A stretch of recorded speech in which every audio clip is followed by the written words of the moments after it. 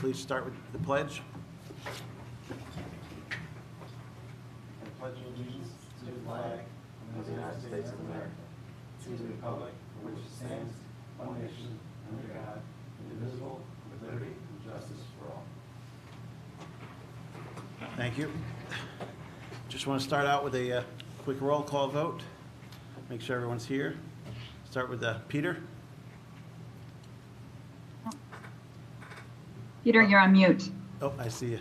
Yeah. You're on mute, but I see you here. Oh, can read lips. You're good. Ben? I heard Ben before. Yeah. Here we go. Ben, you here? He's there. He's on mute. He's on Marion's iPad. He's on. There you unmute. go. Oh, yeah, I see him. Yep. Nicole? Saw her Here. earlier. Rocco? Here. Bob? Here. Joan? Here. Okay, we got a full board. I'm going to read our COVID statement. Tonight's meeting has been convened in accordance with the Governor's March 13th, 2020 Executive Order Number 202.1, which suspends certain provisions of the Open Meetings Law to allow a municipal board to convene a meeting via video conferencing. In accordance with the executive order, the public has been provided with the ability to view and participate in tonight's meeting by computer, smartphone, or telephone, and to view the meeting on the usual cable television channels. The recording of the meeting will be posted to the town website, and a written transcript of the meeting will be prepared and provided at a later date. There has been a roll call of board members, and there is a quorum present for this meeting. I have also confirmed with the secretary that this meeting has been duly noticed, and we have fulfilled our legal notice requirements by posting a copy of the notice of the meeting on the town's webpage and on the doors of the town hall, as the town bulletins board is within the building and not presently available to the public.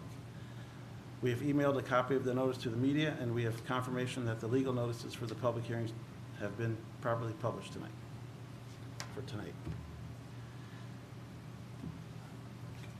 Just so everyone knows that everyone was put on mute before, except for right now some of the planning board members. But if you do need to unmute yourself, you can do that on your screen or by pressing *6 if you're on the phone. *6 will mute and unmute you at the appropriate times. All right, we have a full agenda. I will notice we added one additional item to the agenda at the end concerning COVID-19 and the sidewalk eating. So let's get right into it. First up is Foam and Wash Car Wash at 2629 South Road, seeker review and coastal consistency review and special use permit review, as well as a site plan review. Who's up for Foam and Wash tonight? Good evening, Chairman and board members. I'm Jay Deasing with Maury Architects. I'm joined here with the rest of my team, Ken Casamento of LRC Group, who are the project engineers. Jennifer Van Tile of Cuddy and Fetter is our seeker consultants. Mike Amendola of Mazer is here, our traffic consultants, and Todd and Gary Bayrate of Foam and Wash are here as well. So we met with this board at the April Planning Board meeting. And we just want to share my screen here. Made some modifications, I see. What's that? Made some modifications to the plan, so continue. Yes. So we made our initial presentation of the project in April, and then we've updated our plans to implement some suggestions that the board had last month, and I'll highlight those improvements in our presentation as we go through. Our project site is the location of the former Coyote Grill restaurant on Route 9. Gary and Todd are proposing to transform this abandoned site into a state-of-the-art foam and wash car wash. We'll provide great services to the town. Our project, or our parcel, is 1.66 acres in size, and we're located within the business highway zoning district. The car wash use is permitted by a special use permit. We're just north of the South Road Crossings property, which recently completed approvals with this board. And at the time, the board required the applicant to make plans to interconnect with our parcel, and I'll describe that here in just a moment. Right. Like much of the west side of Route 9, our site is within the Coastal Zone Overlay Waterfront District 1, and we pay particular attention to assure that our site has no visibility from the Hudson River, and I'll show you that as well in a moment. The existing Coyote Grill site here shows some of the design issues that are presented by the existing conditions. The Coyote Grill building is very close up to Route 9. There's very little landscaping along Route 9. And there's virtually no landscaping along the north or the south boundaries, as you can see. Much of the parking was directly along and facing the north and the south boundaries. So as our improved site plan will show, we've increased the building setback from South Road substantially. We've increased the landscaping buffer along South Road substantially, and we've increased the landscaping buffer on the north and the south sides of the property as well. We've actually achieved a reduction of the hard surface on the lot. Our property has actually more green space or pervious coverage than the Coyote Grill site plan as it exists today. And I'd just like to highlight several of the improvements we've made in response to your suggestions at the last meeting. First, we responded to the board concerns that we maintain the public sidewalk along the South Road frontage. And you can see that we are maintaining that continuous sidewalk along our entire frontage. So the sidewalk will continue right from the South Road crossings boundary up to Rivercrest, where you could cross and go to the sidewalk in front of the Marriott Courtyard property. Secondly, we responded to the board request that we provide a pedestrian connection from Route 9. So you can see we've added a sidewalk at near the north boundary. So you suggested that folks might want to be walking along the sidewalk and bring their dogs in for a car wash, which we think is a great idea. So the sidewalk, we replaced it. It is a really convenient place for folks to enter the site and head right to the dog wash. Third, we responded to some comments that are zoning and planning related. We moved the vacuums in the front of the building in closer towards the interior of the site, and this allowed us to provide for additional landscape screening in the front, increase that landscape buffer along Route 9, and allowed us to provide kind of an interior walkway along the vacuum so people there cleaning their cars or vacuuming have some easy access all the way around their cars. And then looking at our site plan and the services offered, as I mentioned, the project will provide the town with a state-of-the-art car wash. There will be 3 types of car washes offered. On the south side of the building is the soft cloth tunnel wash. And here in the middle is going to be the touch-free wash, and then on the north side is the dog wash. So customers entering the site by car from South Road, if they're using the dog wash, they would come in and just park right adjacent to that, and they can enter the dog wash there. If they're coming for a car wash, they'd continue around towards the back of the building. There's a separate lane for each of the car washes. Each of the car wash lanes will have a self-service kiosk where the customer can choose which type of wash they would like and pay directly at that point. And then, as I mentioned, the dog wash in the front, it's going to be 2 individual dog wash rooms with elevated wash tubs where dogs can be safely and conveniently washed and shampooed and dried. The main entrance and exit points are one way in and one way out right now, and we're going to maintain that configuration. However, both entrance and exits will be modified for safer access with better turning radii for vehicles, especially emergency service vehicles.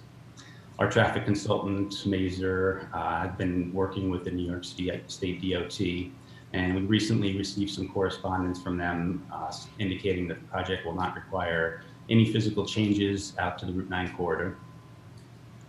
And then, as I also mentioned, we have an interconnection point on the south side of the property that will provide access to and from the South Road crossings.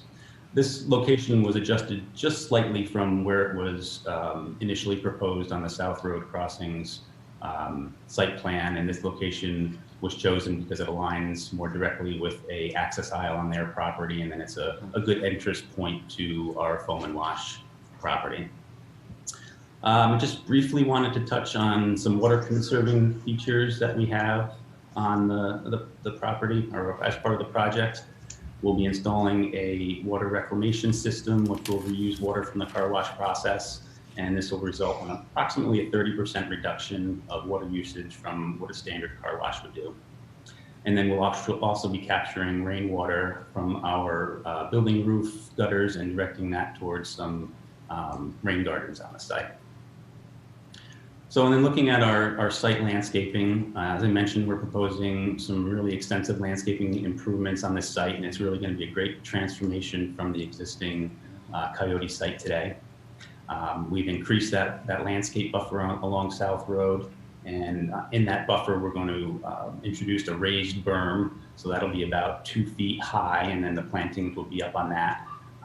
Which will really provide attractive landscaping along the South Road corridor and screen views in and out of the property. And we've provided that significant screening along Rivercrest up on the north side. There's maple trees there and some evergreen infill. And again, there was no landscaping here previously, so this will really be a nice improvement. We've added various landscaping beds around the building, with river rock accent, and then we're going to have a landscaping planter at the southeast corner of the building, and we're going to locate a United States flagpole there.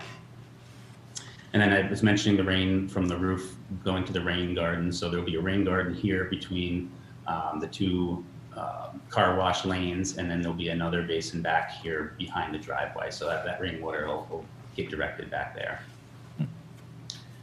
So turning to our architecture and the facade of the building, here's an overall view of the building from Route 9. It features the foam and wash theme colors, the red, the blue, and the soft gray. And architecture is similar to what we've done on other locations for foam and wash, most recently the Wappingers Falls facility that we just renovated. And we've incorporated some varying roof lines into the facade and design elements as shown here in the rendering. And it's a modern theme that will coordinate nicely with the South Road Crossings parcel. Here are the architectural facade elevations, which help to show the overall scale of the building and the signs and related elements. The materials of the building will include architectural ground face masonry at the base, and then some metal panel veneer facades towards the top in the red and the gray and the blue colors shown. So as I mentioned earlier, the site's located within that coastal zone overlay waterfront district 1. Now that we've gone through the overall plan, you can see it's a relatively small site right up close to Route 9, so it's really quite distant from the waterfront. The project will leave the existing wooded areas between the site and the Hudson River completely intact. And again, it's a single-story building, the highest roof line being just 30 feet above ground. And then as you can see in this profile view, there is no line of sight possible really to the river, or from our site, or from the river to our site, or vice versa. The view to the river is pretty heavily obscured with the wooded landscape, and because of the grades, a building on our site could not be seen until it's really at a height of 100 feet above ground level. So the photo at the left is taken at 30 feet above ground level, which is approximately the height of our highest roof line. And you can see that there's no view to or from the river. And then the photo on the right side there is at 100 feet above the ground level. And you can see just starting to peek a little bit of view of the water there at the Hudson River. So we also look carefully at whether or not there'd be any potential issues affecting views from Locust Grove, and we've reviewed the project with Ken Snodgrass, who's the executive director, and he really expressed no concerns with the project. So just as a real quick recap of the transformation of this site from Coyote Grill to Foam and Wash, you can see we've enhanced the pedestrian connectivity from South Road. We provided access into the site. We provided a connection with South Road Crossings. We've moved the building back from the road and again established that real nice landscape buffer along Route 9. Another buffer along Rivercrest Road. We pulled all the parking towards the interior of the site, and we've reduced the hard surfaces and increased the green space. And then real just quick here, I'll point out, this is our site alongside of the South Road Crossing site. And you can see the front landscaping and parking arrangements are similar. You can see that the buildings are kind of similar scale. They're all one-story buildings, about the same overall footprint. And I think that really it's going to tie these two developments together nicely, and it'll really be a good visual when you're headed down South Road. So with that, appreciate the opportunity, and thank you for allowing us to make that presentation tonight, and we certainly welcome any comments or questions that you might have. Well, thanks for that last rendering showing how it relates to the surrounding properties. All too often, that's not shown by applicants. Let me go to Kristen here for her recommendations tonight. Thanks, Carl. So you're not going to see me on your screen because I'm actually here at Town Hall, or maybe you will. Oh, hey. So the application's on for public hearing this evening. The applicant, they circulated for lead agency intent on April 16th. To date, no objection has been received. The application is under review for coastal consistency review, special use permit review, and site plan review. So staff is recommending that you open and adjourn the public hearing this evening and then defer action with comments. I know the applicant is diligently already working to address a lot of the comments that have been brought to their attention. They have it, yeah, I think like June or July they'd be back. June. June probably. Yeah, we're prepared to make our resubmission next week for the June meeting, so unless something is unforeseen, that's what we're shooting for, and we really would like to be on that agenda if possible. Okay, sounds good. We'll see how it goes. This is on for a public hearing tonight, so I move that we open the public hearing. Do I hear a second? Second. Moved and seconded to open the public hearing for this project. I'll just call to question. All those in favor? Aye. Aye. Aye. Anyone opposed? Any opposed? Motion passes 7-0. Is there anyone on the meeting tonight that wishes to speak on this project? If you would like to raise your hand, you can do that at the bottom of the screen or unmute yourself. If you're on the phone, you can hit *6 to mute or unmute yourself and *9 to raise your hand.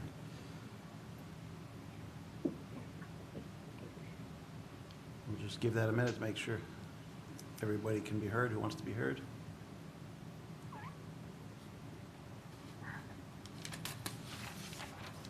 I'm not seeing any raised hands over here. All right. There'll be another opportunity, so I move that we adjourn the public hearing to June 18th, 2020. Second. Moved and seconded, call to question, all those in favor? Aye. Aye. Any opposition? Motion passes 7-0. All right, let's go around the board for comments on this tonight. Let's start with Nicole. Yep, really quickly, I just wanted to touch base with you guys, and I noticed that the fire department had asked about access, and the access was a little restrictive, and that they were looking for a 20-foot width in the access into your site. So I just wanted to hear from you. Did you talk to the fire department about that? This is Ken from LRC. Yes, I spoke with George. We're working on the back portion of the parcel to give him the 20-foot clear all the way through. There was a concern about the front. Mike Amendola, who's on the line, and Phil, who've been working with the DOT. The truck turn movement does fit within the 16-foot. There's a concern about making it wider because then it has the appearance of potentially being too wide in a lane in. DOT likes to restrict the one-ways smaller, and the DOT has approved the 16-foot on the way out and seen that. So he was fine with leaving that section at 16 and keeping the rest of the property at 20. I mean, it looks like you'll have a conflict with the utility pole to make it any wider there. Correct. Thank you. All right, anything else, Nicole? All right. Go to Rocco. Okay, hi. A couple of quick things. What are the hours of operation? Is it going to be similar to your other places? Yes, it will be similar. The touch-free and the dog wash are really open anytime because they're not staffed. But the soft cloth tunnel is generally open from about 8 o'clock in the morning until I believe around 9 o'clock at night. Okay, and last time I think I mentioned in the east, the side, the front, the facade that faces Route 9, the cars coming out of the various two separate car washes, and the ones going across. You took another look at that because it looked awfully tight. Because you're going to have cross traffic cars backing out and cars coming out of the car wash all at once, maybe. Yeah, we did take a look at that. It is similar to a couple of the other car washes that Foam and Wash operates. And the important part is that the car washes are, they take different amounts of time, and the cars exiting, say, the soft cloth tunnel are at a different timing than the cars exiting the touchless tunnel. So it really gives people an opportunity to make that turn without having any problem. And there is room to, when they get outside of the car wash, if they have to pause for just a brief moment before they can make their turn, there is room to do that before they have to get right out into that traffic aisle. Okay, yeah, I assume that in the touchless one, they have more flexibility than the soft cloth, because there, once you're out, there might be a car a couple of feet behind you, and you don't have a thing. Okay, one last thing. I noticed where the refuse area was. It's a one-way there, so the refuse trucks have got a front loader on that. If not, can they? I didn't see a very easy way for them to turn around if they had to turn around.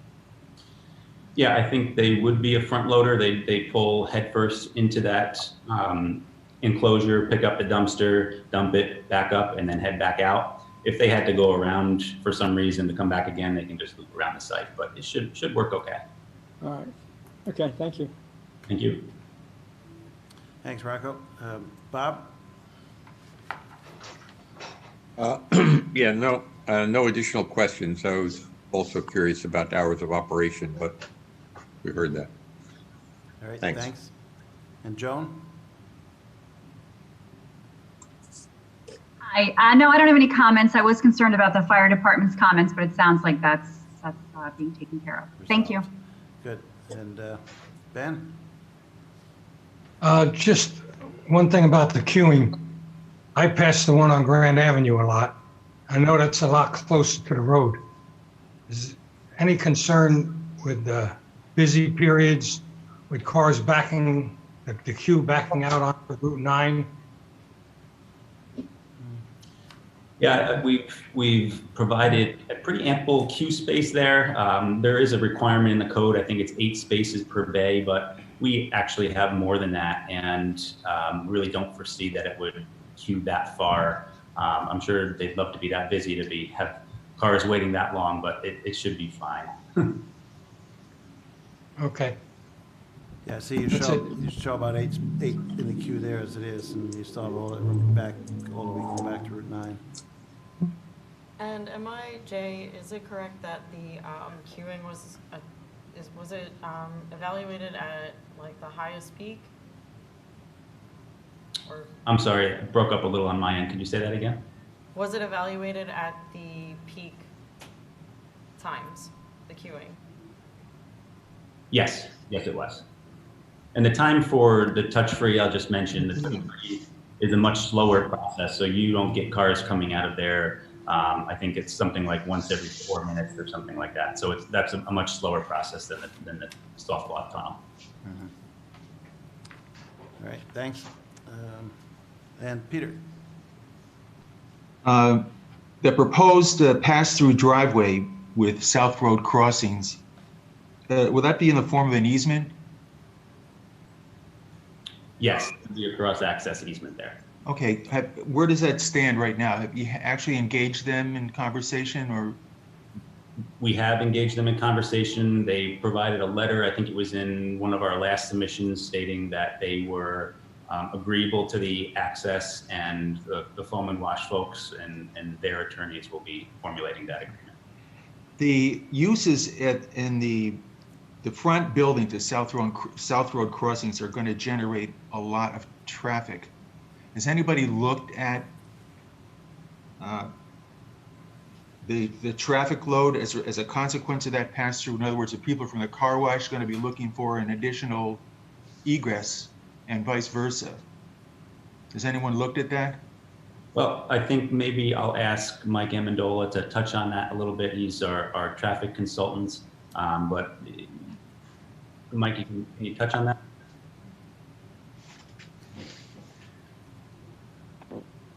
Peter? Yes. Yeah. Good evening. Philip Greeley, how are you? Good. How are you today? Great, thank you. Yes, we looked at, actually, since we're involved with both projects, we did look at that. We have traffic control for the cross movement. There really is no benefit for traffic leaving the car wash to go out that way in terms of the expected loadings. With respect to the South Road crossings, it gives another, way to get into this property. As you said, the uses right up front on that portion of the site plan on South Road crossing have some pretty heavy loads. Yes. But again, they're really, one of the uses there, that the peak time of that isn't the same peak time as the car wash. And if they did try, decide to come out through here, it does give another relief, valve. But I think at the end of the day, the uses are compatible. The cross connection is there at a point where it doesn't interfere with any of the queuing operations for either business, and it should function adequately. Great. Okay, thank you. One other item is that where the town discourages flat roofs, and I would just like you, before we get to the point of architectural review, if you could do something, it doesn't have to be complex, but something to mitigate the flat roof look that you presented. And again, it doesn't have to be sophisticated. Just use your imagination, but flat roofs are not permissible. And finally, I just want to thank the Bayrites for all the great work that they do for our community. Thank you so much. Thanks, Peter. Yeah, I was going to go around and ask if anybody else had any architectural comments as well, because it's you displayed that at the beginning there. Personally, there's some concerns on the signage. I think there's a lot of signage, and the county has some issues with that. You see some comments. We've discussed it a bit. I don't know if you've tried to downsize any of it at all from the previous time. We've looked at some options for signage. We haven't really come up with a definitive answer to reducing that, and we are going to be reviewing those signs. We're going to be making an application to the ZBA for the sizes. Right. We feel that they're really in scale with the faces of the buildings where they're located, and they're appropriate, I think, to a commercial use in the BH district. But I do understand they're a little larger than your zoning law does permit, so we are going to be looking at that. Okay, and the ZBA will have the last word on the sizes there. Sure.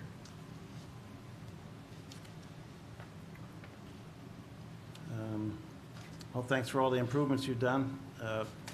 Appreciate the sidewalk tie-ins, that's great. And moving the building back, I think you're out of the setback area now, the buffer in front. For lighting, there's a tiny bit of spillage onto the South Road crossing, it looks like, but I'm just curious what Kelvin lighting you're doing. We're trying to keep things at 3,000 or below. If you have any comments on that? Yes, sir. All of our lights are 3,000, and we do already have a amended site lighting plan that we're going to be submitting for the next meeting. So I think it was very minor spillage, but I think we resolved that. Okay, great. All right, it's good to have this site reused. So appreciate you bringing this application forward, and I think we're ready, Nicole, for I move that the planning board defer action on this application and direct the applicant to respond to comments of the planning board and those received from town departments and agencies, included but not limited to the following 1 through 10. Second. Moved and seconded. Call it the question by roll call. I'm going to go in different orders tonight. Joan? Aye. Bob? Aye. Rocco? Aye. Nicole? Aye. Peter? Aye. Ben? Aye. Right, and myself, aye. Motion passes 7-0. All right, thanks, guys. We'll see you next time in June. Thank you. Have a good night.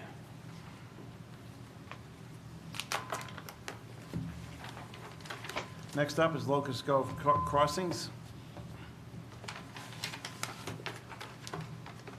2736 South Road for seeker and site plan review. Who's back for this? I see. Good evening, this is Christopher Lepine with the Chazen Companies. With me is the applicant, James Nejawat, as well. Yep. How you doing, Chris? Good, yourself? Good, hopefully you're surviving this, this time. So, We'll go ahead with your presentation. It's been here Sure. before, and we've liked the plan, but let's see what has been going on. We appeared before you prior to the new year, and we received a lot of good feedback on our plan set, and we continue to refine the plans that have been recently submitted to the planning board. As you recall, this project. Can you get a little is closer to the mic, Chris? Yes. You were a little faint. I'm sorry. As you recall, this project is proposed for 32 apartments. Each unit would have 8 apartments in each building. The proposed mixture for this project is 16 2-bedroom and 16 3-bedroom units. The project itself requires 64 parking spaces, and 68 parking spaces are provided on our plans. Some of the improvements that we've made to this site plan since we were last before the board include a couple of items. We had received some feedback from the building department requesting that each unit be equipped with a ADA accessible space on the exterior parking, which we've noted. We've also provided on each individual, not each individual unit, but where each of the buildings have garage spaces for its tenants, one space within each building is also ADA accessible as well. Mm-hmm. We've made some adjustments in terms of our sidewalks so that all sidewalks are ADA accessible throughout the entire property, and all sidewalks are connected between buildings as requested by the building department. We also took based on some of the input of the planning board last time, we had previously proposed a dog park on the southern portion of our property, which there was some concern about the potential noise to the neighbors. What we've done since then is we've taken the center landscaped island and we've kind of incorporated a seating area in it for the residents. And what we've done on the northern end is we've extended that seating area into a playground for kids here at the proposed facility. We think it's a nice touch, and we think this was a nice kind of area of public gathering for the residents. And we took advantage of it because, one, it's contained within the site, and it wouldn't be any sort of a nuisance to the neighbors surrounding it. We also made some modifications based on some feedback from the fire department. We've added fire department connections at each location that's unobstructed by landscaping and parking. We've also incorporated the additional hydrant that was requested on the southern side of the site. And we've broke the buildings down by numbers. We were asked to convert them from buildings A, B, C, and D to buildings 1, 2, and 3, and that's been done as well. We've also, just for some clarification purposes, I think with regards to lighting, I know Kristen had told me there was some concern about the types of lights that we were using here. This plan always proposed using 3000 K lighting, and the lighting on this plan is not so intrusive. We've really focused on particularly the use of lamp posts mainly within the parking area, and we've utilized light bollards along the sidewalks. And if you take a look at our lighting plan in general, we have an average foot candle of about 1 foot candle on the site, which is pretty minuscule for a residential project of this nature. And it meets the requirements as it dies down along all the property lines. And we did take another look at that, and I did want to confirm that for the board. And the other changes we did was we incorporated some more infiltration into our overall project site as well in terms of the management of the stormwater. We've provided some architectural elevations with this submittal that were prepared by Liska McCormick Van Voorst that the applicant would be willing to walk through as well for the planning board if you desire. Yeah, I think that'd be nice to see again, because it's been a while, and remind everybody what they look like if you want to do that now. Okay.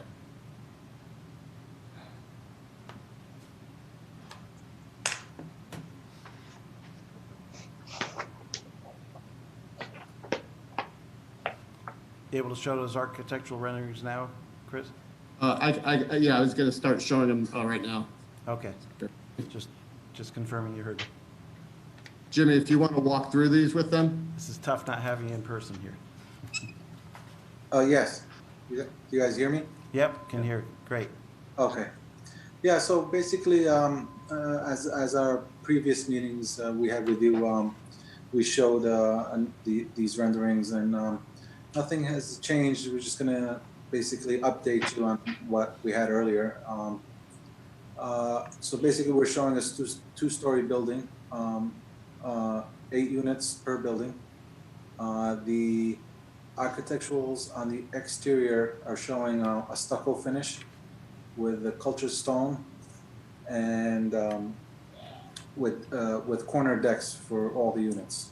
The first floor units will have a patio, and the second floor units will have a Trex deck, which is a maintenance-free decking system. The roof is showing a architectural 30-year. The color is brown wood. The stucco color is a light gray called Magnum by Synergy, and the culture stone is actually a new line of a high-profile limestone from El Dorado Stone. So it's probably one of the most realistic limestone culture stone to look like limestone on the market. And I think if you have any other questions, the trim on the exterior is also going to be of a PVC AZAC trim nature, and the color is white, as well as all the columns. There is also accent roof, and that's going to be a metal standing seam roof, and the color is going to be a classic bronze. Looks good. These are right here, the accent roofs. Looks nice. I've used the AZAC trim myself on my house, so it's nice product. Yeah, it's very maintenance free. Yep. Yeah, that was my goal. You pay While you have this upfront, up, but it I'll definitely saves you more money. I'll just ask board members while you have this up, is there anyone who has any architectural comments that you'd recommend changing?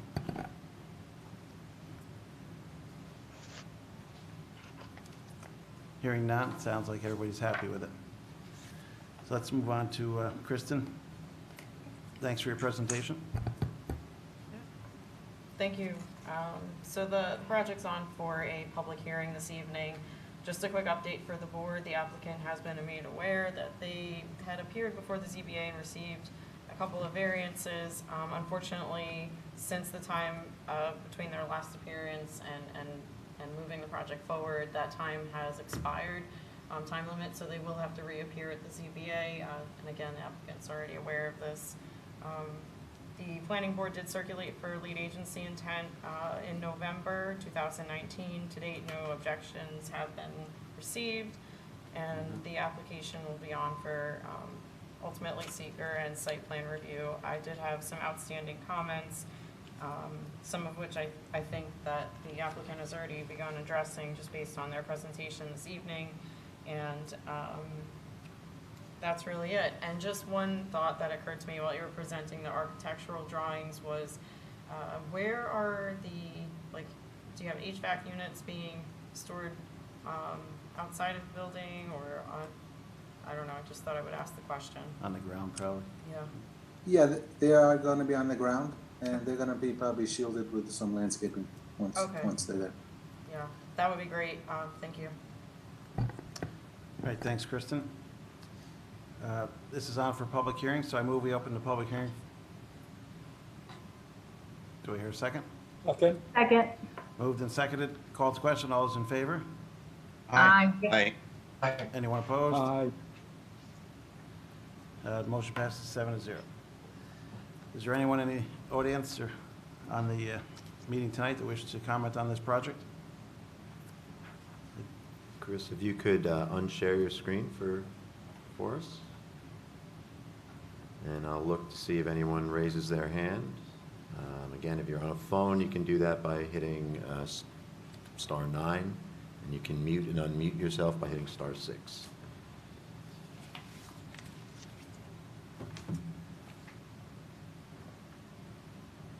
Going once. Again, this will be on again, just to give another opportunity. Yeah. Not hearing anyone tonight. Chris, do you think you'd be able to respond to comments to be back in the June meeting or July? The deadline is on Tuesday next week to submit an application.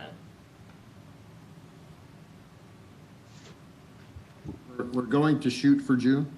All right, we'll do that, and if you don't make it, we'll do it again. So I move that we adjourn the public hearing to June 18th, 2020. Second. Moved and second, call the question. All those in favor? Aye. Aye. Anyone opposed? Motion passes 7-0. All right, we'll go around the board for comments. Start with Peter this time. This is one of the really the nicest projects that we've had before the board.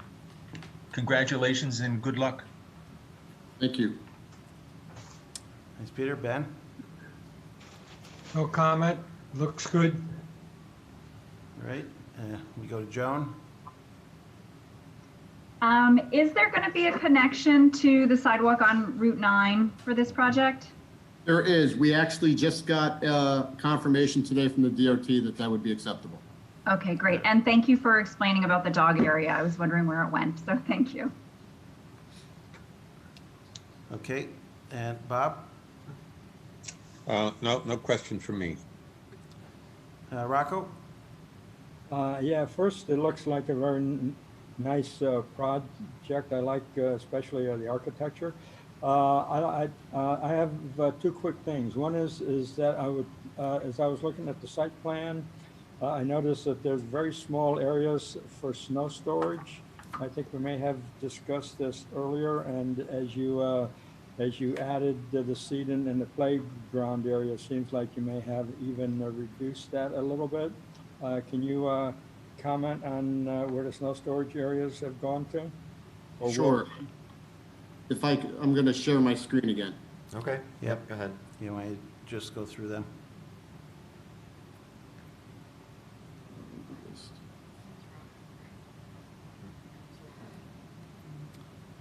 Sorry, let me just zoom this out. Need to zoom out a little, yeah. Oh, zoom back up. Wrong way. Alrighty, so we have, this is on the site plan here, and we have, I'm sorry, let me go to the site plan. Yeah, that's the utilities plan. There is the site plan, okay.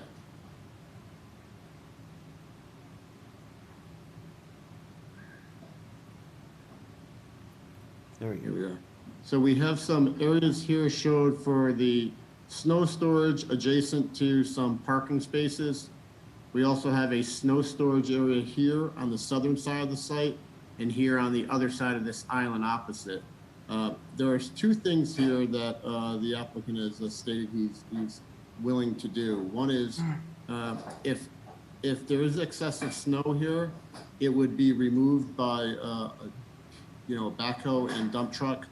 The other thought process here, and we wanted to share with the board, is the overall site parking requirement is 64 spaces. We currently have 68 spaces on site. The other alternative was to utilize a couple of spaces for snow storage as well, if that's something that the board would consider. All right. But even with all that, it seems like you don't have enough even for a small amount of snow. I mean, but that's why I needed some help, unless those really aren't to scale. This is to scale. I mean, This area here, just to kind of give you an idea, this is about 36 feet long and it's about 8 feet wide over here. That's a pretty big snow pile. I'm sorry? That's quite a large snow pile, I think. This is 54 feet long over here and it's 6 feet wide, this snow storage area. Each one of these are 18 feet wide and 18 feet wide and 5 foot in depth, these particular areas. And one of the things we were thinking about was possibly utilizing these 4 spaces over here as well, which would be the equivalent of another 36 by 18 feet. So from a square footage perspective, we believe we have enough square footage for the smaller storms, although I would agree when you get the larger storms, they may have to explore the use of possibly hauling snow off-site if these additional parking spaces can't accommodate it. Yeah, I suspect that those 4 spots will be utilized when they're there, because people have multiple cars. But anyway, okay. Let's move on. My next question is that if you look at C-130 where you are right now, there's a perimeter fence and a PVC fence on the south boundary of the property? Yes, but we were proposing. Right, 6-foot PVC fence? And Yes. then when I go to C-150, I see also a split rail fence. Is that a temporary fence or is that a permanent fence? Because I couldn't see the reason for 2 fences there. Well, one of them is there's an existing PVC fence already along the property line.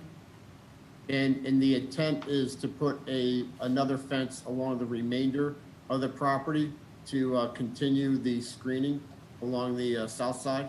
Right, but if I go to C-150, it shows a split rail fence on there, on the south side of the plan. Where in the south were you looking, Rocco, on the southwest? Just a couple of feet in from there. You see that the split rail fence there? Look at the There's a silt fence on C-150. That's a silk fence. Okay. Oh, I'm sorry. It looks like split rail fence. Okay, that's a silk fence. Oh, yeah, okay, that's the erosion plan, okay, yeah. All right, all right, so that's my mistake. It looked like I just got the wrong thing. I'm sorry. I'm good. Thank you. Good luck. I like the way the place looks. All right, thanks, Rocco.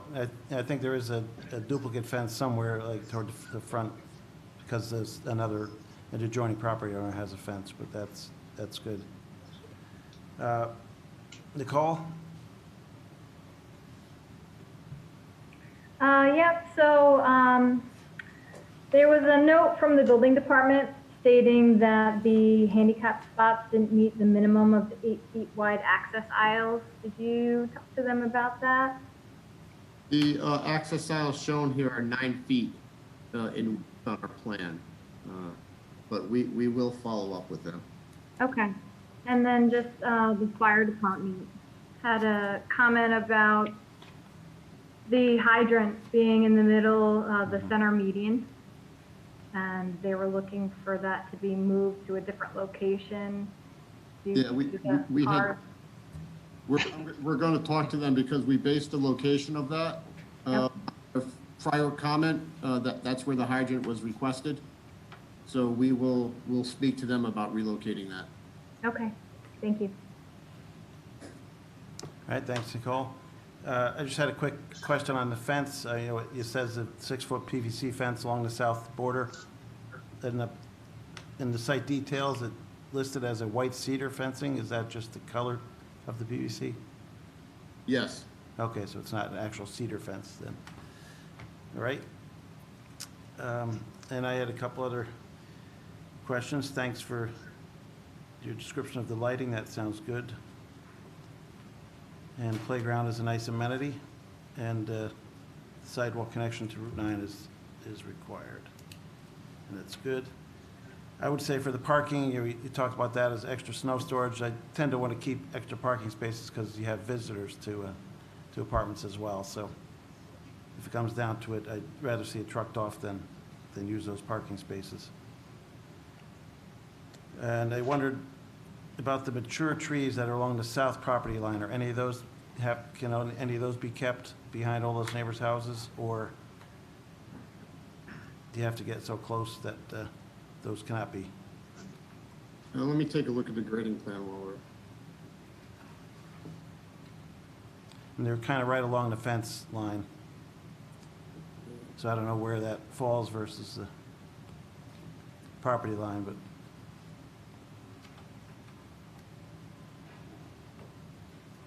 I thought that the intent here, and I'd have to go back and revisit it. I mean, We you were can- trying to preserve a you few can look into that and existing get, trees. look into that and get back to us. Yeah, with the- I can outline the ones that are on our plan that we're intended to preserve. Okay, that would be good. 'Cause it's a shame to see all of those go, but I have to see how the plan works. And as I was visiting, I saw, there's these signs along the road coming in that discuss a school bus stop being there, so I don't know if you know the location of that, or if that happens, or it discourages cars from parking there. One of the, what takes place now, and Jimmy, if I'm wrong, please correct me, in some of his initial discussions with the Greenbriers condominium complex, the individuals the students walk along the road and kind of stand at the entryway to catch the bus in the morning. Right on Route 9, you mean? We've provided that sidewalk so that they could walk along the sidewalk as opposed to the access drive, and they could stand on the sidewalk to wait for the school bus. Terrific. That's a good answer. All right, thanks, Chris. I think we're ready for a motion. Just one thing, Carl, this is Peter. Yep. Just to follow up on Rocco's comment about the snow, if Mr. Neshwat is willing to do it, we could make that a condition of approval, make that a note on the plan that he is willing for excess snow if there is a heavy snowstorm, that will be willing to remove the snow by dump truck. Yes, I am. Okay, great. Thank you. Thanks, Peter. Hey, Carl, this is Rocco. I've got one other thing. I mean, I'm sorry, Peter, are you finished? Yes, thank you, Rocco. Yeah, I'm sorry. Okay, one other thing, Carl. Sure. Is there going to be any signage for this complex to let people know where it is? Because I didn't see anything. That's why I was curious. Any kind of monument side along Route 9 or anything, or just? I'm sorry, yeah, we did miss that. I think we are gonna look at maybe proposing some kind of sign over by by Route 9. So we can maybe have our architectural elevations updated to reflect that. All right, we'll take a look Okay, at that thank you. next time then. Just a quick note, you might end up needing to seek an area variance for that, because if you're placing, just keep in mind, if you decide to propose a sign on someone else's property or in the DOT right-of-way, you might end up creating more review for yourself. So it actually might be more beneficial for you to propose the sign in your landscaped area or in your, Keep it- off of the private drive or some, I don't know. Keep it So on your parcel, Keep that yeah. keep that in mind. Yeah, that was our That's a idea. good point. We'll consider, I know it's a little funky with the property lines on the northwest corner, but we'll certainly locate them within the property. Thank you for that. Yep. Thanks, Kristen, good point. All right, we're ready for a motion now. Move that the planning board defer action on this application and direct the applicant to respond to comments of the planning board and those received from town departments and agencies, included but not limited to the following 1 through 10. And I'd Second. add, does that include our Peter's comment about adding the snow removal conditionally? Second again. Moved and seconded. Call to question by roll call. Peter? Aye. Ben? Aye. Nicole? Aye. Rocco? Aye. Bob? Aye. And Joan? Aye. Myself, aye. Motion passes 7-0. Thanks. Thank you, Chris. everyone. Be safe, be well, stay healthy. Yep. Thank too. you again. Good luck. Hopefully we'll see you in person sooner rather than later. I'm looking forward to it. Yep. Take care. Next up, BP3 Springside Development. Welcome back, guys. Who do we have on tonight for this? I see Steve. Steve, you're muted. You need, Oh, yeah. if you're, they don't hear you yet, Steve. You're on mute if you're talking. Good afternoon, Chris Mansfield here. Steve, you here? Yeah, Yep. I'm good. Now we got you. Thank you. Good evening. Thank you. And I'm hoping that everyone is well. We know they have a busy agenda, so we want to move through some of the work we've done since we were before you last month. Yeah, you gave us a big extensive overview of the project last time, so just to highlight the changes this time. Sure. Yep. Again, in this slide here, Chairman, we have a colored area, which is the site, just to clarify, what is new and part of this project.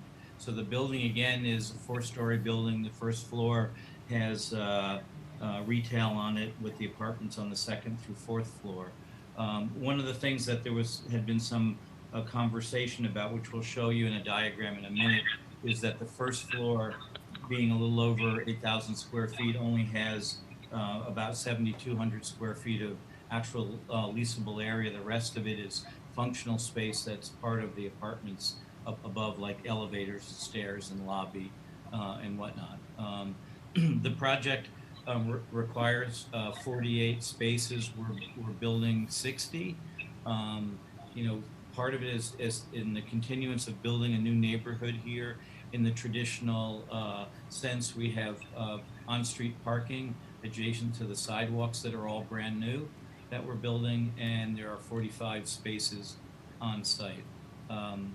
So what we essentially are hoping to do here is to move this along, get good comments, and respond back for the July meeting. And if luck is with us, maybe we can get your approval, but that's our goal anyway. On the presentation, again, is Chris Mansfield, who's the project architect and is our technology guru. Michael Boyce, our landscape designer, and Ken Casamento of the LRC group, who presented earlier tonight, is also with us. Again, the building, the height allowed is 45 feet, but you can go up to 70 some odd feet with a special use permit. Our structure's about 55, 56 feet, so we're in that special use permit zone. We also, as part of the package, have just sent you more comprehensive civil engineering drawings, more detailed landscaping and lighting plans, and we're continuing to work with all the departments, to make sure that they're comfortable with what we're doing. Chris, why don't we go to the second?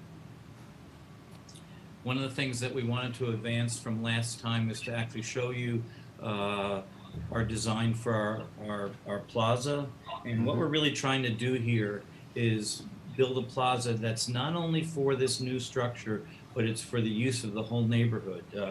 As mentioned previously, we have almost 30 dwelling units to date within the campus, and about 40,000 square feet of commercial space that we're hoping all the small businesses are going to make it, and we're helping them as much as possible in this difficult time. But we're adding about 8,000 square feet, 7,200 more precisely, and the 22 apartments, so we'll be up to 51 with this project if we are successful with it. But the project is being built on a very oddly shaped site, which is why we call it the pork chop, because it has a longer stem to it, and then a fatter area where we're locating the building. The resultant area is an odd triangle based upon the bend of Springside Avenue and such. And the building is centrally located, given all the things that we want to build or have built to date. So this can really be a focal point to Van Wagner Place, which is our plan here. And thus the heavy investment into this parkland here. So we have lawn space to hang out on. Right now we're just showing, because we didn't like the furniture that was part of the program. So we'll next time show you different benches and things like that we're going to install, but there'll be places to sit and eat. There'll be places just to sit and, meditate, read a book, hang out with friends or something like that. But Michael Boyce will in a minute go through some of the specific landscaping plans, but this really wants to be the focal center, as I mentioned. To the left on the bottom of the screen is the beginning of an open air pavilion. We want this to be a space where people can sit, also where we'll have furniture, to be out of the sun, but to be outside where friends can meet and play chess or checkers or something like that. And at the same time, we might do some neighborhood programs, that, as in the sense of trying to build community, to have local events and such. Again, small scale, nothing fancy, but, things that, of a pop-up nature to it. So if we can go, I guess we want to go to the next slide. And this one, I wanted to talk a little bit about that differential between the square footage so you can get a sense of it. We don't know. We have the British Swim School that, and we're working on the drawings for that right now. It's going to be a very exciting addition to, some of the services that are offered in this community. But we have these 3 other spaces, and you can see them in the different shades of blue. They could be up to 3 spaces, but it also could be, one larger one. But likely what seems to be popular right now are 1,000 to 1,500 square foot spaces, sometimes even smaller. The pink areas are indicated, and that's the differential in the footages of those components that service the apartments up above. Again, the entrance is off the parking lot to the right, and that's where the lobby will be. The last thing to show on here is we have what we're calling a loggia or a porch, which runs on the north side of the building. That's a covered area, and it allows for, one, just movement between the stores outside of the weather, and it's kind of a nice traditional overhang space. We have one also interesting corner retail space, which is space 1A, and that has great windows on the corner, and it has a different entrance also, but on that, on the corner of the site, if you can show that, Chris, there's a guy standing down where the entrance is, right in that area. We'll show you an elevation of that. I guess we can go to that right now. So you can see, the retail space with the large glass. There's an entrance porch or overhang there, which would be a private entrance to that suite. And then you have the loggia that we have to the left of that, which is, covered yet open, for where the 2 other commercial spaces plus the British Swim School. And this slide here, Chris, where do we have to have Michael show the landscape? The next slide here. Okay. Again, you can see the context of in just looking at the building here, and one of the comments that Peter mentions about is the flat roof of the buildings and all that, and to try to be inventive and creative to create some life and energy and modulation and stuff, so you don't have a boring form. And so the reason for showing this particular view is we've tried to modulate through the use of the tower forms that are really bays. The material is in and out so that you have different planes, there's different colors, there's different proportions. And the top roof forms, which are canted, those are double height spaces, or almost double height spaces in the living rooms. All the bays that are the darker color are the living rooms, which have floor to ceiling glass, and you can see the bays also on the top floor really have those tall spaces, so those apartments should be pretty dynamic. And you can see them that they're different colors, and they're paced all around the building, because we consider this a building in the round where there's, there's essentially a facade on all sides. There isn't a front, back, or side yards, in terms of the visibility of it.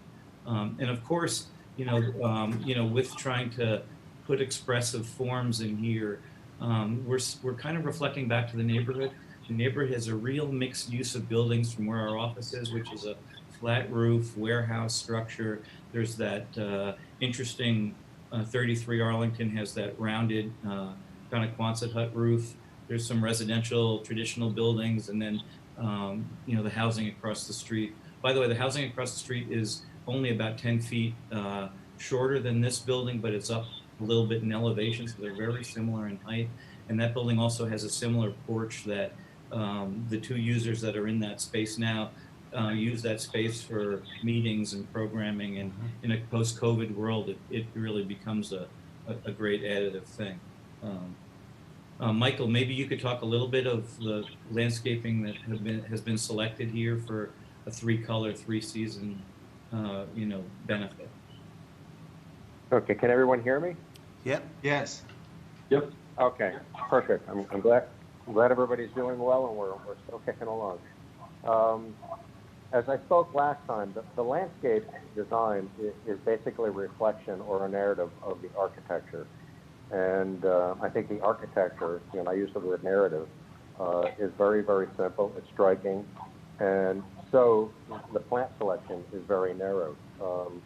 In the sort of public courtyard that Steve spoke about, there are 3 different types of grasses that are being used: Bouteillua gracilis, which is native, panicum, which is native, and then red-headed or fountain grass, which is not, but they all create a very nice, soft, full sweeping organic look to this, and they sort of recede and allow the architecture to come to the fore. And apologies, one of the elements on my plan that is unfortunately not labeled, and as you're looking at this image, in the center where there's a little bit of an island, I'm going to call it a cat's eye island. Yep. To the left of that, there is a rain garden, and that's where little Joe Pyeweed will be planted. So that's a slightly depressed area, but again, that's another native plant, beautiful flowers mid to late summer. And then interspersed in some of this is Hydrangea Incredible, which is basically an Annabelle hybrid, and that's another native plant in the entire Appalachian range. So I think this is actually a very rich but very quiet, very soft, peaceful sort of landscape. And again, it's supposed to let the architecture sort of come to the fore. And on the right side of the building in this image is basically Lariape, Silver Dragon, as a ground cover with the same incredible hydrangea planted in mass in that bed. So we're trying to create a little bit of theme and variation throughout the building complex. In the parking lot, I think that's the next. Yeah, there we go. So yeah, one along more after this. 44. Yeah, Mike, why don't we explain this a little bit? If we can, Chris, if we can go back to the last slide for just one quick second. Thank you. Yep. What we're really trying to do is a variety of hardscape and softscape, and then creating different areas so that you can be either a little bit more private, or you can, and so when you see the final seating plan, you'll see that some will be a lot more social, at least 6-foot social, and some will be even more private. So we're really trying to mix it up, and we wanted to also, use some of these curvilinear shapes to soften the environment, as well, and thus you can see the different movements in that regard.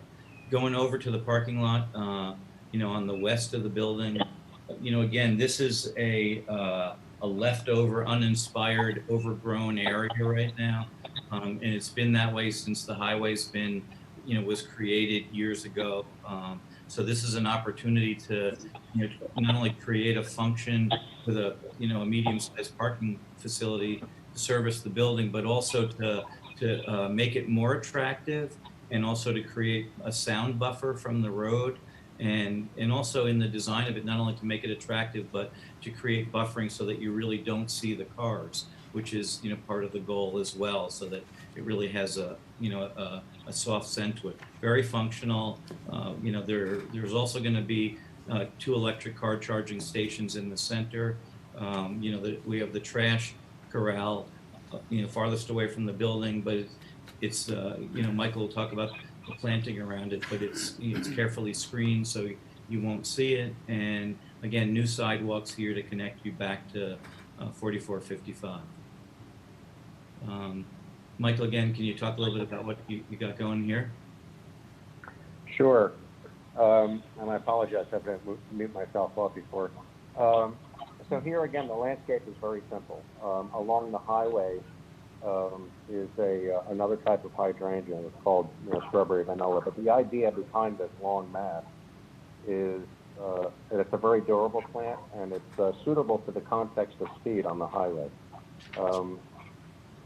It's unfortunate sometimes when we see commercial landscapes that have 3 of those, 2 of those, and 5 of those. And when you're driving along at 30 or 40 miles an hour, it's very hard to take in any kind of dramatic, planting. So that's the idea behind that.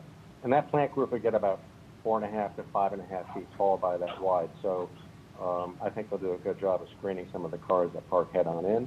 And as they mature, the thicket of those hydrangeas in the wintertime will do an awful lot in the way of diffusing any kind of headlights that are on temporarily. Wrapping around to the refuse area, there's a series of arborvitae wrapping around the refuse area and red-headed dwarf fountain grass. The red-headed dwarf fountain grass was purposely placed here because it's a grass that can be cut down in fall. It is cut down in fall. And from a lot of experience, it can take a tremendous amount of snow load. So, if Stephen wishes to, we can, dump, 20 feet of snow on top of that, and I won't bother any of those. Speaking to some of the concerns about headlights in the opposite direction, the same arborvitae is repeated in 3 different areas to help cut down on the light facing the folks on the other side of Springside, but also as these grow, arborvitae in particular, like spruce, although spruce are too big, are really good at attenuating sound. And that's the other reason we chose those. And then, I think some of the other areas were indicated as no-mow lawn, which is basically mixed with a few different types of fescue grass that can be mowed once a week or let go for the entire summer. And that's really, based upon the look and, whatever type of season we have. And then we have some ginkgo bilobas that are put in here just to get some vertical height too. Nice fall color. Thank you. All right, looks good. I just had a quick question. There, you had a line of street trees there, but they kind of had a big gap before the building. Is there a particular reason you didn't continue them a little bit further? Yeah, unfortunately, that land is owned by the DOT, and so property line. We don't have any say over the way they take care of that property or not. We when we acquired this, there were like 6 small hunting parcels. They insisted upon keeping the first 20 feet from the curb of 4455 in. Okay, thanks. That's a good explanation. All right. I'm sorry? Anything further? Yeah, just a couple of other points here. It goes back to the form here of trying to do a modern building that's modulated with residential and commercial imagery to it. Chris, maybe if you could look at just the entry shot of this side. This is really a good example of really how we're trying to activate this with different colors and materials and sunshades. And you can see out where the 44 is, that's the entrance to the apartments. Up above are spaces within the building that are going to be used for gyms and for kind of a community room on the 3rd floor. And then on the 4th floor is an open air outdoor sitting area with a fireplace and it has a fantastic view of Mount Beacon and Vassar College, and it's really a great elevation there. But you can see the richness of the materials. The base of the building is kind of reflective off of some of the materials that you can see on Holy Trinity Church. And, again, we'll have specific, cuts of what that material is when we do the formal architectural presentation. But Okay. you can see we're playing with colors and some of the residential hardy siding on the building, which is the white siding there. And, again, that's how we're trying to activate the building. All right, thanks, Steve. Last thing to talk about with you is, if you don't mind, is just signage ideas, and also we have a night lighting idea. So Chris, if we could do that. In this shot here, which is a dusk shot, we're looking at the idea of an LED strip downlight underneath some of the bays, and it likely will be less bright than it's shown in this model here, but it's one way to accent the landscaping that we're putting in and to, again, create some sculptural feel to the building. That's not shown in the lighting plan. Everything else is in the lighting plan, but we want to see what your thoughts were about, what we were thinking about. And then the last piece, and then we'll stop talking, or I'll stop talking, is just signage ideas. And we know that what we'd like to do is, go back to the zoning board, and discuss this with them, because it technically will need a variance, but we're allowed one pylon sign, and so we're, right now we're showing it in that area currently. It's really hard to place that, and I'm not so sure that's a great spot for it, because it's so far away from the entrance into the building. But where the building is, we don't own the land; it's owned by the town.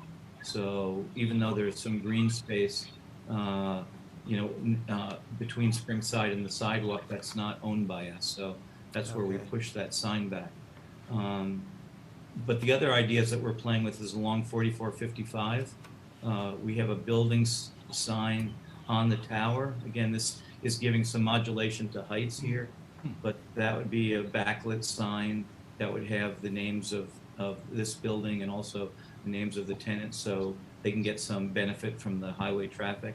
And then what we were going to propose, and this is going to require a variance, is in the covered walkway or the loggia, is just to have blade signs. And they're not designed yet, but we want to show you the idea that there would be blade signs over the front doors as you're walking down, to the different, so you can see they're marked by just the rectangles right now. And the total square footage for the areas of signage that are allowed are within the framework of what's allowed, but we're looking for 2 signs for each tenant rather than 1, because we have 2 different sides of the building. So we'd like to see what your thoughts were, on that. Part of it's just making it more pedestrian friendly and more recognizable for the users that are, that are running their businesses, in this new building. Yep. So thank you very much for listening to that again, and looking forward to your comments and questions. Right. And Ken Casamento is with us here. We also have his drawings if you have any questions on his work, which is very thorough, and he's working carefully with all the department heads and and such to satisfy and meet all the requirements, et cetera, et cetera. Thanks, Steve. Yep, a lot of changes since last time, and you did update the building architecture as well. And great overview of the landscaping. Let me go to Eric to get his recommendations tonight. Sure. Let's see. Okay, I'm not muted. Good. Yeah, staff is, the plans have come along quite a bit. And there's a number of comments. I think for the board, the focus is probably on 3 or 4 of the questions that we've outlined. One would be that the applicant, to consider the recreation land or fee donation. The applicant has proposed that the plaza area not be dedicated to the town as parkland, but that it be considered for rec land purposes, as an offset to the recreation fee. So the board could talk about that a little bit as to whether or not they're willing to entertain that idea, because I'm advised that if there's going to be consideration of an offset, and actually in either case, it'll probably need to get referred to the town board and to the recreation department for their review and recommendation before the board can act upon it. Secondly, if the board has any comments about the parking layout and adequacy, particularly as it relates to the uses, we've asked the applicant just to clarify square footage, which I think Steve has done somewhat. We need to get the numbers nailed down, and maybe a discussion if there's a change in use in the future as to how that will affect. We need to get the uses identified. If it's very general, the applicant may have to come back. Whereas if it's at least grouped by category, it might provide him with some greater flexibility in the future. And then lastly, on the sidewalk connection to the 4455, the county planning the board talked about that last time a little bit. Dutchess County Planning got comments in just late this afternoon. You should hopefully have received them in time. They had comments about landscaping, getting regular trees, pedestrian and bicycle access, including access to the arterial, and they'll be looking for signage plans in the future. And with that, we'll leave it to the board discussion. We are recommending a deferral at this time. All right, thanks, Eric. This is on for public hearing, so at this point, I'll move we open the public hearing. Do I have a second? Second. Oh, didn't hear, sorry. Moved and seconded to open the public hearing. Called to question. All those in favor? Aye. Aye. Any opposed? Motion passes 7-0. Is there anyone in the audience tonight wish to comment on this project? Again, you could do *6 to mute or unmute and *9 to raise your hand on the phone, or raise your hand with the Zoom meeting. We'll take a look here. I'm not seeing anyone. And Steve, you said you're aiming to come back for the July meeting? Yes, sir. Yep. All right, we'll have another opportunity in July. I move we adjourn the public hearing to July 16, 2020. Second. Moved and seconded, called to question. All those in favor? Aye. Aye. Any opposed? Motion passes 7-0. All right, now we'll go around the board for comments, and let's start with Nicole this time. Okay, I had a couple of things. I saw some notes from the fire department. They were talking about sprinkler systems, fire detection. Have you spoken to them about any of those? Yes, we had a real good meeting with George, and we're working through some of the issues with him. We're actually looking to upgrading our sprinkler system beyond what the code requires. So, he's been very thoughtful with us, and so hopefully we'll have things worked out with him in the next week or so. Okay, great. I just had one more question, and I think a couple of the other planning board members also had this question. We were wondering whether or not you're going to do any lighting underneath the pavilion or around the pavilion. Right now, we're not really planning to use it heavily in the evening. Okay. But I think it's important to have, for safety reasons, to have some recessed ceiling lighting in there, so there's no spill from it. But I think it'd be important that it's just not a dark space, just for public safety. Okay, thank you. Yeah, right now, Steve, it showed like 0-foot candles in that area, so that'll be good to have some minimal amount of light there. We'll correct that. Thanks. Let's see, let me go to Rocco. Yeah, hi. One quick thing. I was looking on the site plan. PZ01. And then I noticed the landscape slide, which you presented. When you're facing a refuse area, the right side has been identified as snow storage, as has been the left side. I understand what you're doing on the right side with the grass being mowed down and all, but on the left side, it looked like there might be some trees in there. Was that just a shadow? Was I seeing that correctly? Or was that incorrect on my part? Because it doesn't look like a lot of snow storage if there isn't any room on the left-hand side. As you're facing the refuse from within the parking lot. Michael, do you want to talk about that?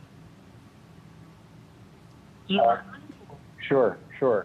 So that area is basically to the left of the refuse area, is basically a 20 by, maybe 30 square foot area.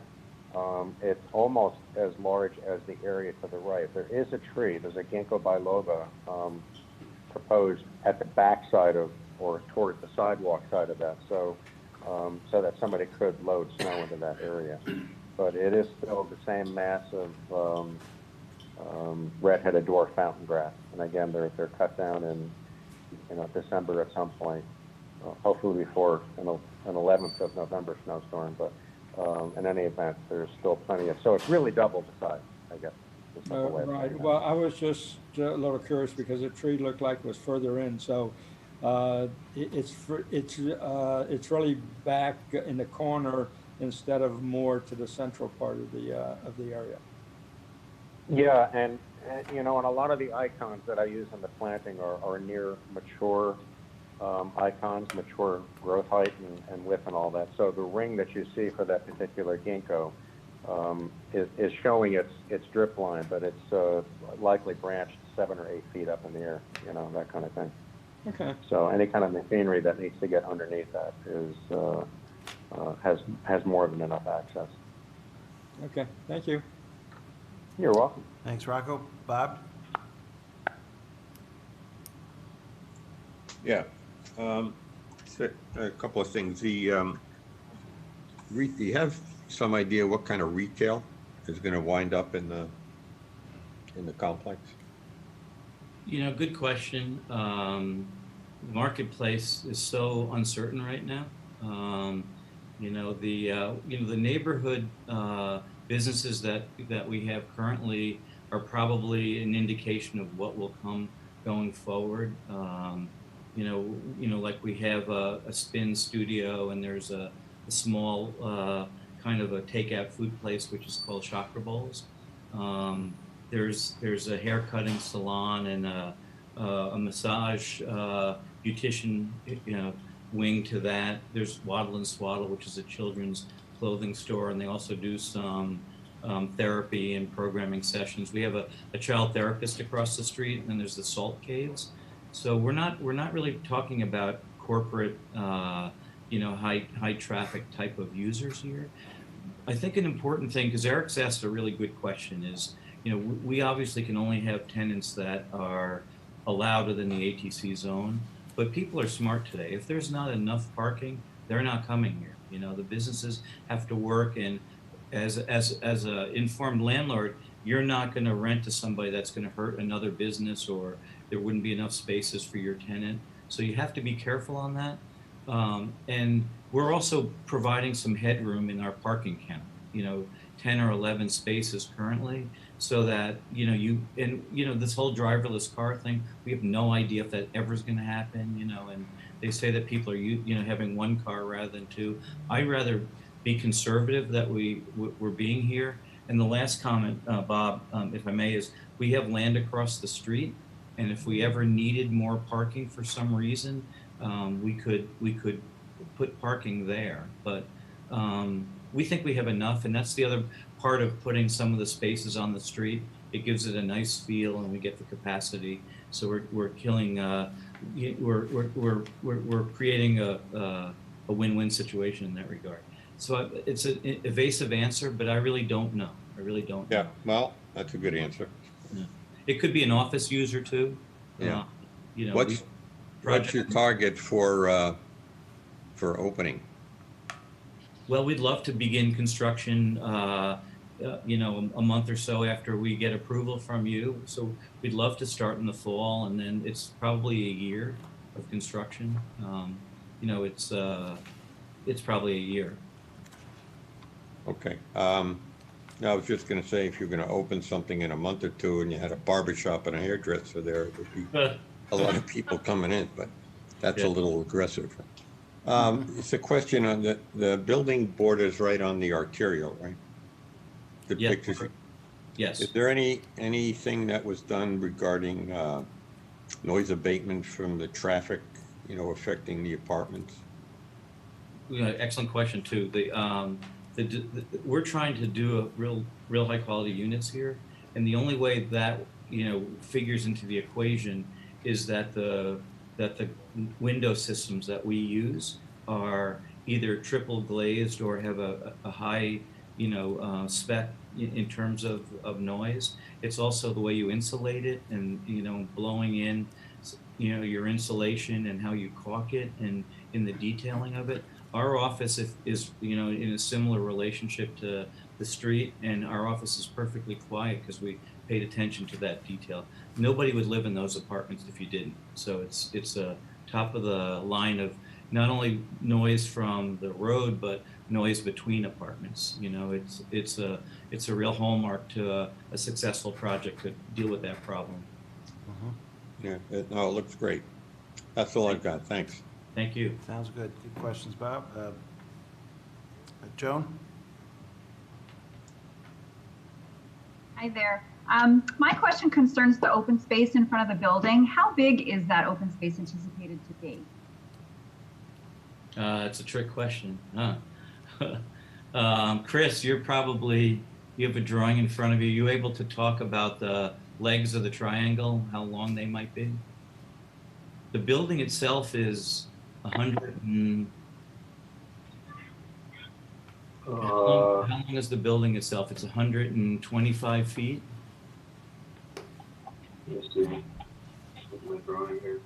Well, you don't have to crunch the numbers now, but maybe if that's a number you could get for us. And with respect to that space, is the intent that it's going to be for the occupants of the building, or is the intent that it would be for the general public? We want it to be for the general. We want it to be for the neighborhood.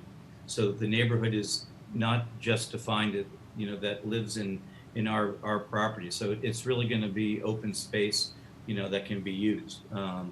You know, so that's the plan. We really want this to be kind of the center of this community, you know.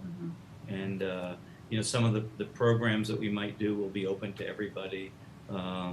But it also, so it wants to be a functional space and also a visually an important space as well. Okay, thank you. Yeah, if you could just get the square footage of that, that would be helpful. But it's a beautiful building. It's a nice project. Thank you. Thanks, Joan. Any comments, Ben? I think the presentation was very thorough and well thought out. There was a couple of things I was thinking of that have been addressed, and I think there's probably going to be more from somebody else, but nothing else from me right now. All right. Thank you. Thanks, Ben. And Peter? Steve, you know, I'm a big fan, and this is kind of a mouthful, but you know, you've created an inviting, integrated urban environment. You know, it's designed for human beings. It's very inviting, and I just want to congratulate you and keep up the good work. Well, thank you very much. That means a lot. Thank you. Thanks, Peter.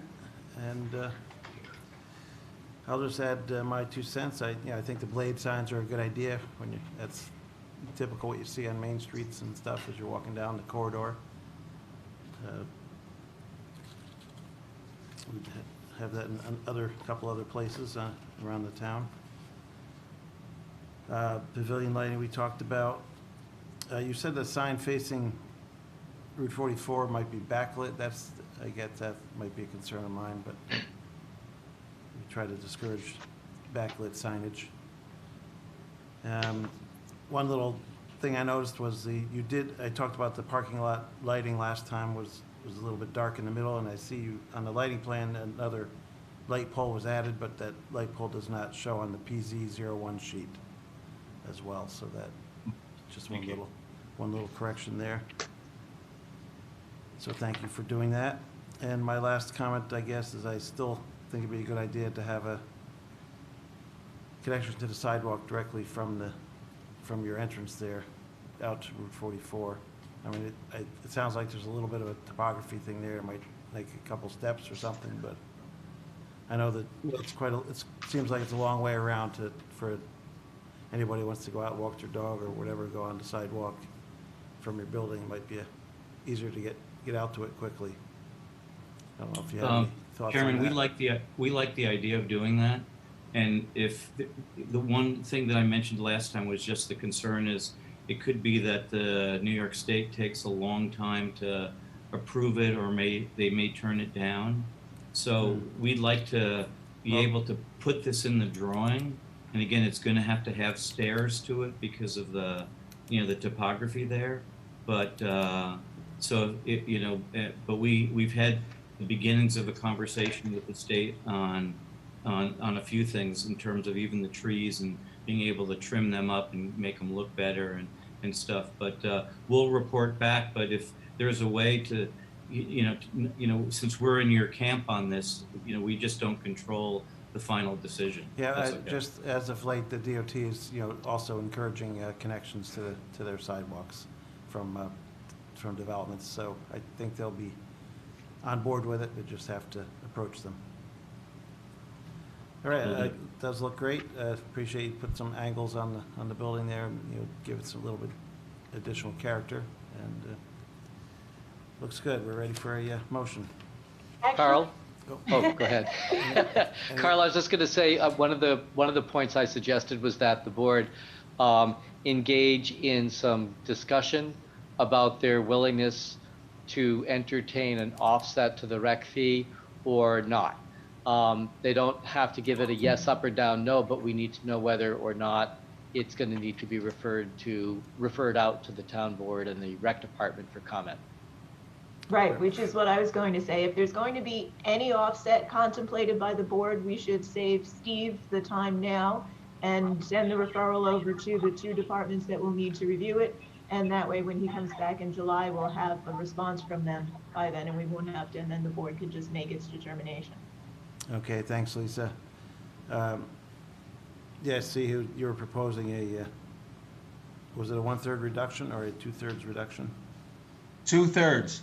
2/3. That, I guess, in my viewpoint, that seems a little high of a reduction to me. It's a nice little town, little square area that you're putting out front there, but I don't see it as something that's going to the general public other than you from your neighborhood. Whereas, I think the rec fees are intended for around the whole, something to boost the entire town. I'll just let anybody chime in that wants to chime in on that and see what their thoughts are. We do want to make a recommendation tonight to push it out to the town Well, board. if we're going to give a heads up, to me, it seems a little aggressive. That's my only comment.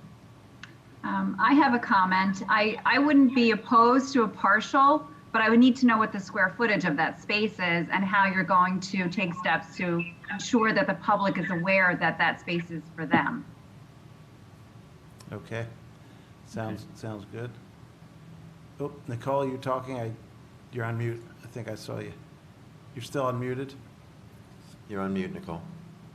I said I'm absolutely with Joan. I think that we need to look at the square foot. I think 2/3 is a bit too much, but I am not opposed to some type of reduction. Okay. So if that's the case, then the board needs to include in its motion that we anticipate Nicole about to make a referral to the town board and the planning board of the rec fee issue, the land set aside. Can that be part of that motion, or just a separate motion, Lisa? It doesn't have to be a separate motion. You can do it as part of the approval as long as it's included. Okay. Sounds good. And you want to just add that language in? I think most of the board members are looking to do at least a partial. So go ahead, Nicole, with a motion. And we'll add that in.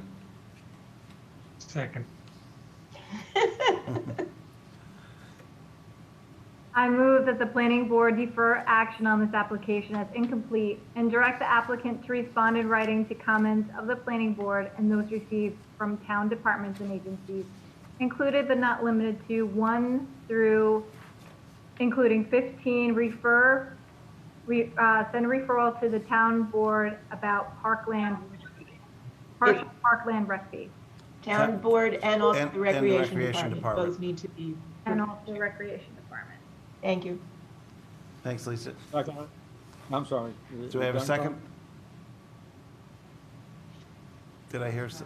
Oh, Rocco said second. Okay, Second great. it. I did second it before. Thanks, Rocco. Moved and seconded.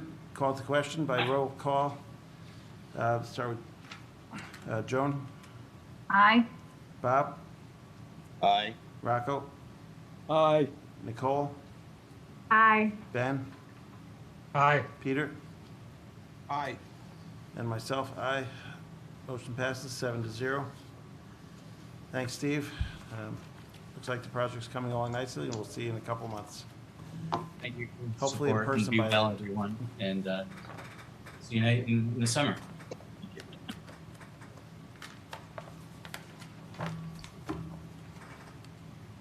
Next up is Neshawat Dental, site plan and architectural review for conversion of an old bank into a dental office.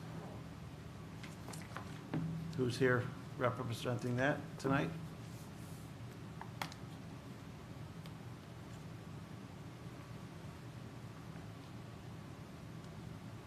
Is there anyone here for Neshawat Dental?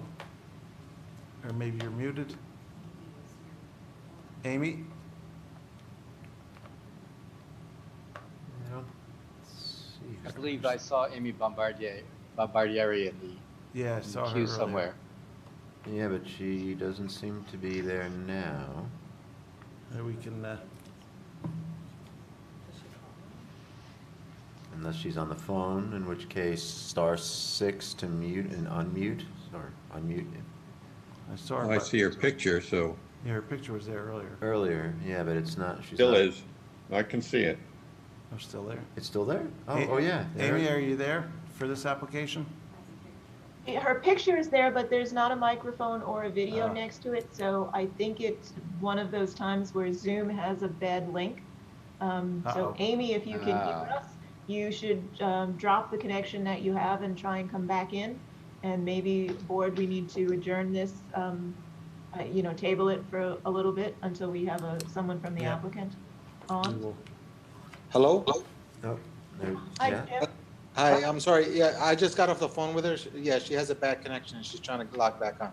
Okay, thanks, Jimmy. Not a problem. Thank you. We'll wait for a minute here then. Yeah. Hi, everyone. This is Amy. Okay, hi, Amy. Now we can hear you. Thanks. Sorry about that.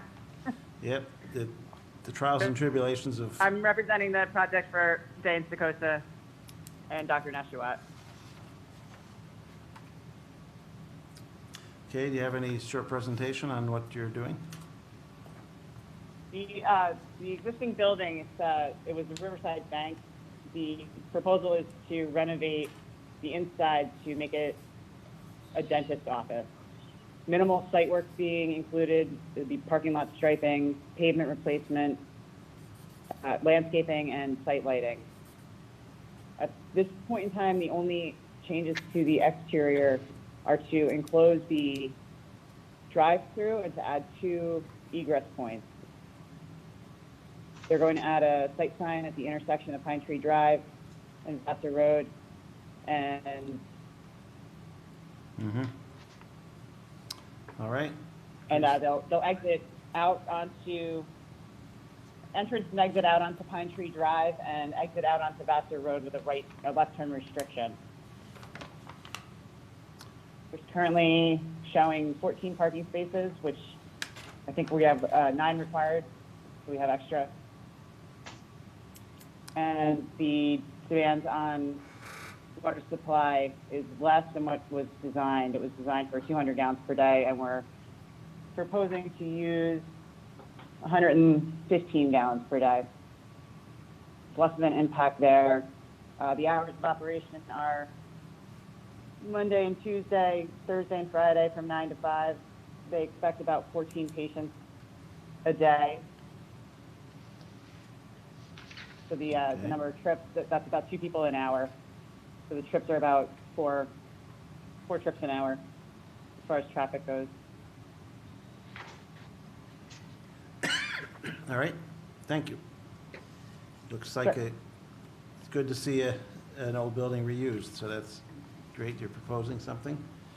We go to Eric for his recommendation. Sure. This application, it's a type 2 action for seeker, meaning that it meets the criteria for no environmental review. It's pretty minimal for seeker purposes. So there's no seeker review or decision required. There's a few questions remaining, but staff was feeling that it could be, if the board's inclined, that they could be handled possibly as conditions of review. And I know there was some discussion with Amy earlier today. They do have some supplemental information that she may speak with you about. I think the issues to highlight in the staff review were there are some narrow aisles on the site, which suggest a one-way circulation may be more appropriate for some of the narrow aisles around the building. There's no trash storage location shown. That should probably be added to the plan subject to staff review, or if you want to see it again. And perhaps some additional landscape screening from the roadway to the extent it's allowed. On Vassar Road, the property line's right there, but there might be a little bit of room. There's also no lighting shown, and we thought there should be at least some minimal lighting for winter early darkness when customers are still coming. And lastly, the freestanding sign. It's on the plan, but we have no details. We did receive Dutchess County planning comments just this afternoon. They were forwarded to you fairly late, but they actually repeated some of those comments, such as on the recycled waste. They thought there should be some more landscaping. They also suggested a wheelchair accessible curb ramp for the handicap spaces, and they asked about lighting and signage. Those are our comments. All right, thanks, Eric. So we are now proposing site lighting, 2 freestanding poles in the front and 2 building mounted lighting in the rear. The refuse enclosure is also in the rear, so they can pull in off Pine Tree Drive and either back out or continue forward and exit out on Vassar Road, back out through the site and exit out straight onto Pine Tree. We also have the sign detail is going to match the building as far as colors and materials go. The signage, you're saying? The landscaping, we don't have a lot of room to add it because of where the property line is. But along Pine Tree, can add more than we can. The property line is actually through the pavement on Vassar Road, so we don't have an opportunity to add anything there. Although the county who owns Vassar Road, I believe, there's a county or state? That's county. County. The county. The county recommended some landscaping there, so maybe there's some room for them to work with them on that. And the lighting you're proposing is, we're looking to get 3,000 Kelvin or less in temperature to keep it not so bright. Yes. Okay. Yep. And the way it's laid out right now, the foot candles are not. There's no spillage off the property line with a minimal amount onto Vassar Road, but I believe there's lighting on Vassar Road, which would actually spill onto our site. So. Okay. Yep, it's busy area right there. All right, thanks. Let me get started first with a public hearing. I move we open the public hearing for this project. Second. Moved and seconded, called to question. All those in favor? Aye. Any opposed? Motion passes 7-0. Is there anyone in the audience tonight wish to comment on this project? You can raise your hand on Zoom, or if you're on the phone, use *6 to unmute and *9 to raise your hand. I see John Weissman raising his hand.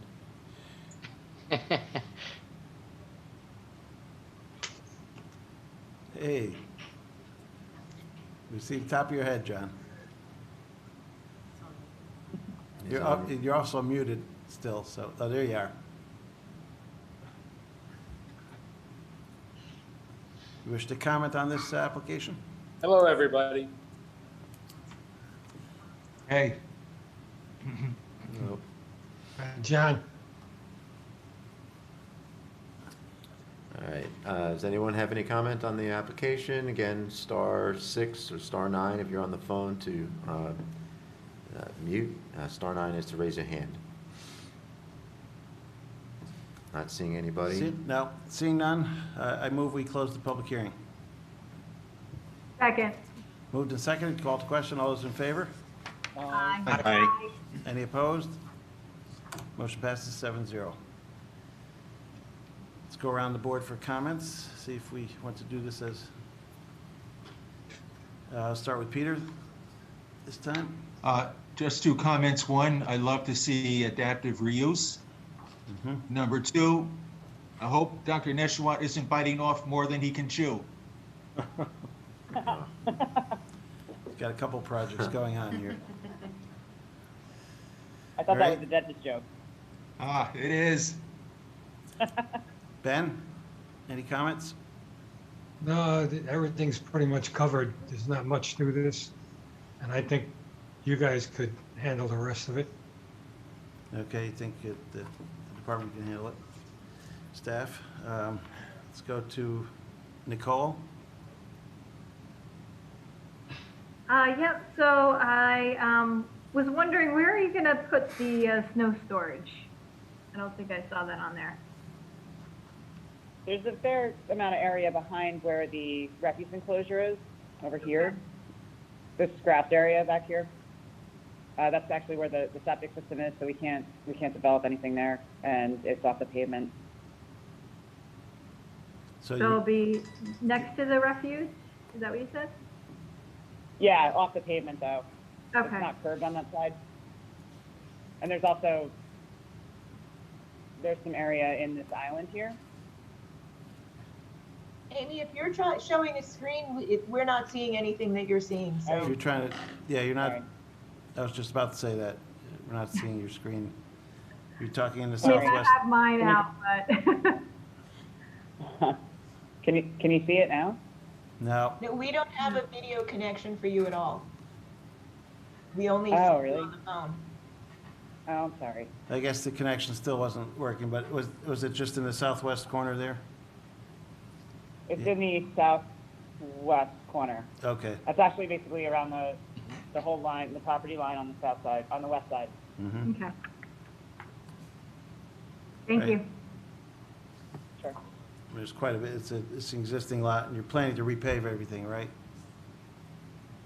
Yeah, the pavement throughout the site is pretty shoddy, so that'll be milled down and re-top coated. Okay. Anything further? Nicole? All set? Go to Rocco? No, they answered what I was going to ask, and that's the repaving and the other site stuff. Thanks. All right, Bob? Yeah, looking at the layout, if you're coming north on, Now we can see. Sorry about that. Oh, yeah, now we have it up there. Great. So a question I have, if you're coming north on Vassar Road, the entrance is in that southernmost entryway to get into the lot? Yes, there's an entrance there. And then there's also the entrance on Pine Tree Drive. Yeah, you can't get there from Vassar Road though. That'd be coming the other way, right? Right. Right. And is there gonna be a traffic, like a circle in there that you come in off Vassar, you gotta go right in front of the building and then come around and go out on Pine Tree Drive? The way the traffic pattern would work is you come in, there's a left turn restriction onto Vassar Road, so you'd only go right out onto Vassar. So if you came in on Vassar, you could either take a right turn out onto Vassar or go out Pine Tree and go to the light and take a left. Mm-hmm, okay. Yeah, it's a full 26 foot width there for two-way traffic in the parking. I'm sorry, what was that? It's 26 feet wide there, so there's two-way traffic in the parking lot. You could go out the same way you came in. Oh, right, yep. But you said there's no left turn coming out onto Vassar? That's what we're proposing. I don't Oh, see how it would okay. be advantageous to do that. If you could just go out Pine Tree and take a left at the light. It'd be a hard left to make, that's the thought, onto Yeah, Vassar. It's really close to. Yeah, I don't know. I mean, I come on that road sometimes coming from Route 9 towards Vassar, and I don't know if you can turn left on Pine Tree. There's that triangle island there. I don't know if there's a sign. Can't recall. I think there's no left turn. Yeah, no, yeah, that's not, you can't turn left there at Pine Tree, but You could turn left into the site though, off of into the Vassar. site off Vassar at the Right, south at entrance. the southern entrance. Right. And you can come out on Pine Tree and turn right to go south on Vassar. I don't know. The only way to go north is to come out the southern entrance exit and make a left turn onto Vassar. Yep. Oh, I see what you're saying, okay. So, yeah, you're showing the arrow is only southbound coming out. But I don't know how if the bank had no left turn sign or something there, I don't know. Just something to look at, and yeah, okay. I guess that's all I had. Thanks. But the street widths look wide enough to make those turns. Andy, do you have any comments on that? How close it is to the Red Oaks Mill light or anything? Yeah, I actually believe if you look at the aerial again, I believe that there's a double yellow line, two double yellow lines. I actually believe it's illegal to cross a double yellow line like that. So I'm pretty sure it's right only. Okay. That answers that then. Thanks. We go to, let's see, who didn't I get yet? Joan? No, I have no comments at this time. Thank you. I think it sounds like most of the board is ready to do conditional. I guess it's good to see this reused. You've answered the repaving. I had a question on the sign you're proposing on the corner there. Is that a low monument sign? Yep. All right, and you plan to use similar materials, you said, as the building? It's the white block? Yes. All right. Oh, look, the intent is to have it internally illuminated, but with it's a monument, it's a concrete monument with the building materials on the face and then an illuminated breeze sign attached to it. Okay, and we would try not to have internal illuminated signs if we can avoid it, but we can have that reviewed by the department as a condition. Okay. I don't know if you're, we'll look at that more, but from an architecture standpoint, I'll mention it now that, I'd like you to do something with the, you say you're changing it at the back to match the existing, but there's a big HVAC that's pretty prominent showing now on both sides of the building. So if you could do some kind of parapet thing to hide that or some kind of screening would be appreciated. and the department could, I think the overall intent is to get the office operating and then make improvements to the exterior and come back to the planning board if it's required. The improvements are of the nature that would require an amended site plan. all right, we'll look at that in a minute. Think we're ready for motions? I move that the planning board grant conditional site plan approval for the Neshawat Dental PC site plan subject to the following. Respond to comments of the planning board and those received from town departments and agencies. Said responses to be reviewed by the planning department as to adequacy and completeness, inclusive of but not limited, inclusive of for the following, 1 through 12. Which includes our comments tonight. Before the vote, I just thought of one other comment I wanted to make was, who owns that fence along the south side of the property line? Is that yours or not? Because it's dilapidated. The fence on the south property line? Yeah, behind the bushes along it might be the house that owns that, but, I'm thinking it's the house because our surveyor didn't pick it up. okay. Those bushes are pretty substantial trees, actually. Yep.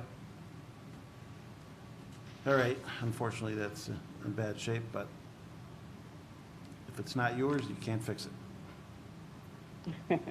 All right, there's a motion, was it seconded? Yeah. Second it. Carl, can you just clarify Nicole said number 12. I don't have a number 12. Was there something Number 12 is specific? comments from the planning board meeting. It just says comments from the planning board. Thank you. Call to question, all is in favor by roll call. Peter? Aye. Ben? Aye. Nicole? Aye. Rocco? Aye. Bob? Aye. Joan? Aye. And myself, aye. Motion passes 7-0. And wanted to discuss the architecture a little more, see if you want to come back for architectural approval, or you're prepared to discuss it tonight further for improvements. I'd rather have visuals for architectural approval for you to look at. All right, so you're going to And we'll Come provide back. those, and we'll come back. come back for that. Yep.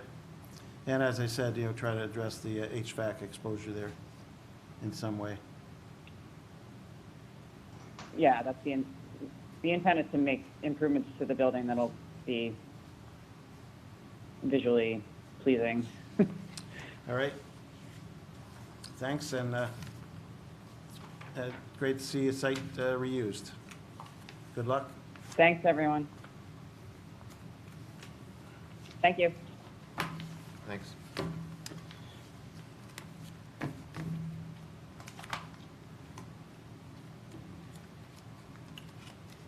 Okay, up next, Take down the, we're finished with the public hearings now. Up next is the Central Hudson, Knapp's Corners substation. This is the court reporter, Mr. Chairman. Oh, okay, there you are. This is the court reporter. I just asked that if each person speaks, they announce their names, and that would be great for me. Thank you. Okay. Mr. Chairman speaking. Is there anyone here representing Central Hudson tonight? Hello, good evening. This is Anthony Mirando from Cuddy and Fader. How's everybody? I am with me, or virtually with me, is Brian Demisco from Central Hudson and Greg Liberman from EDR. Okay. We were before you at your last meeting in April.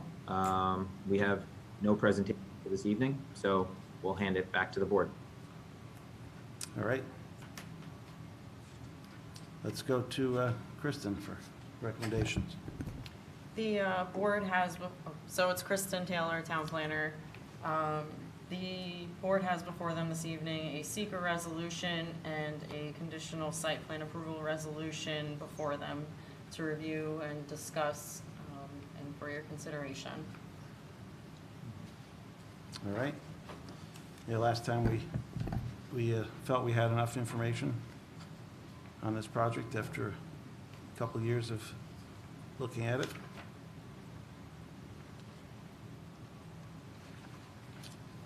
And thank our attorney for preparing these resolutions. Quick around the board to see if anyone has any final comments. Joan? Hi, this is Joan Quinn. I do not have any final comments. Thank you. Bob? Yeah, hi, Bob Nasser. Nothing additional for me either. Thanks. Rocco? This is Rocco Romeo. I have no additional comments. Thank you. Nicole?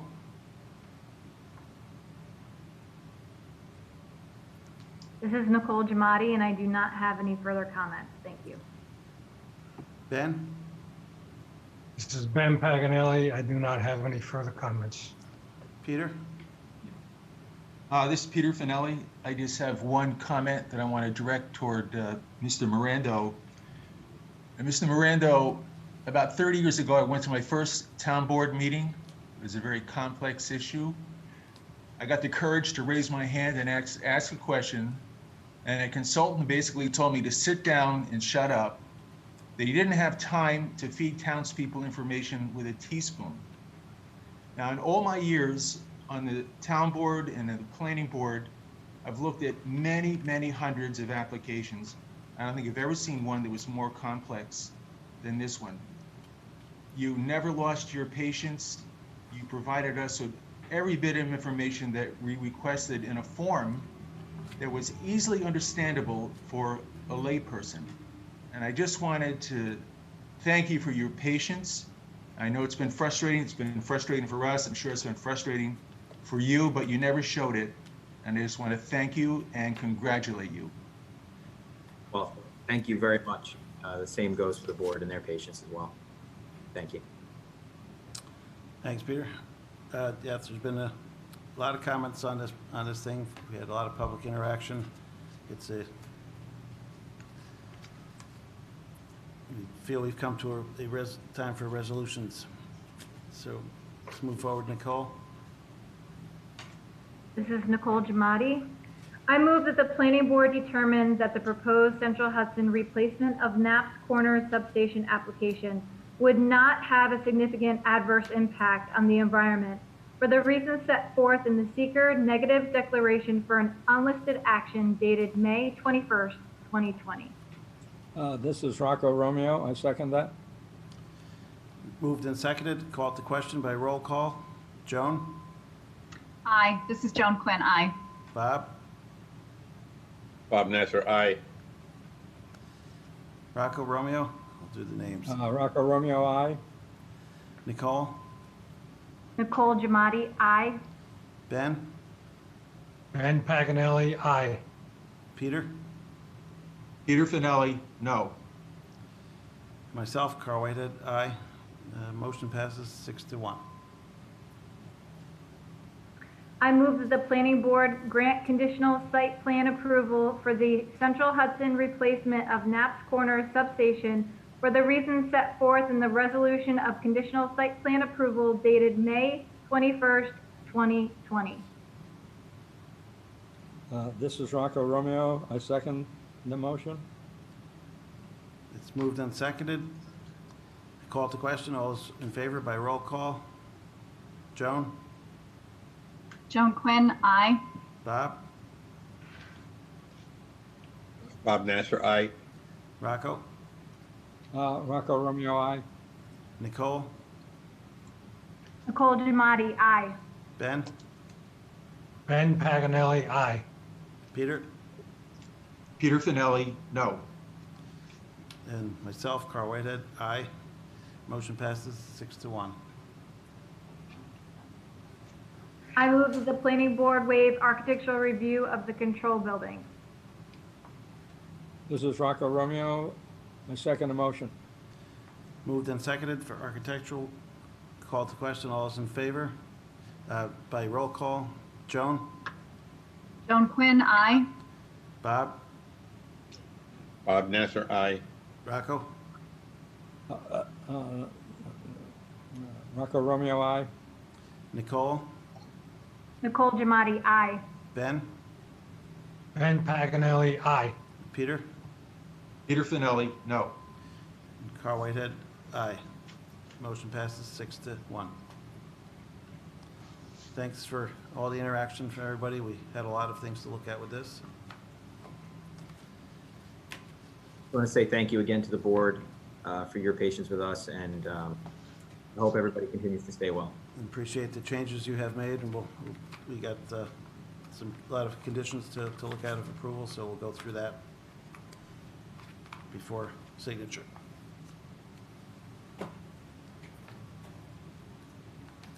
Next up on the agenda is Vassar Inn and Institute, seeker and site plan review, the zoning text amendment recommendation to the town board for proposed construction of 3-story hotel and 50 rooms and attached 2-story conference center with a restaurant and outdoor dining. Welcome back, guys. Who's here representing Vassar today? Good evening, Ken Casamento from LRC. We have Ken. Brian Swarthop from Vassar College, Marianne Begerman from Vassar College. We also have Phil Greeley from Mazer Consulting, Frederick Fisher from Frederick Fisher and Partners, and Matt Kelly from Frederick Fisher and Partners as well. And also Rebecca Vaughn from Cuddy and Fenner.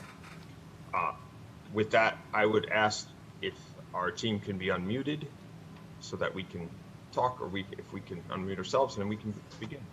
Matt will share the screen. All right, and go through your presentation. Yeah, good evening, everyone. My name is Marianne Begemon.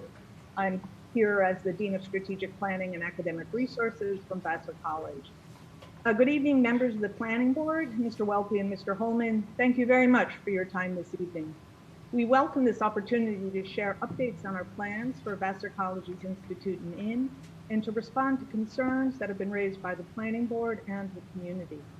We greatly appreciate the feedback to date and have taken your comments and concerns seriously, and I think the outcome is a better project as a result. On the next slide, our presentation this evening will cover the following. I'm going to begin with a brief introduction to the Institute and Inn project, and then turn to Brian Swartout, who will discuss community character and site selection. After that, you will hear from Fred Fisher, architect from Fred Fisher Partners, who will discuss the architectural context of the project and how the design of this project fits within the community character. We will also note architectural features that have been modified as a result of input from the Planning Board. We also have Phil Greeley from Mazer Consultant to discuss traffic and parking management. I'll follow with an update on the removal of Williams House and the impact on Vassar's faculty apartment rental program. And finally, we'll finish with Rebecca Volk, who will discuss next steps in the seeker process. So the idea for this project originated during a campus master planning process that began in 2014 with guidance from the firm of Dober Litsky Mathey. During that process, it was concluded that Alumni House no longer best serves the needs of the college, and that a new Vassar Inn and Conference Center, as it was called at the time, would be a positive addition not only to the college, but to the local community of Arlington. In the findings and recommendations resulting from that planning process, and I quote from the consultant's final report, it was stated that a number of small liberal arts colleges have inns on or near campus. Usually the inns are a combination of guest rooms, restaurant, and meeting rooms. Some of these inns are small, others are quite large. If the college is going to develop an inn and conference center, then the best site is adjacent to and integrated with Alumni House. This project lay fallow for a number of years as Vassar underwent a leadership transition, but with the arrival of President Elizabeth Bradley in 2017, a vision for the Institute for the Liberal Arts and Inn, as it became known, emerged. That vision, which you can see on the next slide, is to demonstrate the relevance and social benefit of liberal arts education in order to uncover new ideas, promote dialogue, and energize us all to collaborate on a better future. This emphasizes the important role that Vassar, through the Institute for the Liberal Arts, can play in collaboration with others. More specifically, the mission of the Institute for the Liberal Arts that will help us realize this vision is given on this slide. The Institute for the Liberal Arts is Vassar's public classroom, a forum for intellectual engagement through programming that ranges from established modes of academic inquiry to path-breaking collaborations among Vassar, our region, and the world.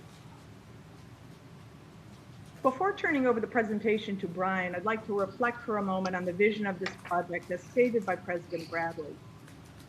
As you saw in the vision, it is to demonstrate the relevance and social benefit of liberal arts education in order to collaborate on a better future.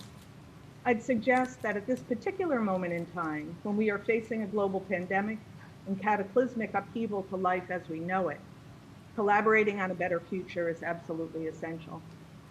Vassar is in a fortunate position among institutions of higher education to be relatively secure, but we recognize too that our resiliency is tied to that of the surrounding community and vice versa. In this new normal, during a time when all communities and institutions are assessing their futures, we look forward to working on this and future projects with the town. And with that introduction, I'll turn it over to Brian, who will discuss the site selection for this project and community character. Thanks, Marianne. Matt, would you go to the next slide? So as we think about this project and its siting, I thought it'd be helpful to just talk about how we arrived at the site and what went into selection with that. So this is showing the selection criteria that we had as we thought about what would make this project work and what is the siting that would help make it a better project.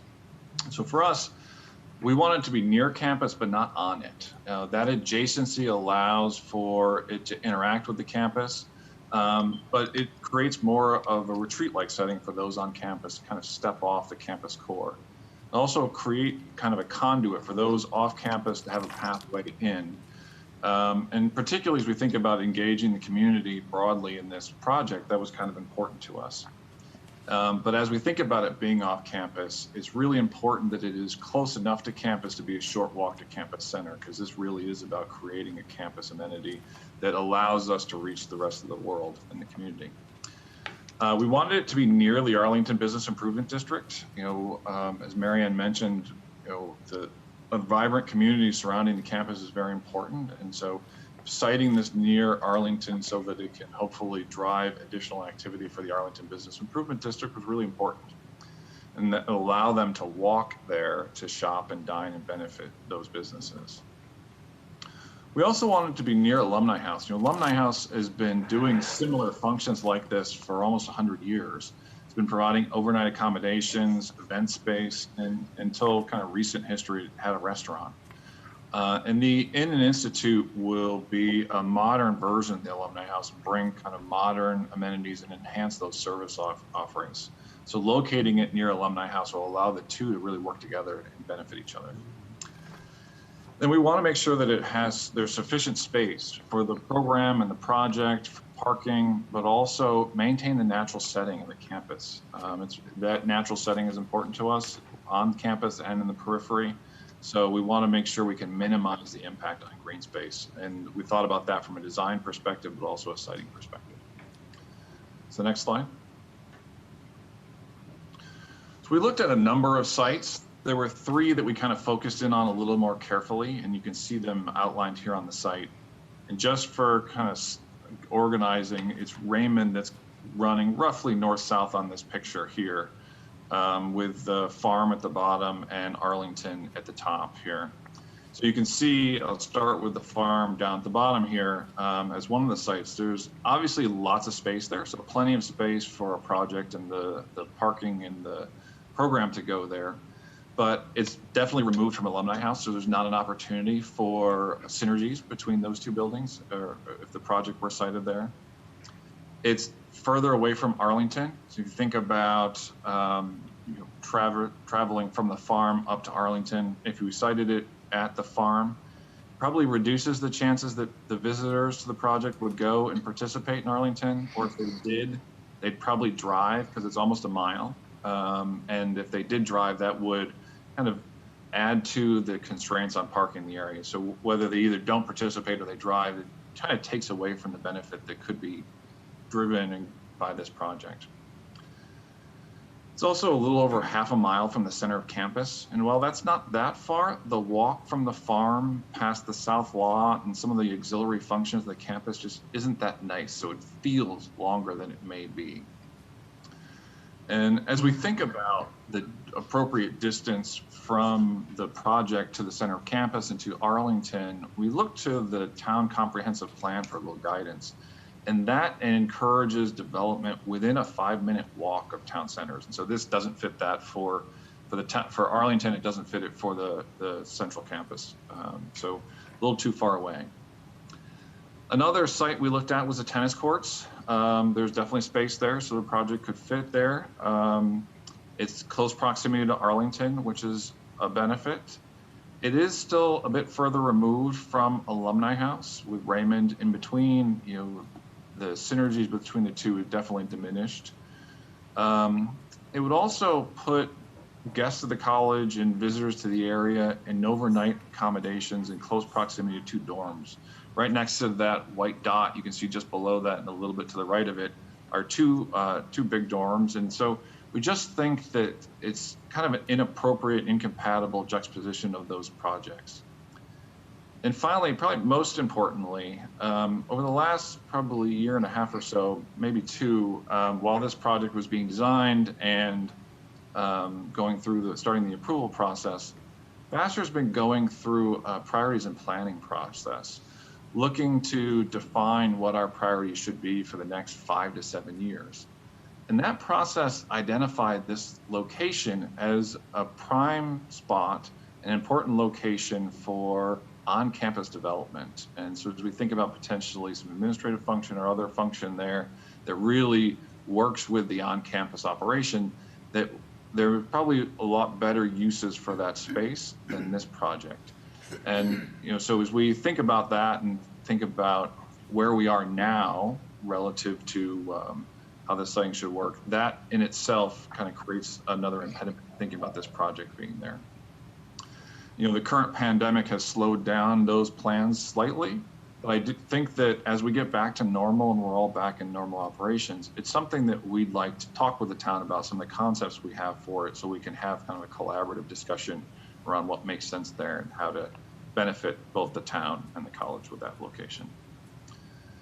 So the Alumni House lawn is the only site of them all that really meets all 4 characteristics that we're looking for. It's off the campus core, but it's less than half a mile from there to the center of campus. So it's about a short walk. It's close proximity to Arlington. You can see it just north of that dot there. It provides the opportunity for sufficient space for the program and parking, particularly with the parking management plan that we've developed and we'll talk about later on. We've been allowed us to maintain the majority of the lawn space, which I'll talk about more shortly. If you'd go to the next page, Matt. We've been talking about this connection with the center of campus and Arlington and Alumni House, and this siting next to Alumni House does allow for some great synergies there. You can really see kind of how this is central to this location is central to those 3 places within Arlington, the Alumni House, and campus, which is why we think it's a natural siting for this project. Go to the next page. So also, this is an excerpt from the comprehensive town plan. So you can see Raymond again kind of running north-south here on this page. Fulton Avenue is kind of to the top and to the left, and College Avenue is in the bottom to the left.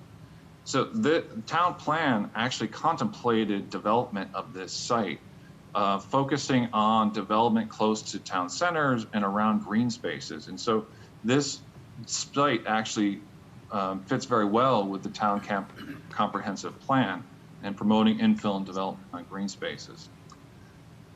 And so we think that that fits well. And if you look at the next page, there's some other comments. So from the master plan, looking to rebuild Raymond as a boulevard to support walking, biking, and local businesses. So this siting allows for walking to the local businesses. We've actually included some bike racks to allow for easy biking to this location, then from here to the rest of the area.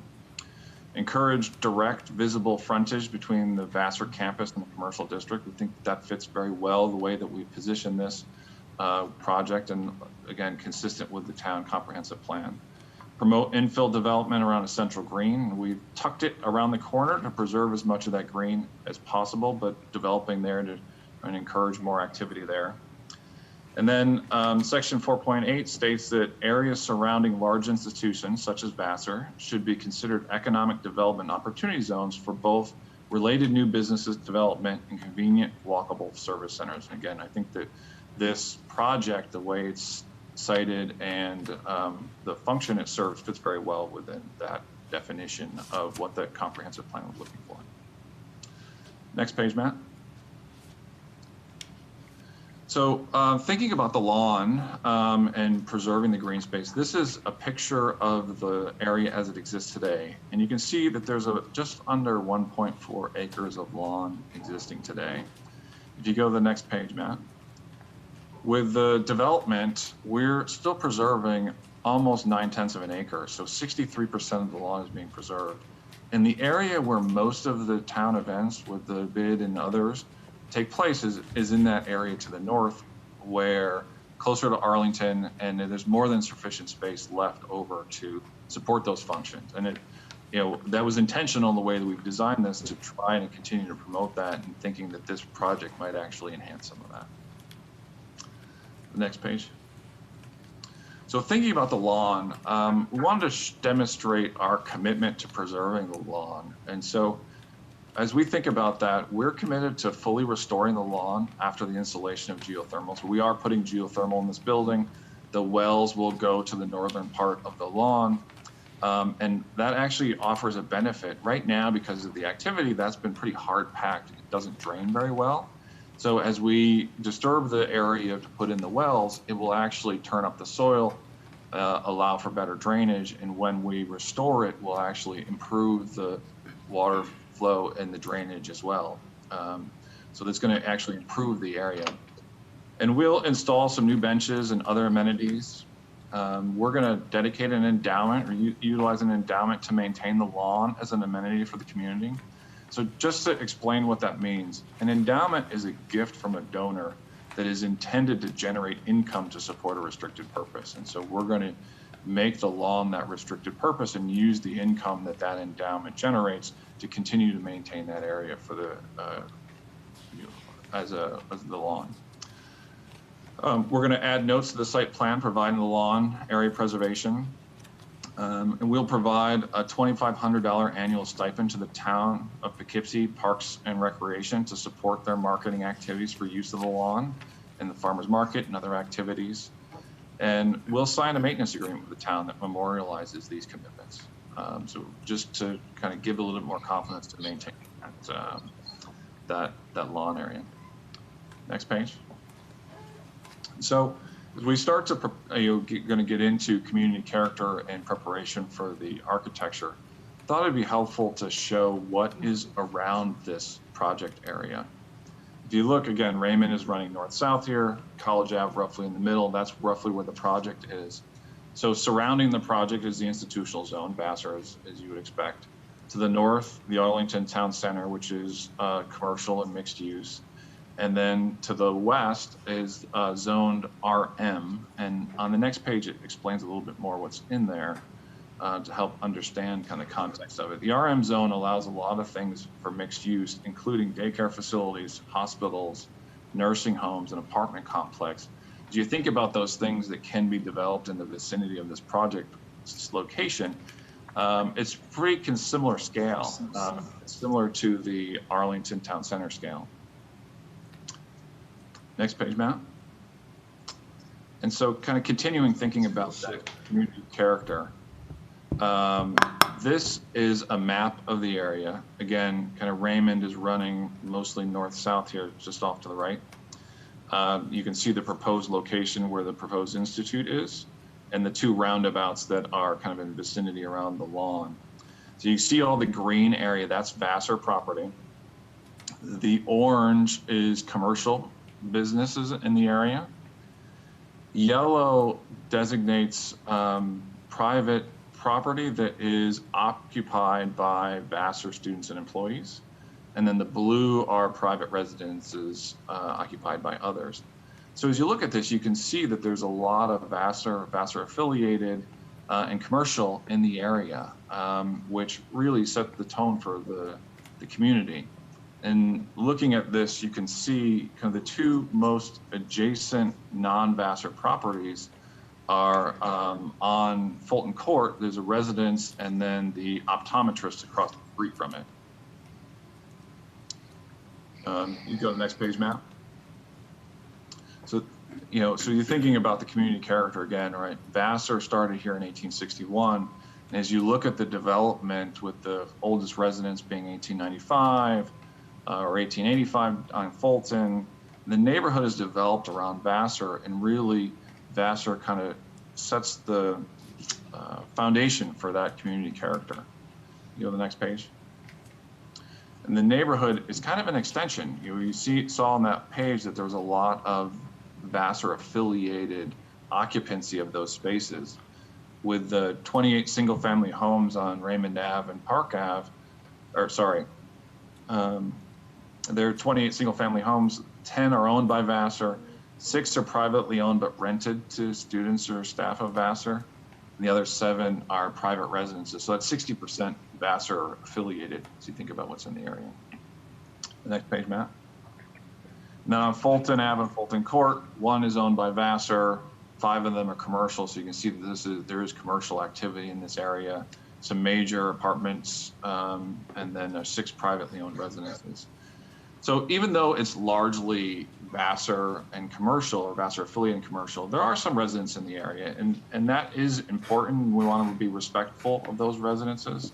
We think about the design. We taking care, try not to be too intrusive in thinking about the siting and the landscaping, which we'll get into here shortly. We definitely feel that the character fits, given the fact that this is a commercial and a Vassar, and largely Vassar affiliated community, and especially thinking about the alumni house that's been operating there, and virtually the same type of activity in 1924. So that, I think I will turn it over to Fred Fisher to talk about architecture. Thanks, Brian. And good evening, ladies and gentlemen, members of the board. It's an honor to be here to talk to you about an outstanding project that we have collaborated with Vassar for, and which we frankly consider one of our most outstanding projects of our practice. This view really summarizes the issues and approach of the design. We're standing at the corner of Raymond Avenue and College, and looking at Alumni House, which is one of the most iconic buildings and institutions at Vassar. The Inn and Institute is a dual function. It's an inn, a residential use, and an institute, which is an academic use. The notion of this is that the inn has the residential flavor of the neighborhood and of the early Vassar buildings, especially including Main Hall. And the Institute is a forward-looking contemporary building that merges with nature through the glass skin of the second floor. It's kept as low as possible in scale. Separating those is essentially a community living room. It's the lobby of the hotel and the Institute, which leads directly into the restaurant on the ground level on the right. We've pulled the building back as far as possible from Raymond Avenue and this intersection to retain the pastoral quality of the site. Next. Our design work is strongly rooted in context. And so before we even begin to design, we look carefully at the context. And in this slide, you can see some of the primary features of this neighborhood. Of course, there's Alumni House, this Tudor Revival structure. the Juliet building at the Arlington Center, a commercial building with gabled forms and flat roofs. And then continuing clockwise, the neighboring homes, traditional gabled structures of the early 20th century. And then going back to campus, the other dormitories in brick with gabled forms and dormers. Next. So focusing in on Alumni House, you see it's the Tudor form with the strong horizontal line above the first floor, the dormered, the gabled dormers on the top floor, and the kind of horizontal expanse of the building. Next.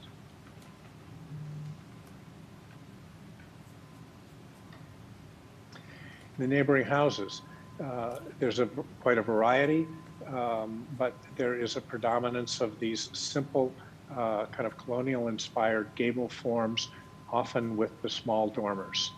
And we were particularly interested in the house on the upper left on Raymond Avenue, which has a very simple colonial revival form with the gabled dormers on it, and the kind of dark paint which blends into the landscape. Next.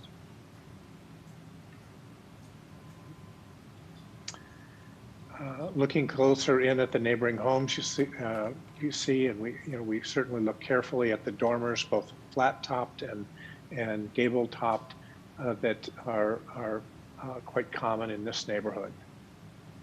Next. And also looking at the color, we feel that as observed in these houses, the darker colors blend in more harmoniously with the pastoral setting, the grass and the trees and the brown of the tree trunks harmonize with these dark warm colors. Next.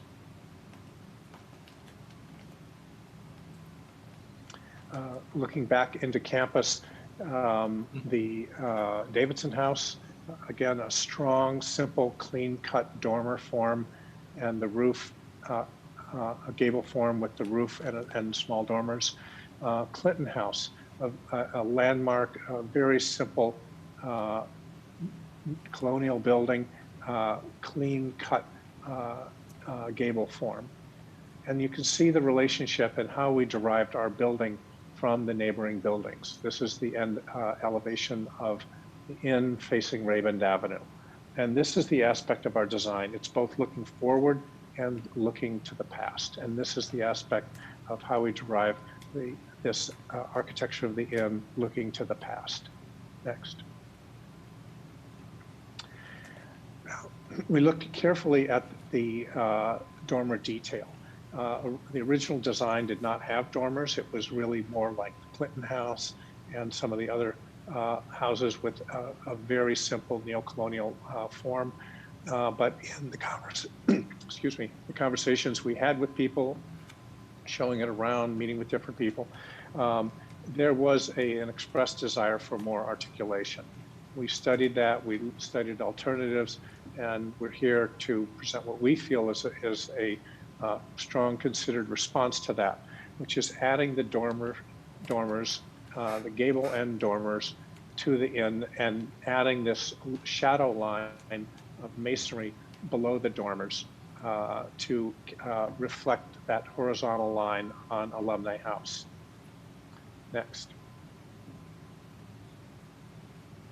So as looking at the windows as well, the way the windows are subdivided on Alumni House, we took a similar approach on all the windows on the inn, and this looking at the inn from the upper level of the Institute. Next. The masonry, you see the Vassar main building, it's a dark brick. This was really our inspiration. This was Vassar College at its origin. You also see that at Jocelyn, the flat roof dormers, and Davidson, in both cases, the crisp gabled form on the facade. Next. So there's, like any legacy campus, Vassar has a variety of styles. The college built the best of each era over its long history.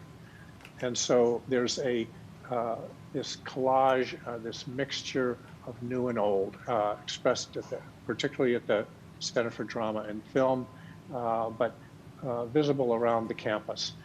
As buildings changed uses and architectural styles evolved over the decades, it achieved its kind of heterogeneous but harmonious quality as a true legacy campus. And that's the direction that we're following on our design. Next. This focusing in more closely to the Center for Drama and Film, when you see a clean, modern building with glass juxtaposed with the brick historic building from earlier in the campus.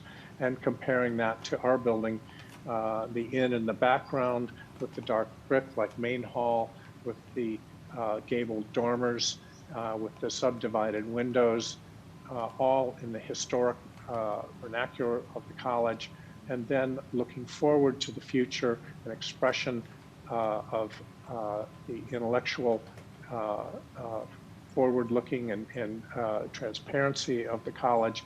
The Institute as this simple glass ethereal prism floating on top of a dark base, which has the lobby and the restaurant. The roof of that lower level cantilevers out to provide a welcoming entry. Next. So looking at around the neighborhood again, for precedents, there's quite a number of 1- and 2-story flat roof buildings, changed materials, particularly the one on the right. And so, as in many towns, there is a heterogeneous mixture, and we see both references to contemporary buildings executed simply in masonry, and then also the historic buildings. And as is typical, the contemporary buildings tend to have a fair amount of glass. Next. The Roosevelt State Office Building, a box-like form up on pilotis over a recessed base, similar gesture to what we're doing, although not in the heavy material of concrete, but in the glass, which is really, and we have experience with this, dissolves the building into the sky, into the landscape. As you look at it from different angles, you're going to be looking at clouds and tree canopy, and then the darker recessed space will provide kind of a sheltering enclosure for the outdoor dining. And you can see there's considerable amount of green area in front of the Institute building, which continues that park-like area of the lawn. Next. So now we're going to look at some perspective views around, and going back to the original one, we think this really summarizes the project, looking to the past and looking to the future, and framing the history of Vassar and the collegial convening quality of the alumni house, complemented by this new architecture. Next. Now going around to the entry side, the automobile entry side, and this is, by the way the elements are cited, the activity of cars driving in, dropping off, is going to be shielded by the buildings themselves from the neighborhood. You can see the rhythm of the gabled form. We've come to really like these, the way it breaks up the mass of the inn and articulates the upper story. The creation of the gables was really a factor of trying to bring the eave line down as low as possible to reduce the volume of this building. And so essentially the shoulders of the building are lowered, and then the ceiling height in the room is maintained inside the dormers. And you can see also the low scale of the Institute on the left. The second floor, looking back at the Institute with the subdivided windows with the horizontal shadow course of the masonry. Next. And you see that there's no visible equipment. It's all shielded underneath the roof. Next. Now, walking up the hill, we've created an accessible path, which doesn't exist now, up to Alumni House. So from the entry court, you rise up the switchback gentle ramp and look back from an elevated position at Alumni House back between the two buildings toward campus, with the inn on the right and the Institute on the left, immersed in the trees. Next. Moving over to College Avenue, looking from the traffic circle back toward the inn on the right and the residential area on the left.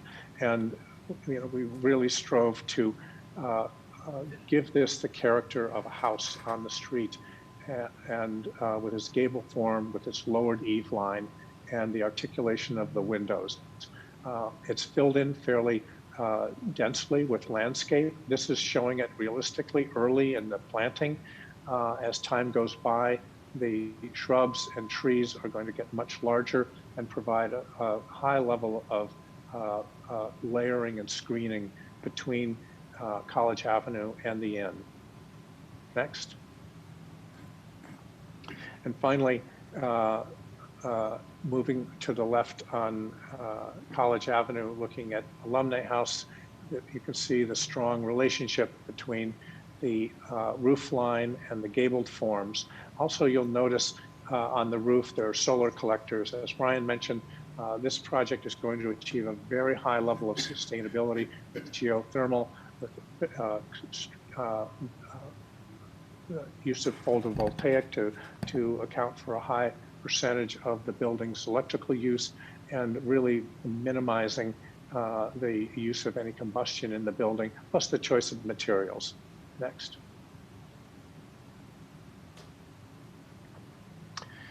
Moving back onto Raymond, and this rendering software realistically represents the way the building is going to reflect its surroundings, the sky and the tree canopy. Next. And in the daytime, looking south from the lawn area, as Brian mentioned, that a lawn area that accommodates the farmer's market is going to be retained. There'll be a nice interaction between that lawn, activities on that lawn, and the restaurant, the outdoor dining area on the restaurant, and then the activities in the Institute, the glass really symbolizing academic and intellectual transparency. Next. And at night, the building glows with the energy, the intellectual energy of the activities of the Institute, and the life for the community as well as for the college in the restaurant below. Next. Then backing up, as you move up toward Fulton, you see that the building is, by being a relatively low two-story building, it really has a subtle presence in the park area, which will be mitigated also by the trees which we're adding around it, and maintaining the large specimen trees along Raymond and along the hill. Next. The materials, as I mentioned, these are chosen for the color that relates to early campus buildings, especially Main Hall, but also for sustainability. The brick is 100% recycled material, and the glass has a frit pattern on it, which limits the solar heat gain to it to reduce the amount of air conditioning that's necessary. You also see the bluestone and the resawn wood that occurs in the soffit area. Next. These are some examples of this dark brick, one at the Walker Art Museum and one at the Green Line Arts Center. Next. And the frit pattern itself on the glass, as you come up close to it, you'll see this, that it recalls the timbering forms from Alumni House. You can see this by scale, the hand on the picture on the right. We abstracted that pattern that we saw on the elevation, and that would be printed on the glass as a detail, bringing this contemporary building back into relationship to historic buildings. Next. Okay, thank you very much. I'm going to pass this on.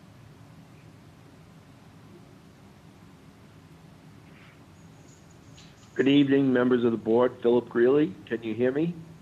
Yep. Thanks, Phil. Yes.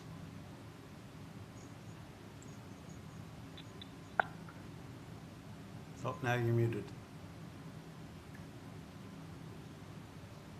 Good evening, Philip Greeley, members of the board. Can you hear me? Now you're back. Yes. Yes. We were responsible for the traffic and parking studies for the inn. And just a quick synopsis, we've been working together with your town consultant, JMC, and with New York State Department of Transportation relative to all traffic-related items. Earlier this year, in February, we did receive a letter from New York State DOT relative to seeker and the requirements, and we've addressed all of their comments, and we are proceeding towards a highway work permit for some of the work that we will be doing along Raymond Avenue for the loading areas, some signing improvements, coordination with them on some of the area traffic signals and other related items. Also, as part of the project along College Avenue, although when we get into the discussion on the parking, we are being self-contained, there are some improvements along College Avenue to clean up and make more efficient the on-street parking that exists along that section of roadway, and of course, making sure that our access drive to College meets the town requirements in terms of site distance, et cetera. So again, along that stretch, there'll be some modifications of the existing asphalt curbing, where we will be doing curbing and some striping and signing to make it more efficient along that section. In terms of and I think that was pretty much it on traffic. Your consultant has reviewed it. We responded to previous comments, and I think we are down to some details on the driveway and some sight lines, but I think that's pretty much a synopsis of where we are with traffic. In terms of the parking aspects, and this ties into the relationship to the overall campus, and as I indicated, our plan is to be self-sufficient in parking, that we are not planning to use any on-street parking in the area, and we really have 3 to 4 scenarios that we've looked at, and the premise here is that while we have the inn and we have the ancillary restaurant, we've looked at them from a parking demand standpoint as independent in terms of no cross-utilization to provide a worst-case scenario. So under just normal circumstances, occupancy in the inn with some light operations in the restaurant, nothing special, we accommodate that parking on site with the 60 parking spaces that we have. and that would be the normal day-to-day operations. In busier times at the restaurant, we would get into another scenario, and again, these are all spelled out in detail in the parking management plan, and there will be monitoring that will continue for at least a 12-month period to make sure all of these are adhered to and to monitor actual utilization, guests in the hotel, et cetera. So the second scenario is, and again, assuming that the 50 rooms are occupied in the inn and there's no real cross-utilization with the restaurant, that the restaurant, the 80 seats plus the 40 exterior outdoor seating is utilized, and that we would have no overlap, which is an unlikely scenario. Under this scenario, we would provide a valet service. So the western portion of our parking area would be valet parking. We have, under this scenario, again, 50 rooms and 120 seats. Based on the town code, we would require 84 parking spaces.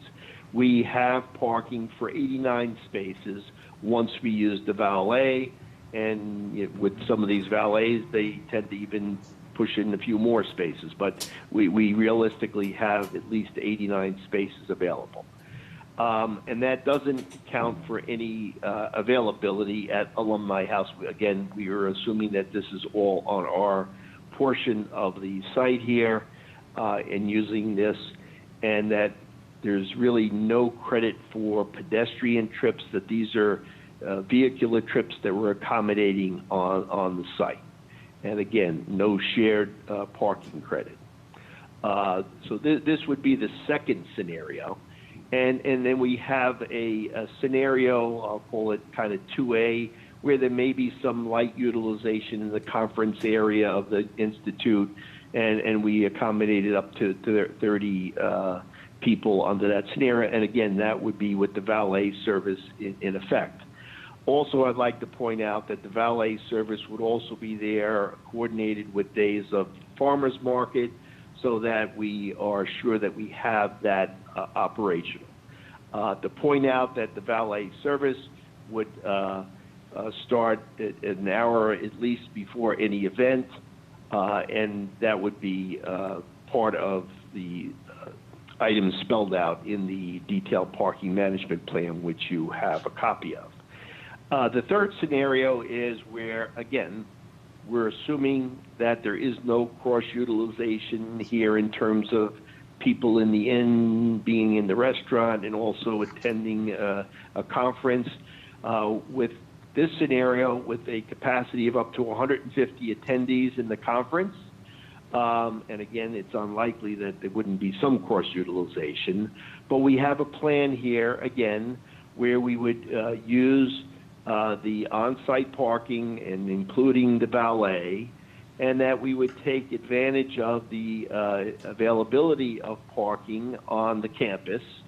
And that would include, for example, the area of what we refer to as the north lot on the campus, which is over near the tennis court area that Brian had pointed out on the aerial before. And we have an area there in a field area where we could create up to 156 parking spaces. Not that we would need all those, but that could be utilized. And that would be really within walking distance, but we also have the ability to provide shuttle service on that. And we also have the south lot. The south lot, which under a prior approval has a 75 space land bank area that is up to the town's discretion to be built if necessary. And that is another area that would be available for use.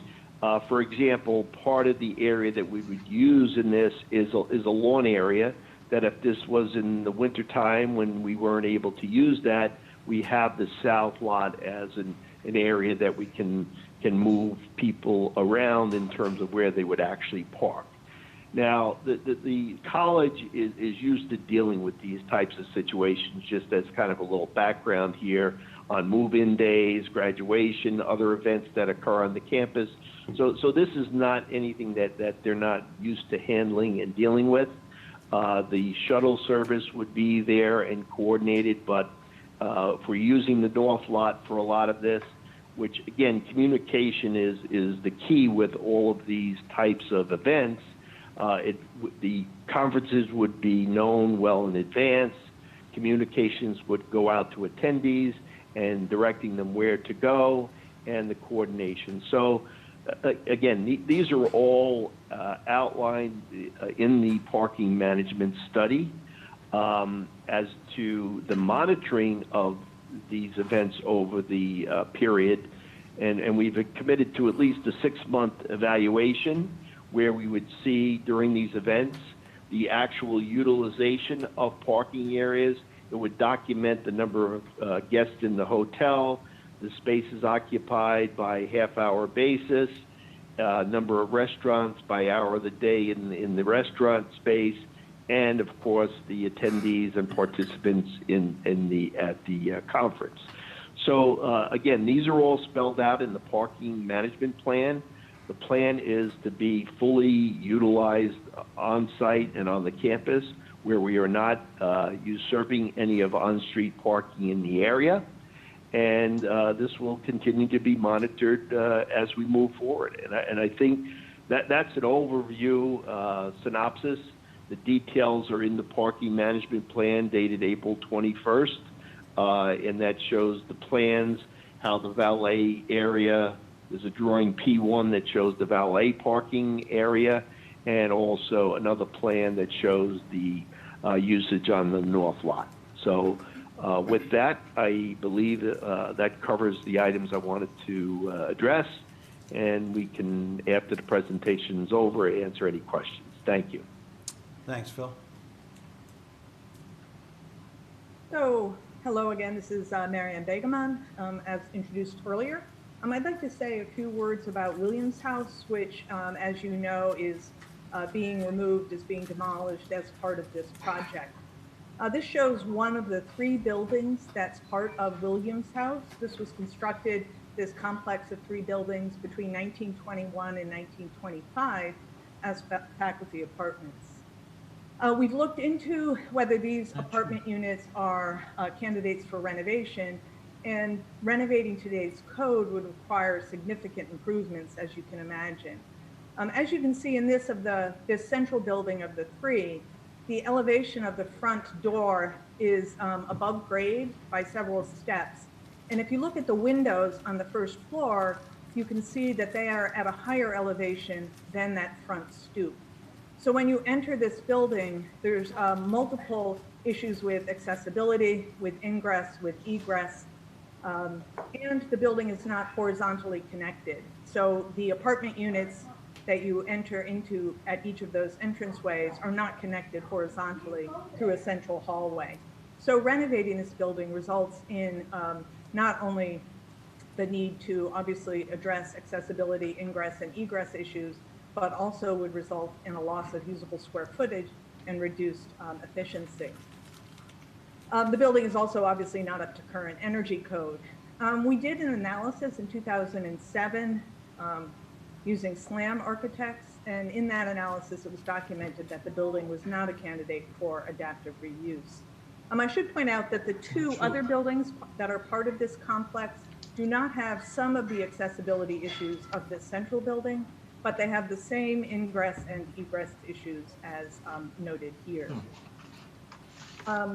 In November of this year, November of 2019, most recently, we received a signed letter of resolution from the New York State Office of Parks, Recreation, and Historic Preservation that permits the college to proceed with demolition of Williams House with stipulations, including the proper documentation of these 3 buildings. We proceeded with that documentation process and received the structure documentation in March of 2020 that was done by Hudson Valley Cultural Resources Consultants. Next slide, please. There's been some concern about the residents of Williams, the faculty and who live there and have lived there, where they will live when the building is demolished. So I wanted to say a few words about Vassar's faculty housing program. The college owns 105 total apartments. That's including the 22 in Williams. These are available for rent by faculty based on seniority. That is, it's based on the length of time that they've been employed by the college. Currently, at this moment in time, Williams has 15 apartments that are occupied. That accounts for 24 total individual residents. These residents were notified in January and February of 2019 that the building was going to be demolished, and all faculty have been provided with alternative housing choices. I should note that at this moment in time, the faculty that have chosen to do so have all been awarded other apartments that are part of the faculty housing pool. Finally, just to point out that we have also provided a $2,500 stipend for those tenants in Williams who have been living there for more than a year during this move-out period. Next slide, please. I think that covers what I wanted to say about Williams House, and I'll turn it over to Rebecca Volk, for talking about the secret declaration. Good evening, members of the Planning Board. My name is Rebecca Volk with the law firm of Cuddy and Fader. To summarize, we've provided a lot of information to the board this evening, and I'd like to just go over the issues for a seeker negative declaration that we believe is appropriate to be authorized to be drafted at this time. The first topic is stormwater and erosion / sediment control plan. So based upon the stormwater management report that's been developed, the action is not expected to have a significant effect on ground or surface water quality or quantity. The action will result in a substantial increase, will not result in the, excuse me, the action will not result in the substantial increase in the potential for erosion, flooding, leaching, or drainage problems. Vassar has designed and will install a stormwater management system which collects and treats the stormwater drainage consistent with DEC Phase 2 and MS4 regulations. As to water and sewer, the proposed water supply and sewage disposal are designed to avoid any adverse impacts to the municipal water and sewer systems. The town water and sewer departments have indicated that capacity is available and have signed off on the design. Next slide, please. Construction activities. As discussed, temporary noise and odor associated with the project activities are not expected to result in a significant impact to overall noise levels or air quality within the immediate vicinity of the project site. All appropriate measures will be taken during construction activities. As discussed by the speaker immediately before me for the cultural resources, the project will have no additional impacts on cultural resources listed or eligible for listing on the state or federal lists of historic places. A letter of resolution is fully executed by OPRHP and DEC that was done on March 30th, 2020 to allow the project to move forward with the demolition of these 3 existing structures. As to wetlands, the project will have no significant adverse impact on wetland or surface water resources. Next slide, please. There has been no evidence that there will be significant adverse impacts to either species or habitat areas. As discussed by Mr. Greeley earlier, a letter of seeker approval for the project from the New York State DOT was received on February 10th, 2020, and that addresses traffic issues. As to parking, as Mr. Greeley summarized, none of the 3 proposed scenarios require inclusion of any of the existing or newly demarcated on-street parking spaces or any of those parking spaces that currently serve Alumni House in those required parking calculations. Accordingly, with the implementation of the parking management plan and the on-street modifications to College Avenue, the project as proposed will have no significant adverse impacts on traffic and parking. Next slide, please. As to the demand on community resources, there is no associated increase of school-age children to the school district. Therefore, the project as proposed will not have a significant adverse effect on local community services, such as police and fire protection, public recreation, or schools. As to the pilot tax matter that I know has been a topic of some question for board members, the project is going to have a positive impact on revenues to the town of Poughkeepsie and the associated fire district, library district, and other taxing entities, and provide continuing assured financial and other support to the town and the fabric of this community. Vassar is no longer pursuing a pilot and has withdrawn its current application from the Dutchess County Industrial Development Agency. Next slide, please. Finally, as discussed by Mr. Fisher at length, the architectural renderings that have been displayed tonight illustrate that the aesthetic aspects of the proposed development fit within the community character of the neighborhood. Accordingly, the project will not have a significant adverse effect on land use or character of the development in the vicinity. Further, we note that the proposed project fully meets the intent of your master plan, which states that it is to promote infill development on the alumni lawn around a central green. Thank you. At this point, I believe that we'll turn this back over to the town staff and I believe asking the board members for their questions. All right, thanks for your presentation. Quite extensive. You go to Eric for comments.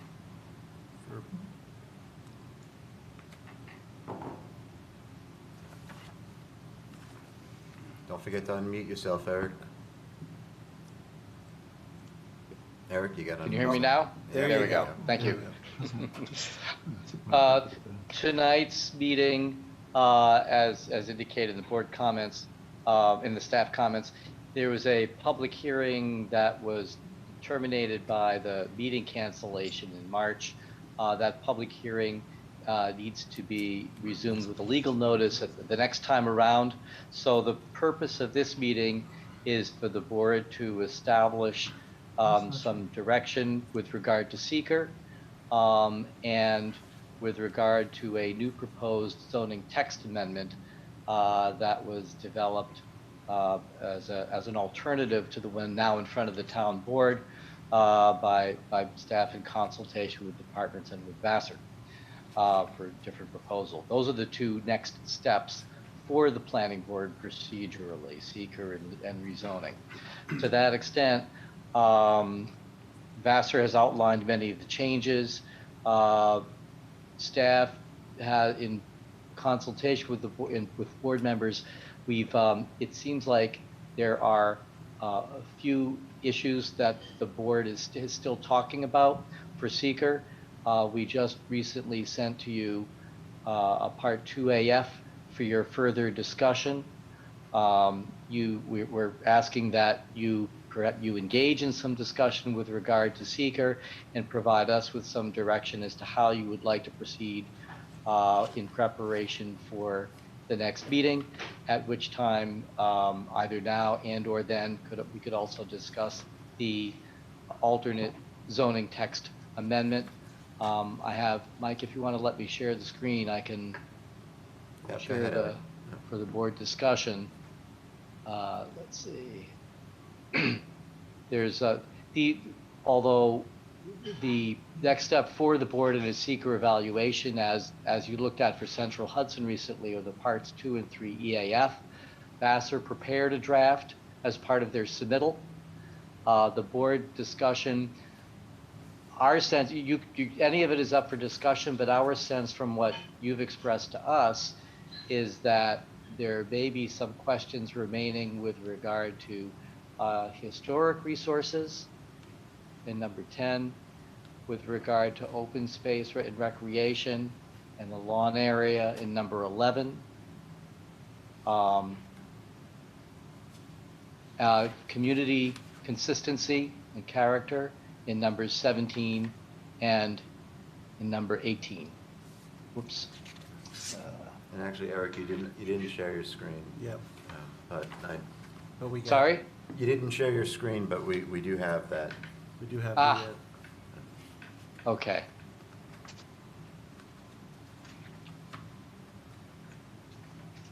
What does that mean? All right, thanks, Eric.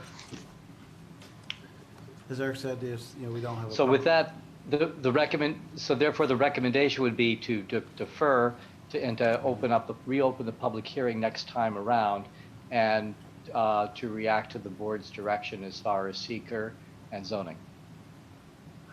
All right. Thanks, Eric. As Eric said to you, our main focus tonight is to discuss seeker, figure out, so as we go around the board, try to get a sense if we're ready for a neg deck, or if we want more information from Vassar. Did you want to check with engineering and then also traffic, since we have them I will here? do that before we go around the board, but just to give you guys a heads up, that's what we're focusing on today. And let me go to Andy first for engineering. I think the sewer issues were getting resolved, but what else? You have anything? Yes. So I'm here. So the sewer issue, sewer connection, we've looked at it. It looks good. The health department has reviewed it. They're okay with it. There were some wetland issues to be resolved, and I believe that's all been taken care of. Most of our comments in the current letter have to do with the SWIP. In general, the SWIP is in good shape. There's kind of some technical things that need to be addressed, but for the most part, they're in pretty good shape with that. That's really all we had on this round. Yeah, it's not no steep slopes or any big disturbance here going on. Thanks, Andy. We go to Kevin. Hear your response from. Yeah. We heard Phil Greeley. We only had one outstanding comment with regards to site distance from the driveway, which we've asked the applicant to take a look at and get back to us. Which driveway is that? The site driveway onto College Avenue. Oh, okay. It's the only one. Got it. But they've addressed everything else with the parking management and other traffic concerns. All right, thank you. All right, we'll go around the board for comments on any seeker items you think you're still open or want to discuss. We'll start with Nicole.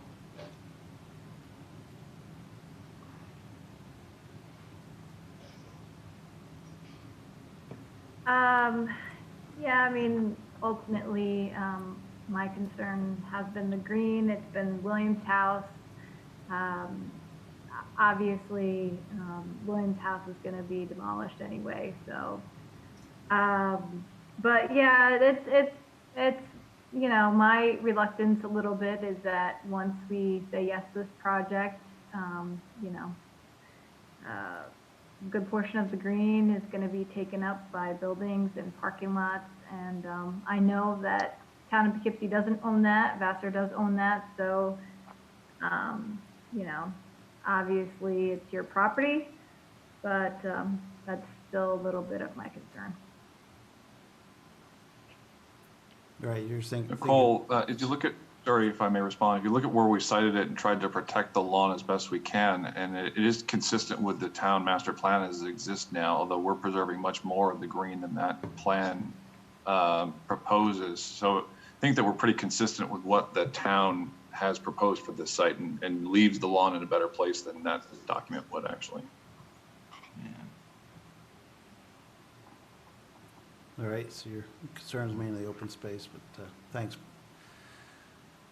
You go to Joan. Hi there. With respect to the parking management plan, which I guess would be part of the SECRA purview, like how do you anticipate scenario 1 or scenario 2 such that you would activate the parking plan? I'm trying to understand how that works.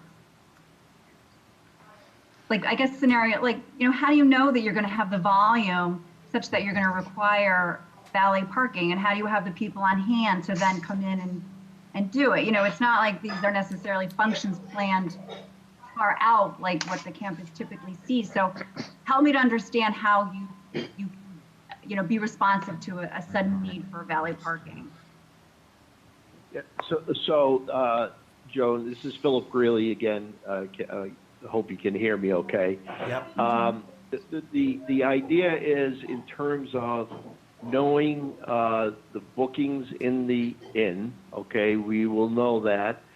As the usage of the restaurant comes on board, we know the busy time period. So, for example, not that it's always going to be on a weekend, on a Thursday, Friday, Saturday, but we would automatically initiate the valet so that we meet those demands. And then if we see that we don't need, let's say on a Thursday evening, that we don't need the valet, that everything is functioning fine, or if there's going to be something occurring in the restaurant space that would be more demanding, then we would then extend it accordingly. So it's not unusual as this develops, and that's the reason why we have a long monitoring period, is to make sure we cover all these conditions. And as I said earlier, we're assuming that the use of the restaurant and the use of the inn are independent, that there's no cross-utilization, which is really conservative. So, and then as I think I also mentioned, if I didn't, I would like to state that on the days when there's a farmer's market, we also are proposing to use the valet early on to make sure that we have adequate parking for all our guests and anybody in the restaurant, et cetera. So I think the way that the parking manager is spelled out, it's kind of a belts and suspenders, and then any adjustments that have to be made. If we needed to use valet every day of the week, we'll know as a success of the restaurant in operation. So. Okay. And the conference events are a lot easier to deal with because we know when they are going to be occurring. Sure. For the land bank agreement that you guys referenced, I took a look at it and it appears to be limited to the science building project. So if that's something that's going to be part of this overall project, there might need to be another land bank agreement. It doesn't need to extend to anything other than that. And can you just, I don't want to take up all the time because I know everybody's being busy as well, but could you just talk a little bit about what activities are currently going on right now at the Alumni House that you expect to build synergy with that placement? Sure, I can talk about that. This is Brian Swartout. So right now, people rent the rooms, right? So there's consistency with room rentals between the two. There are events that go on there. You know, people have parties there. People will do receptions for wedding receptions or retirement parties or holiday receptions. So there's events that go on there, and you know, it will allow for if there's an event going on at Alumni House, and you know, there's only 15 rooms there, I think. So if they need more than 15 rooms, people can stay at the new institute and vice versa. There's only 50 rooms at the new proposed building, which is very subscale for somebody's having something going on, which is very subscale for a hotel. So it will very easily fill up, and then we could have people utilize the Alumni House to stay there. Okay. Sorry, can I add something to that, if you don't mind, Brian? So also, you know, Alumni House does serve as a convening place at times for college functions. So, you know, there's the beautiful living room there, and there's the library, and there is a nice restaurant area. So, you know, as we think about institute functions, the Alumni House proximity provides us with a place to hold additional breakout and small meeting kind of events. So really, the way that Alumni House serves the college now and the local community is very much in synergy with the way we envision in an institute functioning. And so it provides us with that, in a sense, overflow space or complementary space that can serve the needs of the new facility.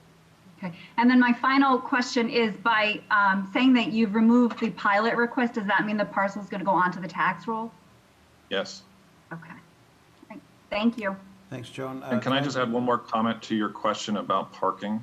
Sure. We've hired a third-party operator to run this for us because we just don't have the skills to do that. I mean, it's just not in our bandwidth. And they are managing projects that have parking management plans now. So if it'd be helpful to hear from them and how they're doing that, we can definitely have them come and talk about what they're doing to manage parking in other places. Okay, thank you. Thanks, Brian. I just wanted to, before we move on to see if Kevin had any comments, about the parking. Do you have any input from JMC on the parking plan? I don't think we have we don't have any additional comments related to the parking. I think that it was detailed out pretty well in the parking management plan that was submitted. Okay, thanks, Kevin. Let me move on to Ben. All right, since we're talking about parking, it's my understanding that the students at Vassar all live on campus. There's no off-campus living.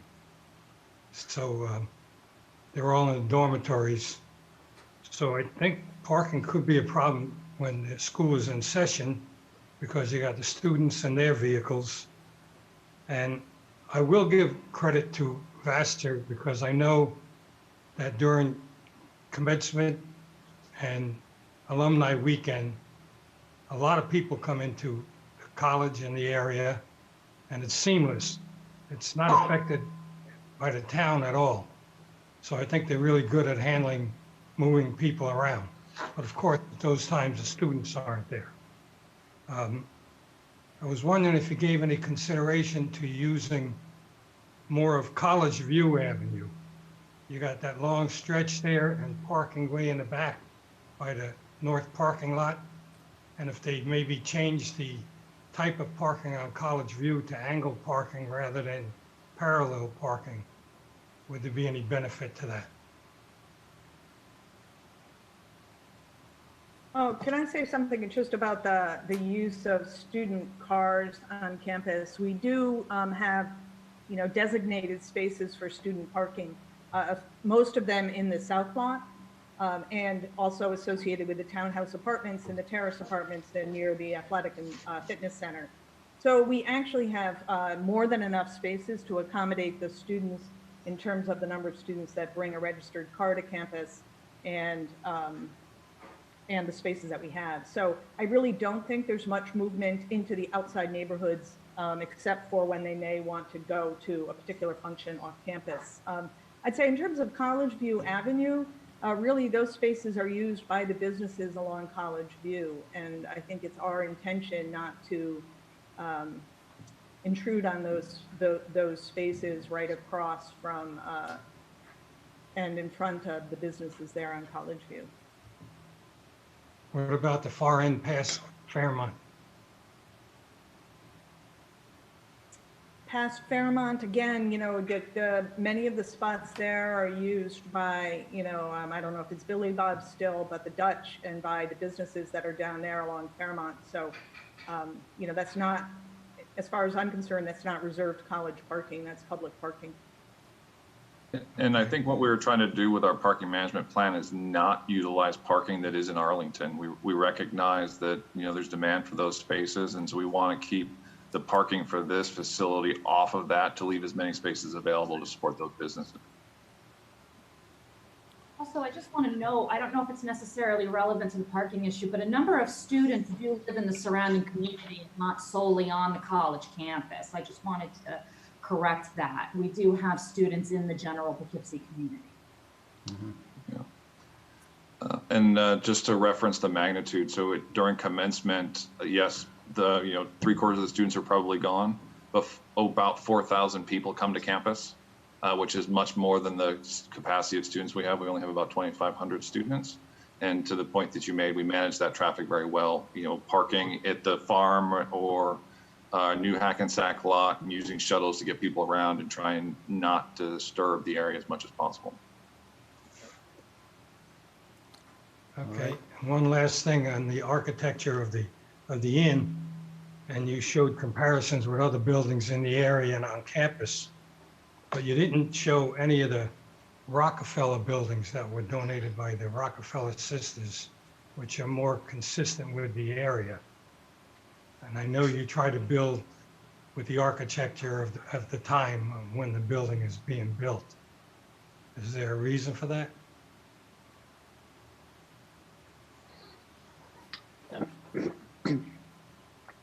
Well, Ben, as I mentioned, there's quite a diversity of the buildings on campus.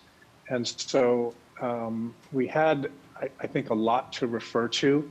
And we chose the buildings to relate to that we felt had the simplest, clearest expression of the colonial revival architecture. One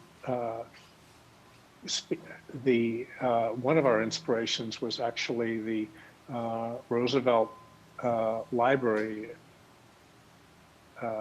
edition buildings that would have the same kind of very simple gable form structure point was. The issue that we had with people, there was felt to be a need for more articulation and rhythm and scale change. And that led to a number of different explorations and finally to those small gable end dormers on the building. So it's a fascinating campus to work on. It's been a real pleasure. I love the direction we took is a creative interpretation. I like the words of your zoning section, which says exercise of creativity, innovation, recognizing the general historic character. That's exactly what we are trying to do. It is create something of our time and yet strongly relating and respectful era. Choosing which past, of course, is always the point, which I think you well brought up. All right, thanks, Fred. Anything further, Ben? No, that's it. All right, so let's see, let me go on to Bob.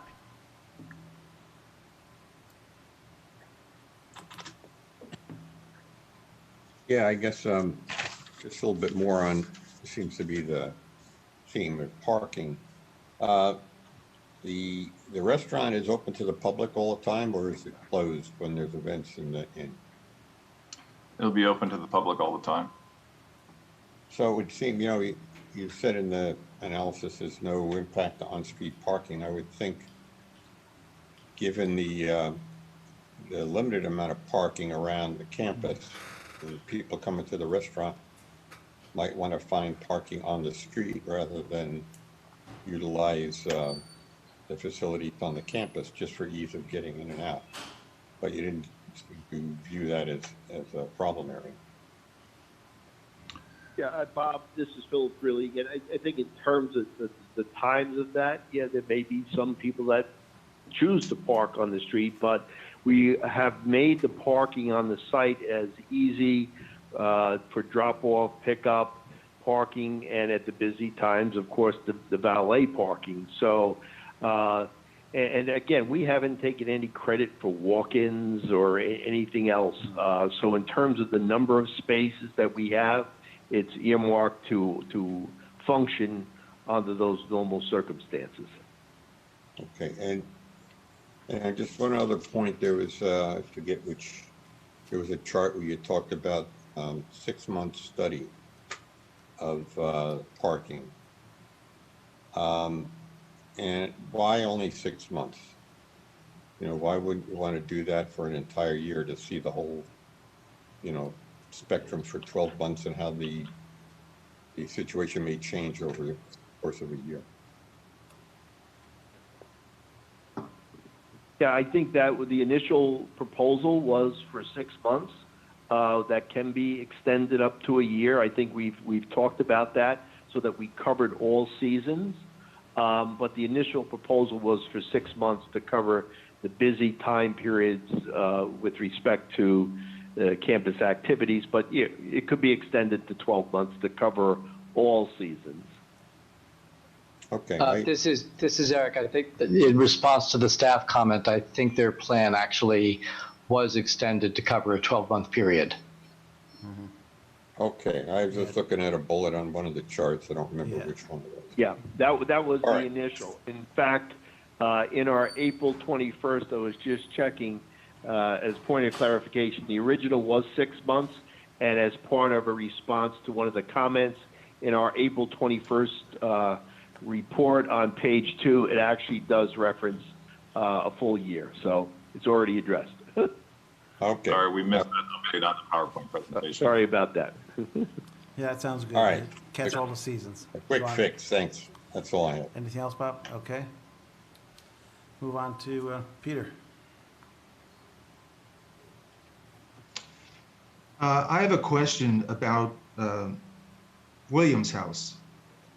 There was a reference to a study done by a group called SLAM on Williams House.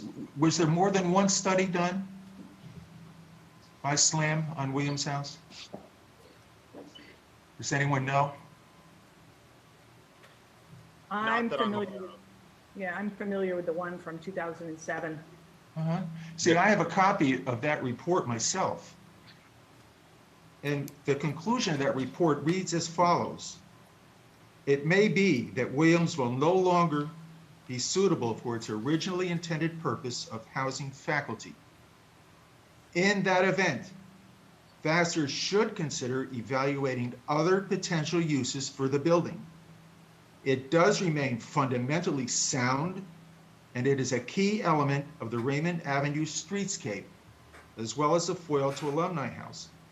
I didn't read anywhere in that report where it said not an applicant for adaptive reuse. And I wonder, it was very surprising to me after reading that report that the Office of Historic Preservation signed off on demolishing that building because of that engineering report. And I would like somebody from our staff, whether it's somebody on the planning staff or the board attorney, to contact the Office of Historic Preservation to be absolutely certain that they were given a copy of that report. And if they were and they still made that decision, that's fine. But I think that deserves a follow-up before that historic treasure is destroyed. Peter, if I may, for 1 second, that report was definitely given as part of the alternatives analysis to SHPO, and your office and the planning board was copied on that submission. It's also online as part of the CRIS site where you upload these documents online, and the town has access to that, so they can go look and verify Right. that. I have a copy of the report, but I want somebody from our staff to contact the Office of Historic Preservation and find out why, how they could do it, how could they sign off on it knowing that the building was totally preservable.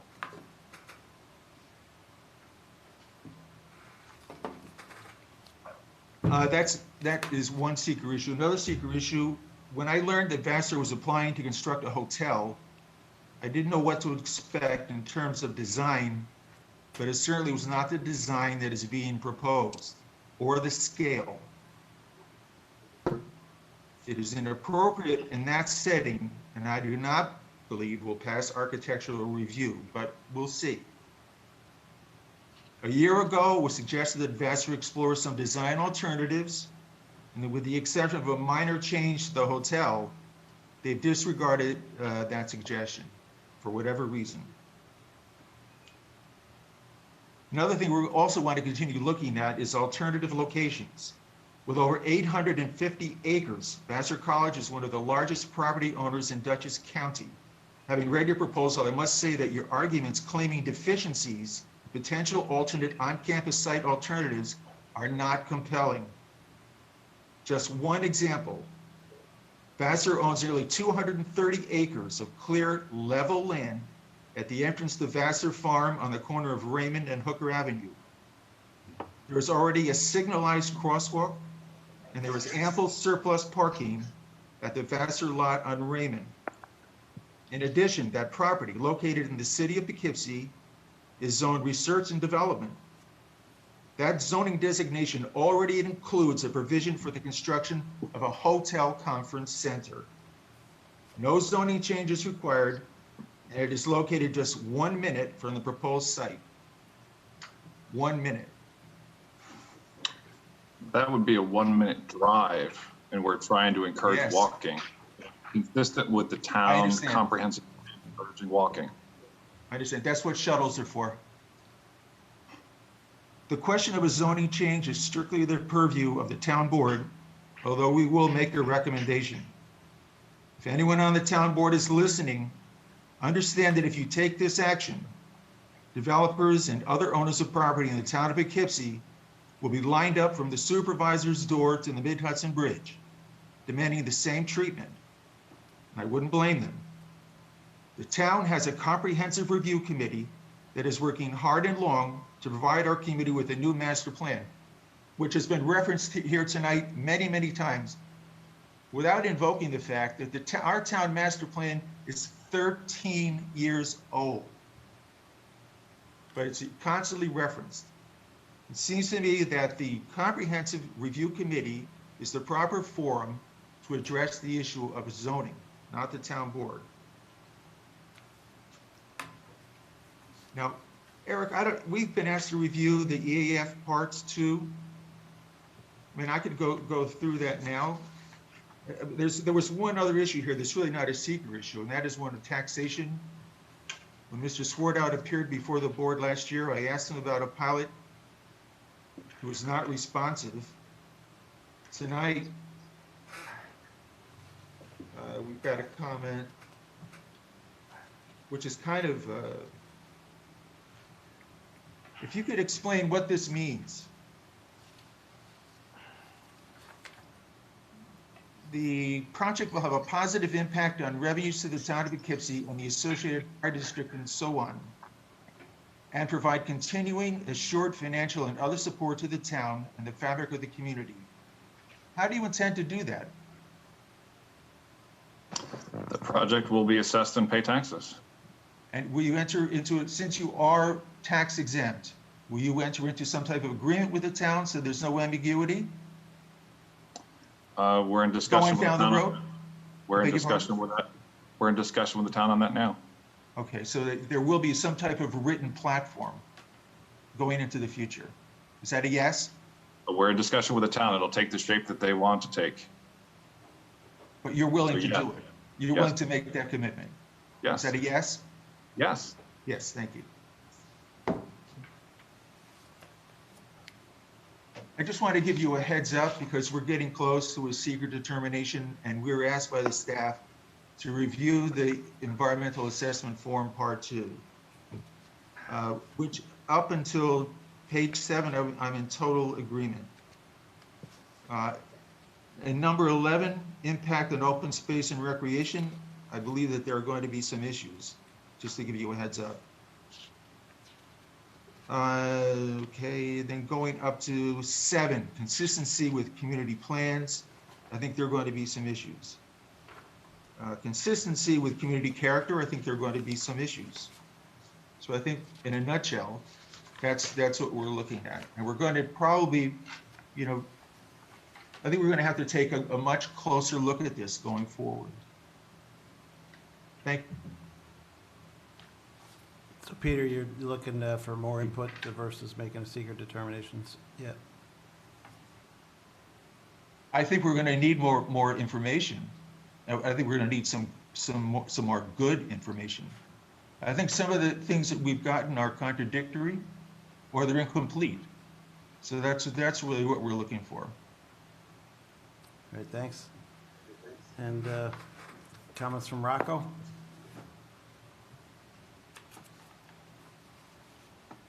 Yeah, hi, this is Rocco speaking. I was just trying to find the mute button here. I finally found it. Okay, a couple of questions, a couple of things going back to the PMP and the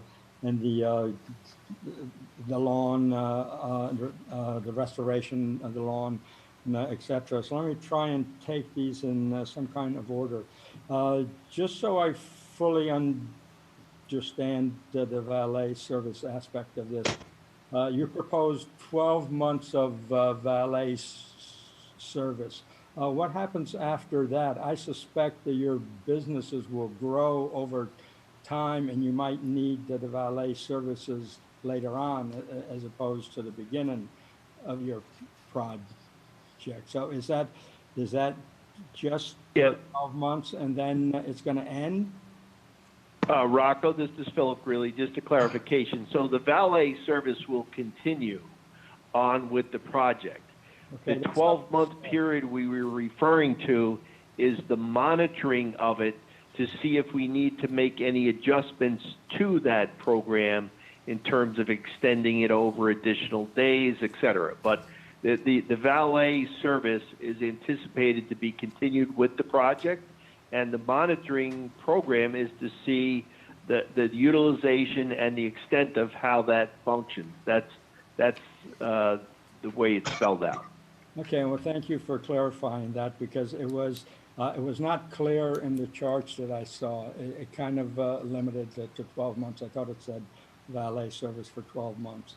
After the 12-month study, and that data will be presented to the town board, what will be any remedy if one is needed? And will that be memorialized somehow? Yes. So the monitoring information will be presented in a study.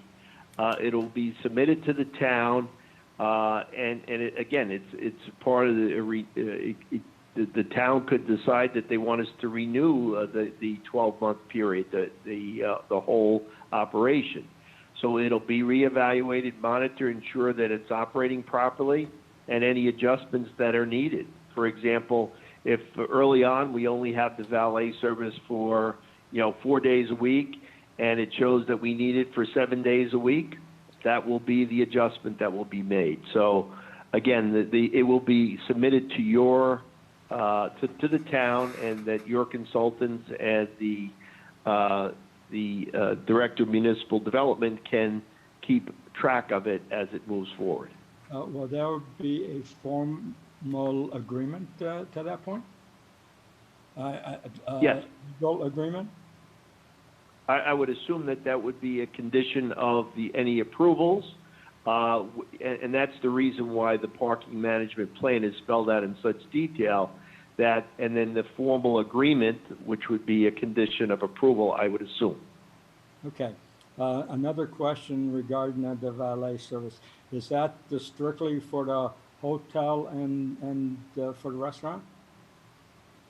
For the inn and the restaurant is the operation, because when we go to a larger conference, then we would use the other parking areas, such as the north lot and or the south lot, if we had to. Right, I get that. Okay, that part was clear to me.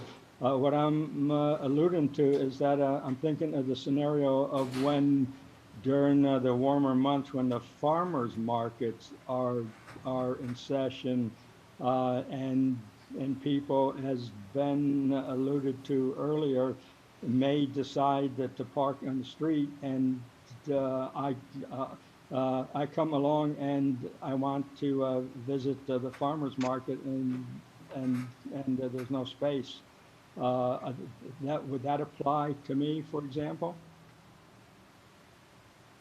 Well, during the farmers market, we would have the valet service. I don't think we got down to that detail if someone other than restaurant or hotel guests could use the valet, but we did commit to, on the days of the farmers market, that the valet service would be available.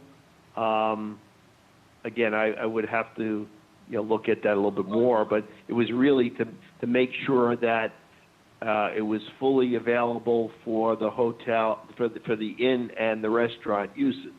Right, I get that, but again, that's if people follow the lead. But if they choose to park along Raymond, which we can't really stop them from doing that, why wouldn't you want to extend that valet service? Because that is an event. It's taking place on the green. Yeah. I think that would be an appropriate thing to make available. Rocco, to be honest, if somebody were to pull in and try to utilize the valet, it's not as though they would have a card to say, I'm here to go to the restaurant or the inn. They would just pull in and we would put them through the valet. So I think that would kind of work itself out. Okay. And then again, I'm new in town here, so I see that there's a farmer's market. I can't find any parking. How would I know that there's even a valet service? And that would be regardless of whether I'm here to visit the farmer's market. How would I know that there's a valet service if I'm visiting the hotel, or, well, the hotel is more obvious, but the restaurant? Yep. Well, it would be part of any advertising, and I guess if appropriate, we could have some signing. Typical, valet services have temporary signing during those time periods. I think we could work those details out with you. And we're also enhancing the street parking to make it better, which would support that that individual coming around and looking to participate. So there should be better, more efficient parking to accommodate more people as a result of the project. And we're not counting that street parking in our analysis. Right, and I got that. But yours, are you alluding to College Avenue? Yes. Okay, College Avenue, because you are taking away spots on Raymond for the loading dock, if I'm not mistaken. Okay, a couple more. It has to do with the lawn here. It says that you said earlier that you're putting in a geothermal system, and then you're going to restore the lawn. And if I'm not mistaken, you said that the system would be in the northern part of the lawn? Correct. Is that what okay. So that is correct. Okay, right now, if I'm not mistaken, when the farmers markets occur, the trucks that the farmers use come in off of College normally, and then either occupy the northern half or the southern half of the lawn, and they come on via College. But now the way the situation of the inn and the conference center will be, I don't think that you're going to want to have the trucks come in via College. So I guess it's really a two-part question. Will there be a way for the trucks to come in via Fulton, or will they? Yeah. Yes. So Rocco, we've actually twofold. The farmers market has moved between the north and the south mainly because of the fact that there's times that it gets wet and that lawn has been compacted over years and years and years. So they have to move around because the trucks can't go. Part of what we're doing with the geothermal and everything, that whole lawn is going to get dug up. As part of that, we're going to fix drainage because all the ground gets decompacted, and we're adding drainage around the outside perimeter to further that so that the lawn stays less compacted than it is now and functions better in the area that they've used primarily, which is up towards Arlington Square. One of the other problems they've always had is if you know, down on College View, they jump the curb and then they jump over the sidewalk, and there's all mud puddles along that whole way to get there. Part of our loading dock, that loading dock has a depressed ramp there. So that loading zone for us, while our loading that we've talked to with the DOT really is limited to early morning deliveries, the fire department has requested that remains open at all times for potential firefighting opportunities if they needed it. But it does serve also for loading, for unloading and loading for the farmers market. There is a curb cut there that we're basically putting as a depressed ramp so that they can drive up and then drive right into the north lot. Okay. The other part of that is that when you rebuild that part of the lawn over the geothermal system, will that be able to support the weight of the trucks in the traffic? Yes, it will. Okay. They're all buried almost 5 feet plus below ground. Okay. I think that's what I have at this point. Thank you. Thank you.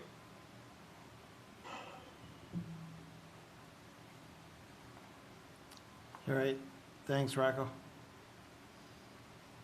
Let's see, I think I've been around the whole board. Except myself.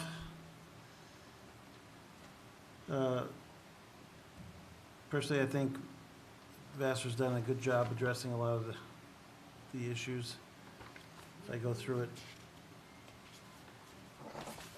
we're concerned about historic.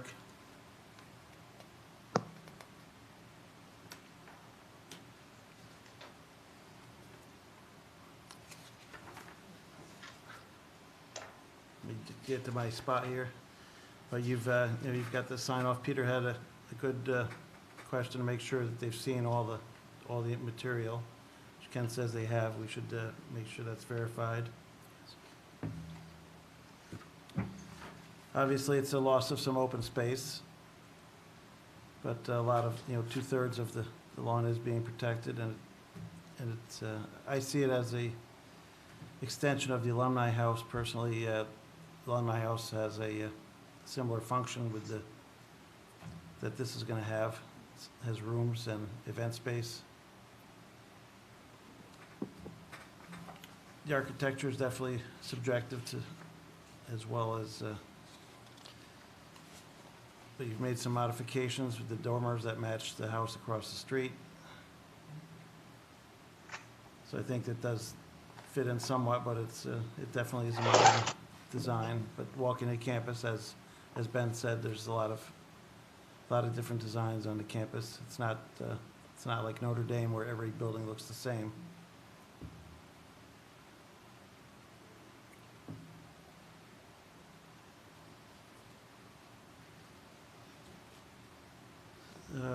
It might be helpful, I don't know, So if you wanted to either ask Lisa. Yeah, I was just gonna go over next. Or perhaps Rebecca to talk a little bit about the, the threshold, right, for Right. a neg deck or a positive deck, since that's really where we're ultimately gonna have to Whether go we at some decide it or point, not, not yeah. tonight, but. We might want to decide, we need some more input here on some of these issues. But, yeah, Lisa, can you say anything? Sure. So in order to determine that a negative declaration is the appropriate action to take, the board has to determine that there will not be any significant adverse environmental impacts. If the board finds that there may be a significant environmental impact resulting from the project, then the board should issue a pos deck. Becky, do you agree? Did I state that correctly? After almost 4 hours, I think I'm. You did state the law correctly. However, I feel that we have heard from most of the board members and have responded to a number of the questions. If the board feels that any additional information is needed, I would respectfully suggest that a bit more direction be given, because we feel we have answered the question, perhaps not all to everyone's satisfaction. However, we have answered the questions, and I'd like to know what information anyone might feel is necessary in order to evaluate these issues. I have a question towards that point. With respect to the seeker part about whether the proposed action is inconsistent with the predominant architectural scale and character, I understand that the college has given their explanation as to the choice of architectural character, but is it a valid reason to have a positive finding if we don't agree with that we don't feel it is in keeping with the character in that particular area? Because when I think of that space, I think of the main gate, the library, the residential space across from the main gate. I think of Williams House, and I think of the Alumni House. And I don't look really beyond that. So I'm just wondering, is that sufficient? Is that something that could be taken into consideration? So I think it's important to note that a positive declaration is not a determination that the project can't go forward. Right. It starts a process that is a more involved environmental analysis. It requires a scoping statement be prepared and public hearings and then findings. And it would give the board, an ability to put some direction on it. So it's hard to answer that question, but if you feel that the proposed action would not be in keeping with the character of the neighborhood and would be an adverse, not a small or moderate, but I mean, not a none to small, but would be a moderate to large potentially, then what a positive declaration does is requires the applicant to come back with more detail on that front and, go through additional environmental analysis.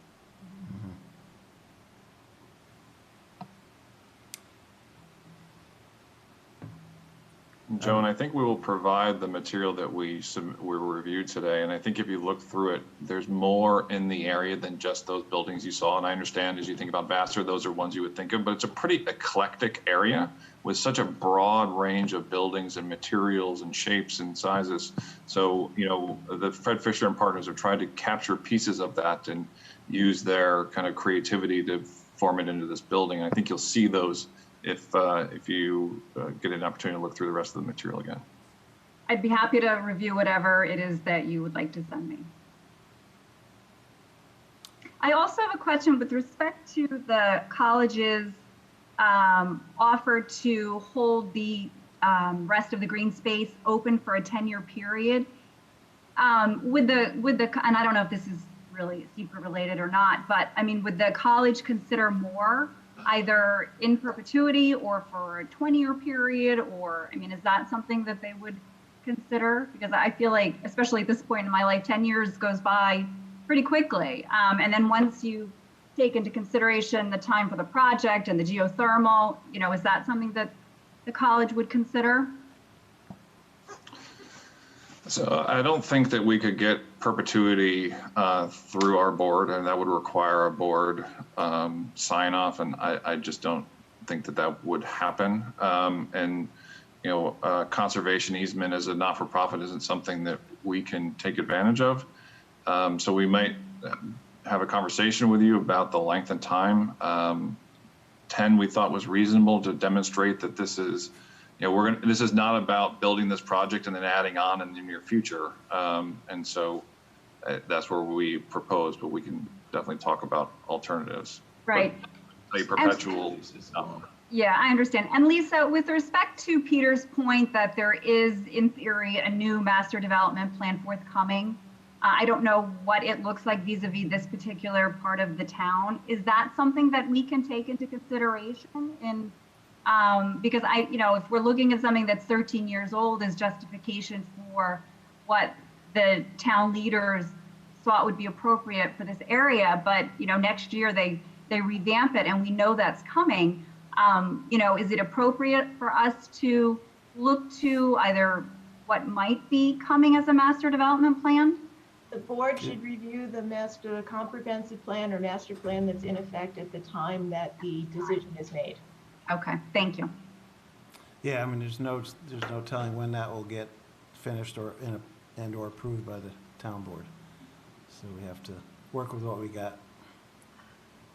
Okay, thank you.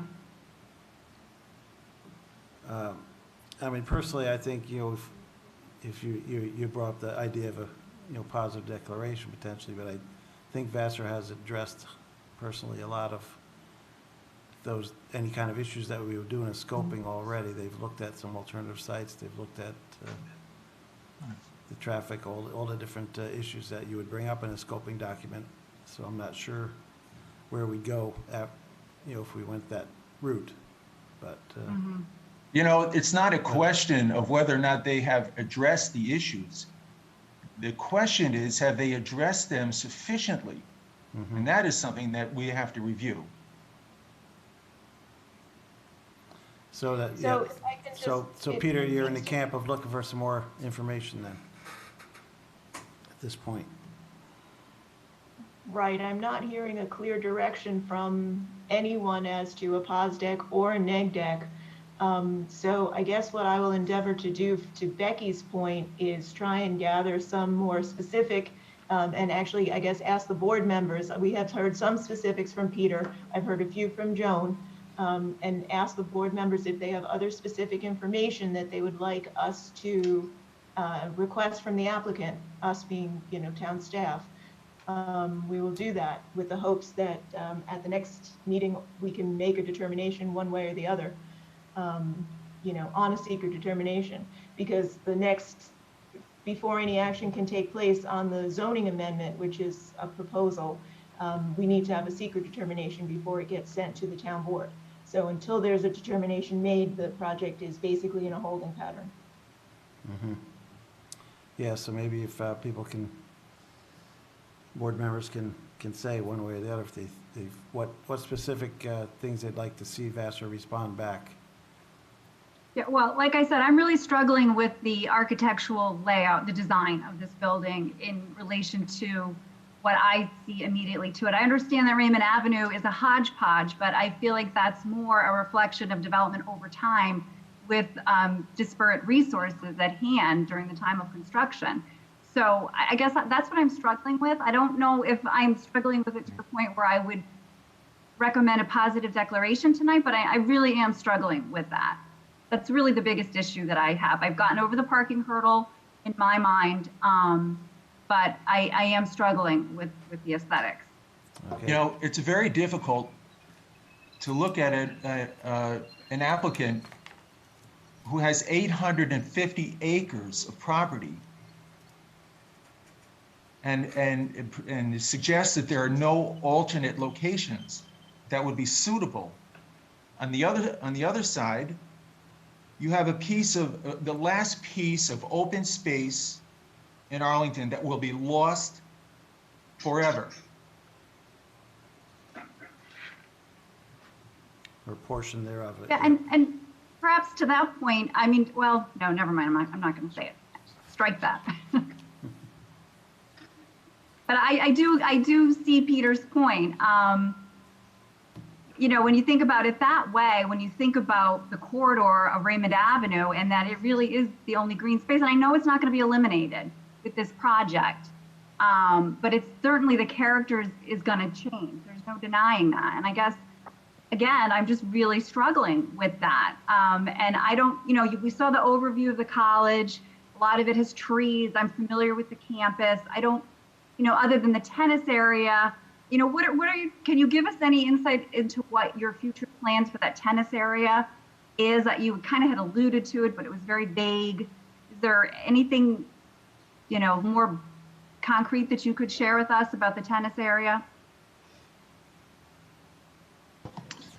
I don't think this is the right setting to talk about conceptual things. It really is, though, better suited for a function that supports on-campus activity. So I think that in another setting, we could definitely talk about some of the things we're talking about, some of the concepts, and discuss how that might work with you and the staff. But this probably isn't the right setting for that. Okay. All right. Well, if anybody else on the board wants to chime in, I think it would help to give us some direction. It's very difficult. We're in a situation where we have an applicant who pretty much has dug in their heels and they're saying that there are no alternatives. When you have 850 acres staring you in the face.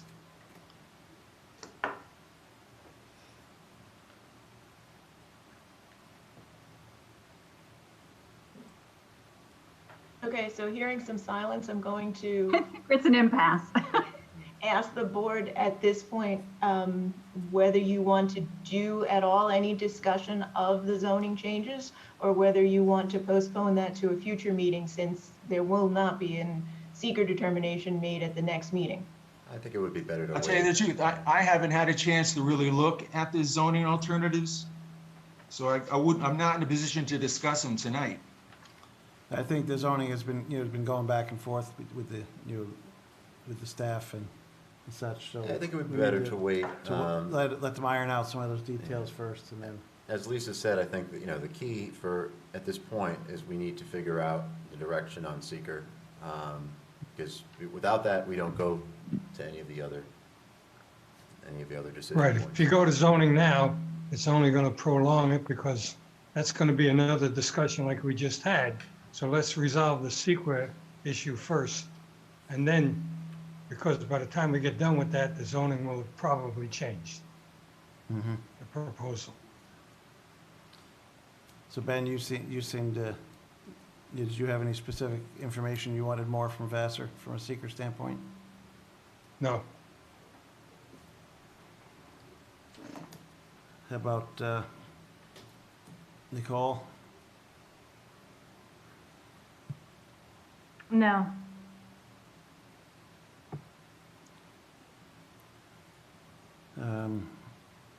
Bob?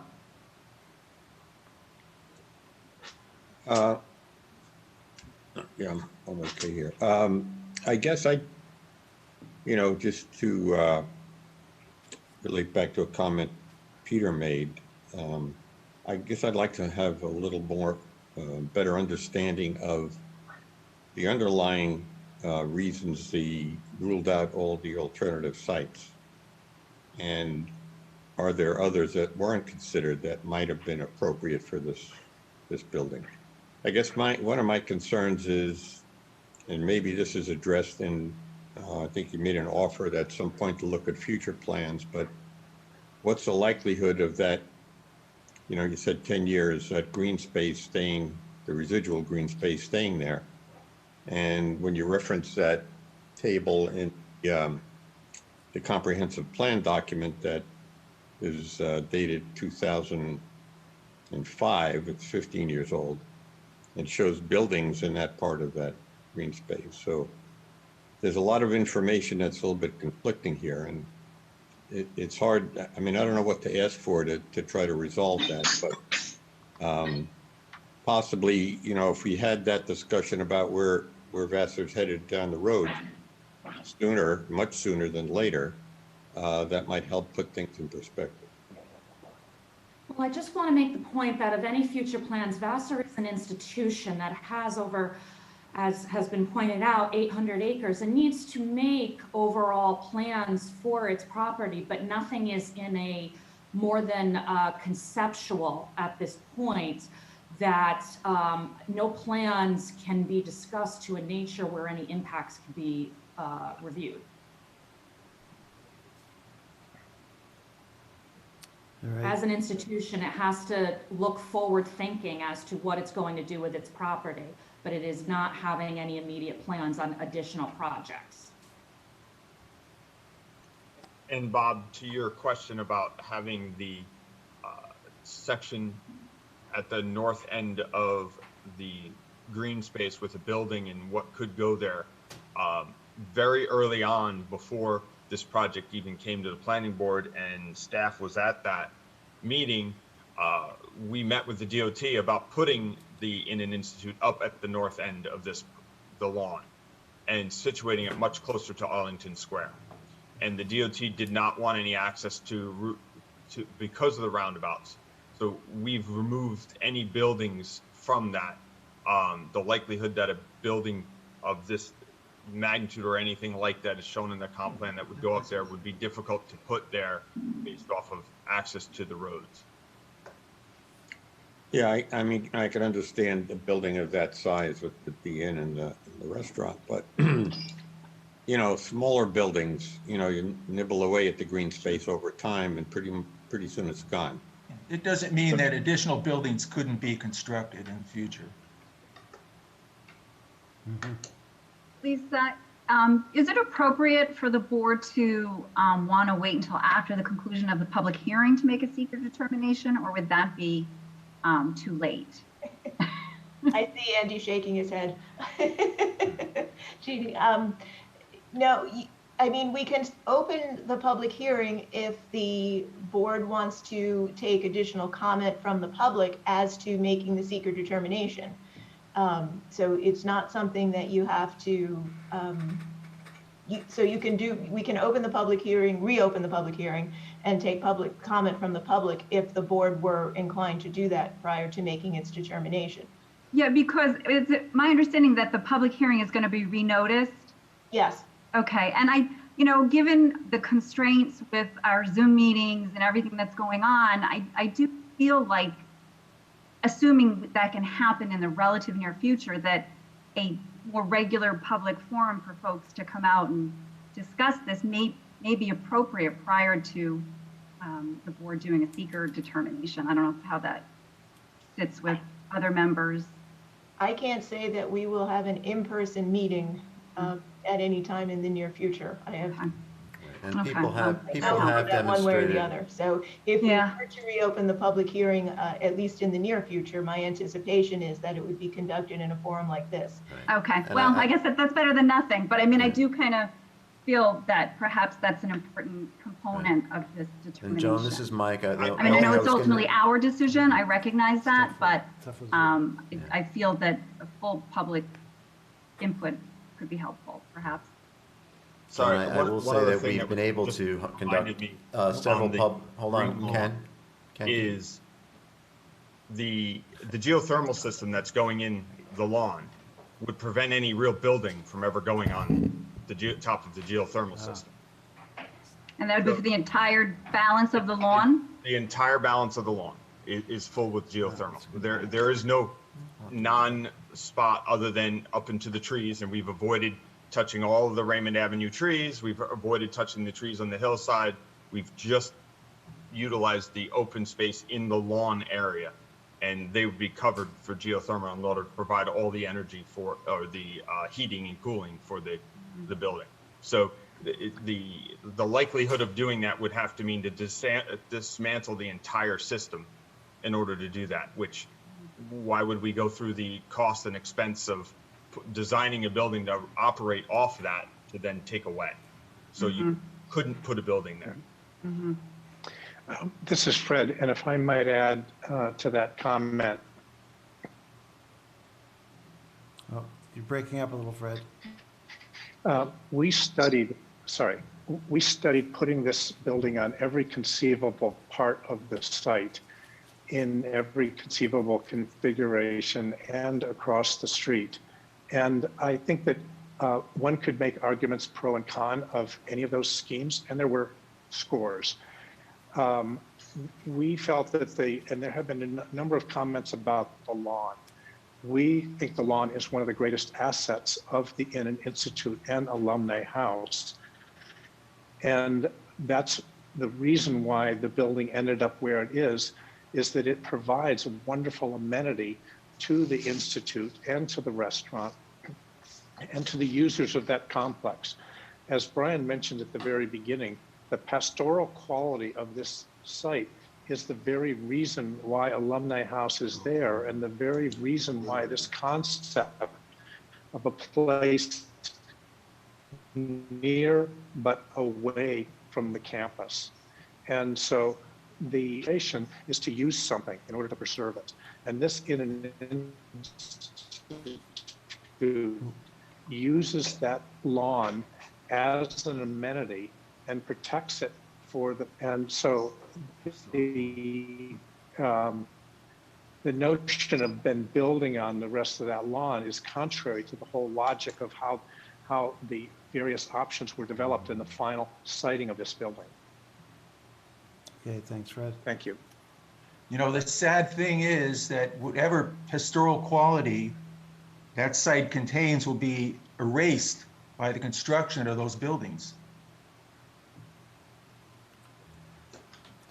Lisa, perhaps it's okay because the board members are sort of bringing up things that are showing up in the chat, but I think it would be really beneficial if you could clarify very clearly the process of the public hearing and what happened and where you're at and what you're anticipating to do. I'm sorry to jump in, but I think that's really critical for this discussion if it's going to keep going. Well, I think the board is ready to wrap up its discussion of this for this meeting.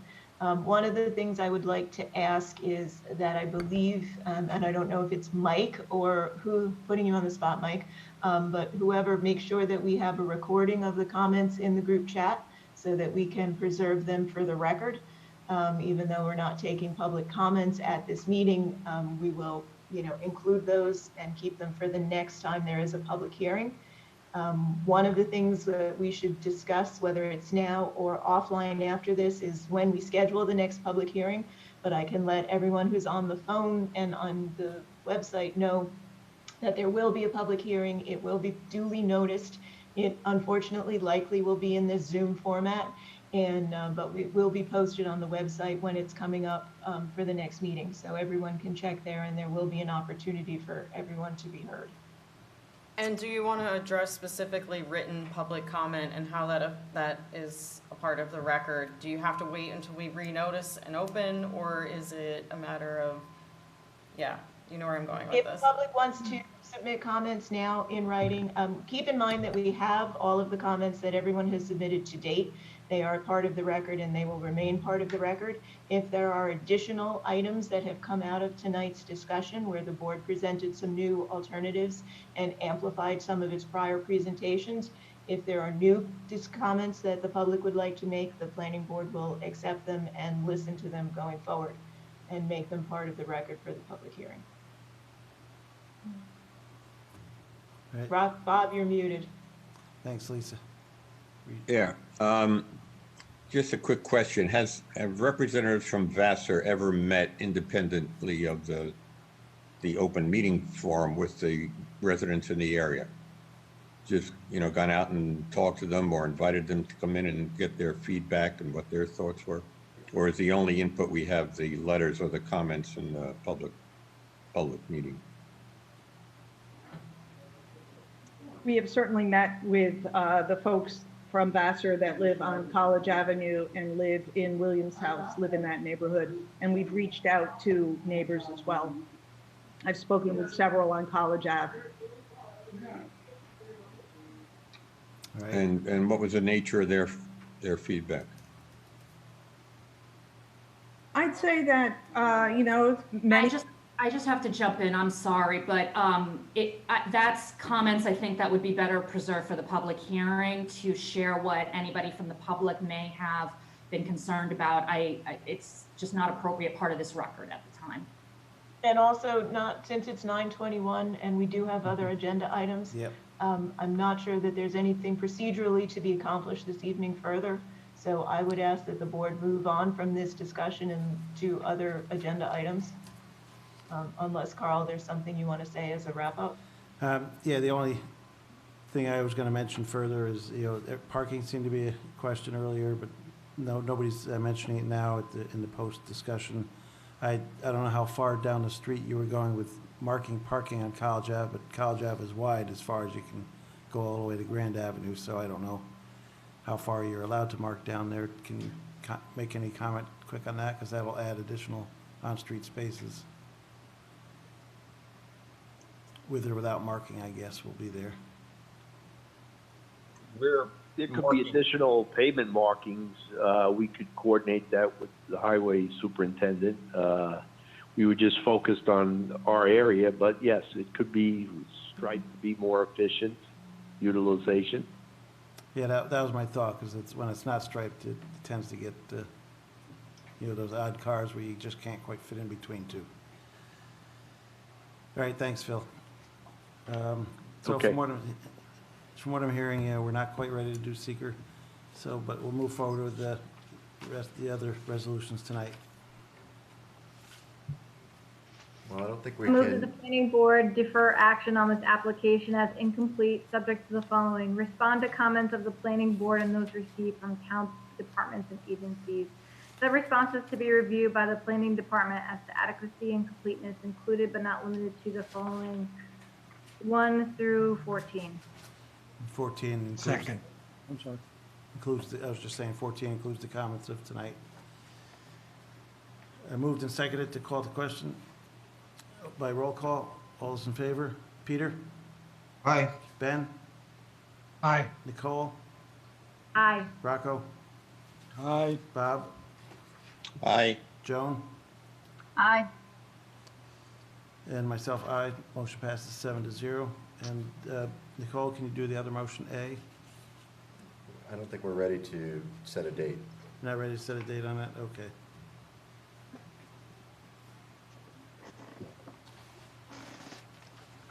All right, then we're good for now. And I guess, the gist for Vassar to think about is, any other locations and what all locations you considered. Because the open space is a big concern. I just want to confirm, did I hear that the board is not setting a date for the public hearing at this time? The board doesn't typically have to set the date. Staff usually does that when an application is ready to be put back on. So I think, unless the board feels otherwise, I think that's what we typically would do. So I think we need to get, figure out when we have the information that we need to have you back on the agenda. And then at that time, we can open, we would open the public hearing. But whether that's, July or June or July or August, I don't know at this point. So I think we should, that's the way we would typically handle it. I appreciate the clarification, Mr. Walkley. Thank you. Yep, you're welcome. All right, thanks, everyone. It's a tough project. I mean, big changes in the neighborhood, but everything changes, so.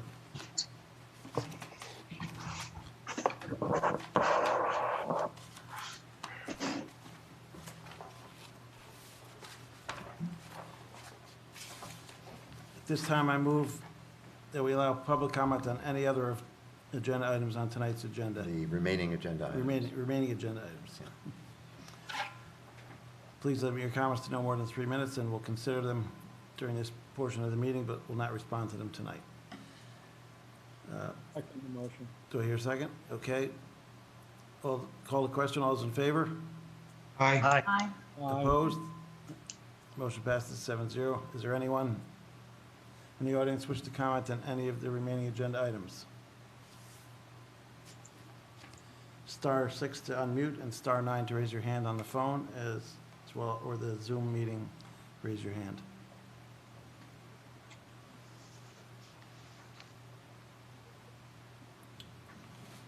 Not seeing any. Seeing none, I move we resume the meeting. Second. Moved and seconded. Call the question. All those in favor? Aye. Aye. No one opposed. Motion passes 7-0.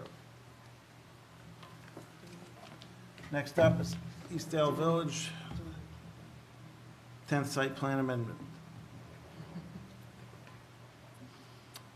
You here, Jeff? Good evening, Mr. Chairman. Good evening, members of the board. How are you? Still awake, Jeff? Tired. Hi, Jeff. Tired. All right. I will try not to take a lot of your time tonight. I would like to make a brief presentation on the 10th proposed 10th amendment. If you would allow me to share the screen, I can Yes. proceed with that. Yeah, go ahead.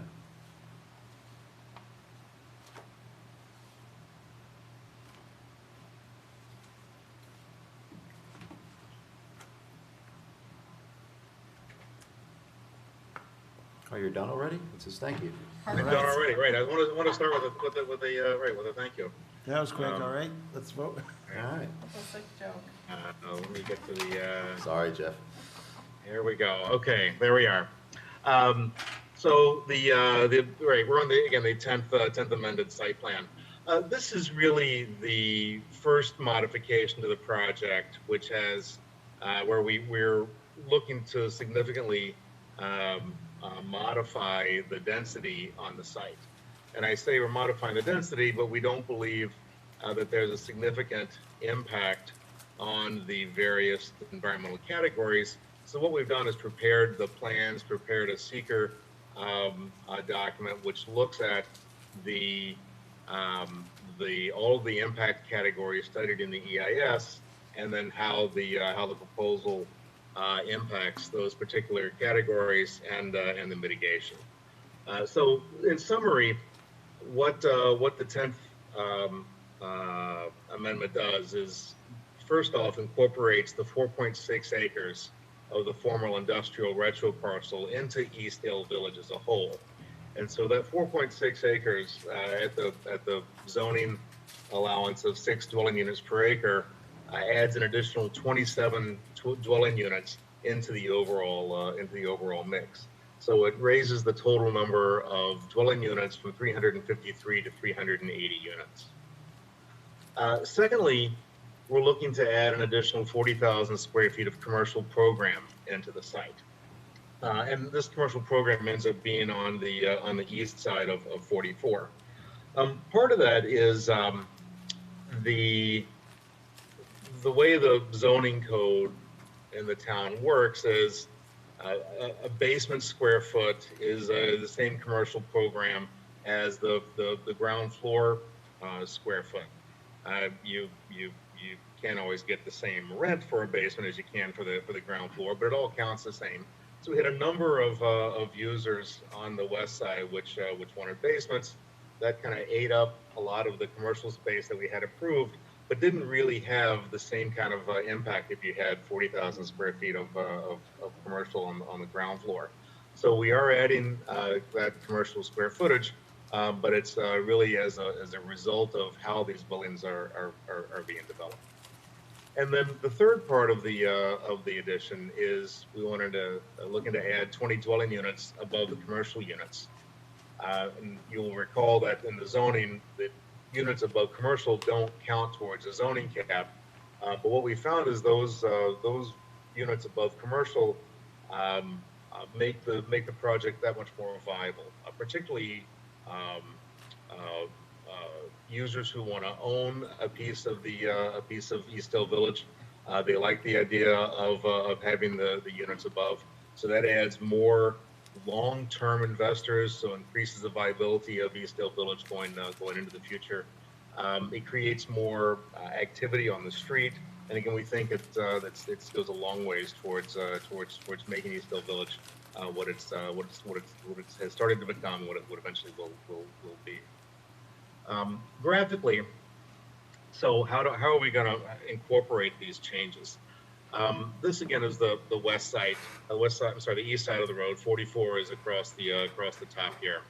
There are 3 elevator service buildings in the back, which are much like the buildings 1, 2, and 3 on the west side. Proposing to change those from a 3-story building to a 4-story building. They're elevator serviced, central corridor. The zoning code allows 3.5-story structures, so you really could get 4 floors of residential in there. We are going to ask for a variance to go to 4 floors because architecturally it'll look much better to have the 4th floor look like the other 3 from the exterior. To have a 3.5-story building, you're going to have to shrink the windows on the upper floor, and we think that wouldn't look as nice. I have some renderings which I'll show you later on the presentation about how that would look. It also doesn't change the allowable height. 50 feet is allowable at either 3.5 or 4 stories, and so it'll be accomplished within the without changing the overall height. But that's really where the impact of those additional dwelling units would be, is in those 3 buildings towards the rear of the. Commercial, the 40,000 square feet of the commercial. Again, we have not changed the footprints of buildings H, I, J, K, and L. We have gone through the kind of the process, and we believe we can get the commercial as needed within these footprints. I talked about lessons learned last time we met, and recognize that we don't want to start tweaking 2 feet here and 3 feet there and 4 feet there in these buildings. Once the tenants have all been locked in, then we'll come and present you with a final building. But these footprints are generally representative of where we think the commercial tenanting is proceeding. Buildings J and K, these 2 buildings here, they have changed over time. They were initially mixed-use buildings, then they were all residential buildings, and they're now back to being mixed use with commercial on the 1st floor, residential above, based on the demand that we've seen. The amenities changed a little bit in this this 10th Amendment, with the being able to move the stormwater areas onto the adjacent industrial retro parcel. We've kind of reclaimed these 2 central areas here. This was a storm basin in front of buildings 14 and 15 before. So we've now got moved some amenities there, playground, mail kiosk, and we've created a scene here in front of buildings 12 and 13. And again, I can talk about those when I talk about parking in a second. We've modified the location of the gazebos. again, we think it's given a more cohesive look overall into the amenities on the site. And we have made changes in parking with the additional residents, additional square footage of commercial use. We know we needed to do some changes with the parking.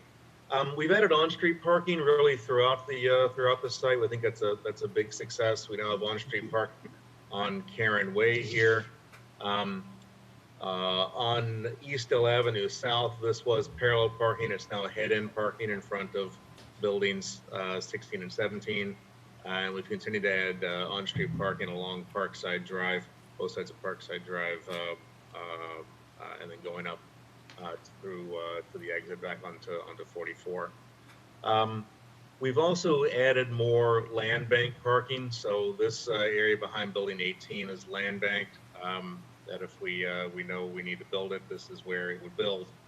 And we've also introduced another concept where we've kind of reserved area. We haven't designed parking, but we know that once the final configuration of these commercial buildings once they stop moving around a little bit, that we reserve these areas, these gray areas here, for future parking if we believe we need it.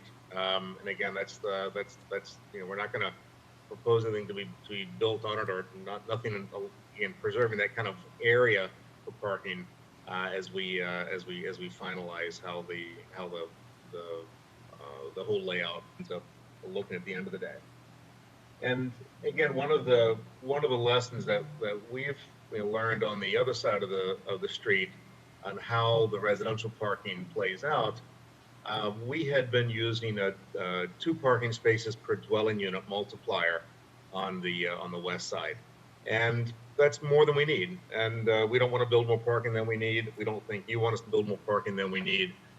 So in our demand analysis, we reduced that to 1.8 parking spaces per dwelling unit, and laid that out. Laid that out particularly around the residential buildings. So we have the right amount of parking in this portion of the site. Overall parking, we did add a number of parking spaces. We went from 425 parking spaces on this side of the street to 489, plus the bank, plus the future areas. So we have increased parking and increased the ability to add more parking. All right. Again, the analysis, looking at everything in the EIS moving forward, what's been provided is an updated engineer's water report, a wastewater report, SWIP, and we're working with the town on updated traffic analysis to be submitted to the board.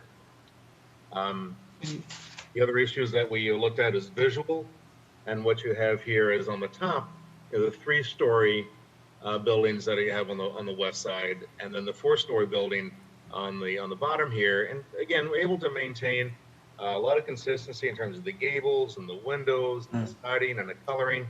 And we thought it was very important. I talked a minute ago about the windows, particularly on the upper floor.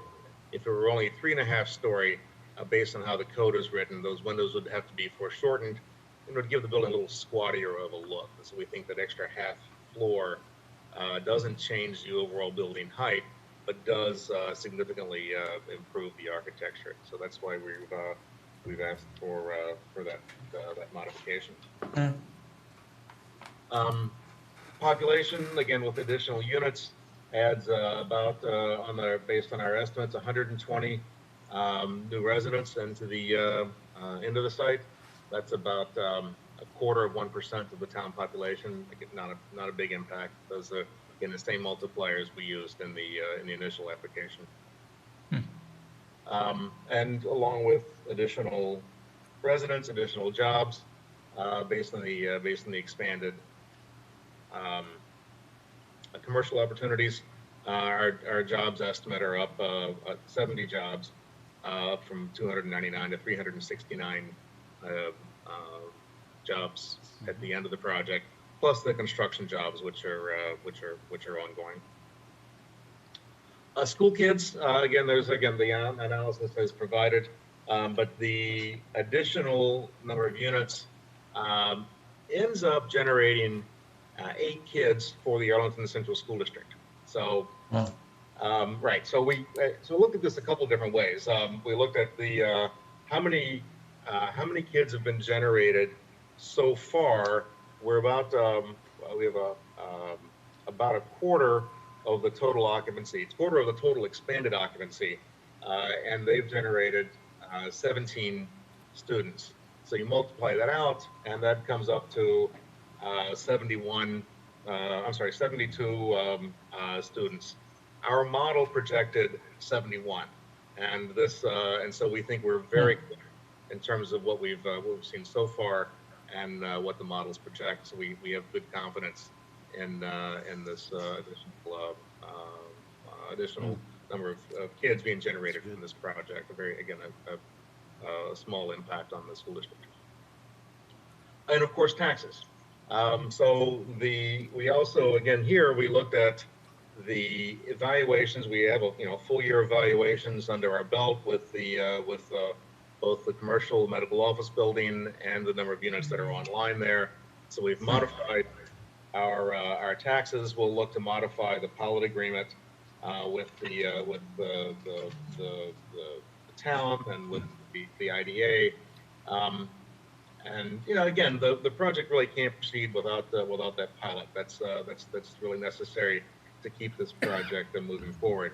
But I will say that based on the taxes, on the assessments, and on our projections going forward, over the course of the pilot, the estimate is now, instead of $5.5 million being paid to the town, it goes to $10.2 million, and so it's a $4.7 million increase during the life of the project. And at the end of the pilot, it increases the annual payment. Goes up from $525,000 to $1.1 million a year. So the increases that we're looking for, again, based on actual numbers, have shown a very, very positive impact on taxes paid to the town as a result of this project. And then last thing I just want to say, there is one minor item in the plans we sent you that's on the west side. Again, as we were putting the package together, we wanted to show you changes to the pool at the community center. We've engaged our pool designer, and so we've got a modified pool, a little larger deck around it, some more sidewalks and fencing. So just one of the amenities that's in the package that you'll see. Now I can say thank you. Right. So again, that's an overview. Happy to answer any questions that you may have. All right, thanks, Jeff. Are they poses? These are the 10 amendments? Never mind. Well, he stopped there. Eric?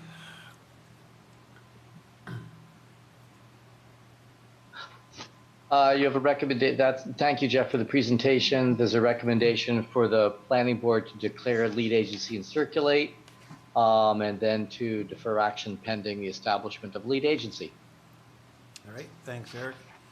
Let me go to Andy, if you're still hanging in there for any, there's some changes. I'm here. Changes with stormwater. I don't really have any comments at this time. I'm glad to hear that they've got some revised reports coming our way. I would be interested to know if there's any, talking about parking changes. I'm curious to know if there's any gained green space or reduction in impervious as a result of those changes. But otherwise, that's all I have. Okay, the SWIP hopefully will detail that out for you. Right, the SWIP does go into that. There have been some minor changes to it, but it's in the calculations in the SWIP. Great, thanks, Andy. Let me go around the board then. Start with Peter. I think that you're doing a terrific job. The buildings are clean. It seems to be well maintained, and you pretty much have been conforming to your game plan. I just have an anecdotal question. The chart you used to project the number of school students was dated Rutgers like 2006. You still find that to be a reliable source?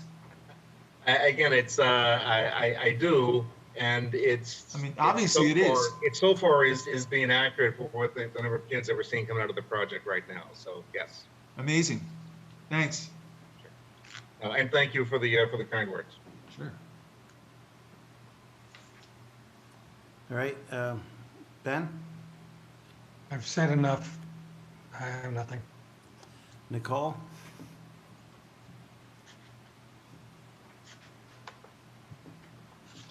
Yeah, so my only concern was the buildings going to 4 stories. The other buildings that you have there now, they only go to 2 and 3 stories, correct? Correct. Okay. So again, the 4-story buildings are in the rear of the site, and that site drops off as you go away from 44.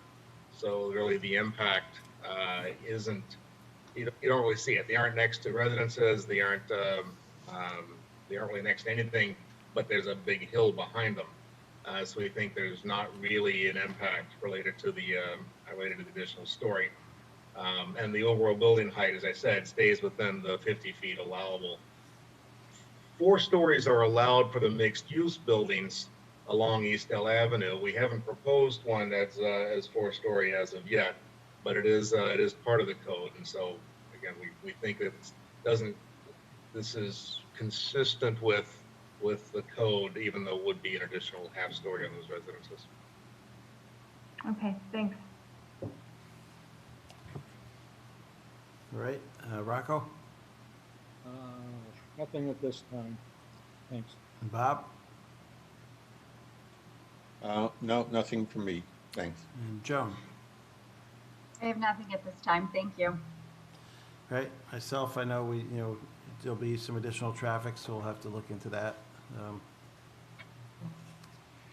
know if you have any Hey, comments. Carl, I'm sorry. Go I ahead. just had a quick, when you're done, I have a quick question. Right, I was just gonna say, traffic will have to be looked at, but otherwise, I think you've done a good job there. So what was your comment, Peter? The other day, Nicole pointed out a letter that we had received from a neighbor, Breck Martin. And I'm just wondering, has that been made available to the developer? I did get a copy, I think, at the end of the week, last week, and we'll respond to those comments.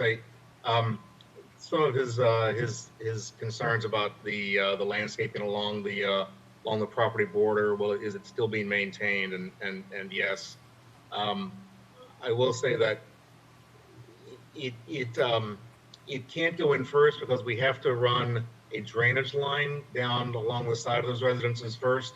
But as part of the restoration for that work, then the landscaping will go in.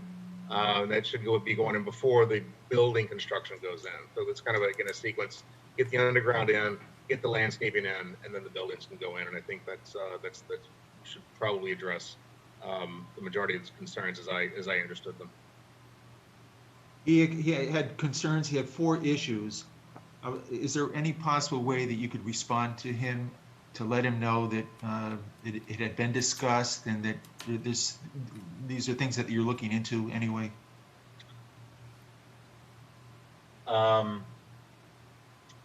Yes, I guess my only question is, I can talk to staff if we should do that through staff or do it directly. That's fine. Right. So sure. Yeah. Okay. Yeah, just to make sure his questions are answered, because he brought up some important points. Okay. Thanks, Peter. Thank you, Nicole. And I guess we're ready for a recommendation. You're welcome, Peter. I move that the planning board declare its intent to continue to be the seeker lead agency to coordinate the environmental review of Eastdale Village project, formerly known as McDonald Heights Town Center, as a type 1 action as proposed to be modified by the 10th amended site plan, and authorize the planning department to circulate a notice of said intent, a copy of the EAF, and a copy of the application to all involved and interested agencies. Second. Moved and seconded. Called to question by roll call. Peter? Aye. Ben? Aye. Nicole? Aye. Rocco? Aye. Bob? Aye. Joan? Aye. Myself, aye. Motion passes 7-0. I move that the planning board defer further action on this application pending reestablishment of a lead agency and direct the applicant to respond to comments of the planning board and to any comments and responses received from town departments and agencies. Second. Moved and seconded. Called to question. All those in favor by roll call. Peter? Aye. Ben? Aye. Nicole? Aye. Rocco? Aye. Bob? Aye. And Joan? Aye. And myself, aye. Motion passes 7-0. All right, thanks, Jeff. Thank you very much. See you next time. Next up is Hudson Heritage Burger King Architectural Review. Who's here for that? Good evening. This is Susan Burke. I represent the owner of Hudson Heritage. Unfortunately, the proposed Burger King restaurant owner could not continue to attend the meeting tonight. I'm sorry, Susan, I'm here. I'm sorry. Excuse me? This is Sanjay. Oh, you are? Yes, I'm You're back. Yes, I'm back. Yeah, sorry the meeting is going long. We have a lot of applications. Go ahead, Susan. Okay. So I guess Sanjay is here. So as owner, I just have to apologize. I understand that the application was not complete, and I appreciate that your time in reviewing the application and providing the comments. So we're requesting that this matter be deferred to the July meeting so that we have time to work with the tenant and address the comments and provide a complete application. That sounds good. Yep, you need to look at making sure it complies with the historic architecture that they show with their palette. Yeah, there's some things the tenant has to address, and there's some things that ownership has to address. So that's why we're requesting to be deferred to July. All right, go ahead with the motion then, Nicole. I move that the planning board defer further action on this application and direct the applicant to respond to comments of the planning board and those received from town departments and agencies, included but not limited to the following. Respond to the following said responses to be reviewed by the planning department as to adequacy and completeness, 1 through 5. Second. Moved and seconded. Call the question. All those in favor? Aye. Aye. Anyone opposed? All right, motion passes 7-0. Thanks. Have a good night. Good night. And Thank you. Okay, thank you. we'll look forward to your. Letter would have done it, guys. Thanks, David. Could have saved this. Yeah, I know it was. Good night, anyway. See you next. Yeah.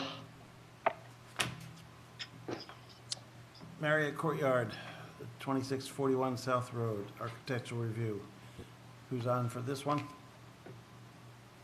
Good evening. My name is Robert Powell. I'm here with my associate Daniel Guarino on behalf of CR Architecture, representing the owner of the property for the presentation on this exterior renovation. Daniel will be managing the slides, so he can be granted control. Dan Marino. Daniel, are you on? Yeah, go ahead. Can everybody see?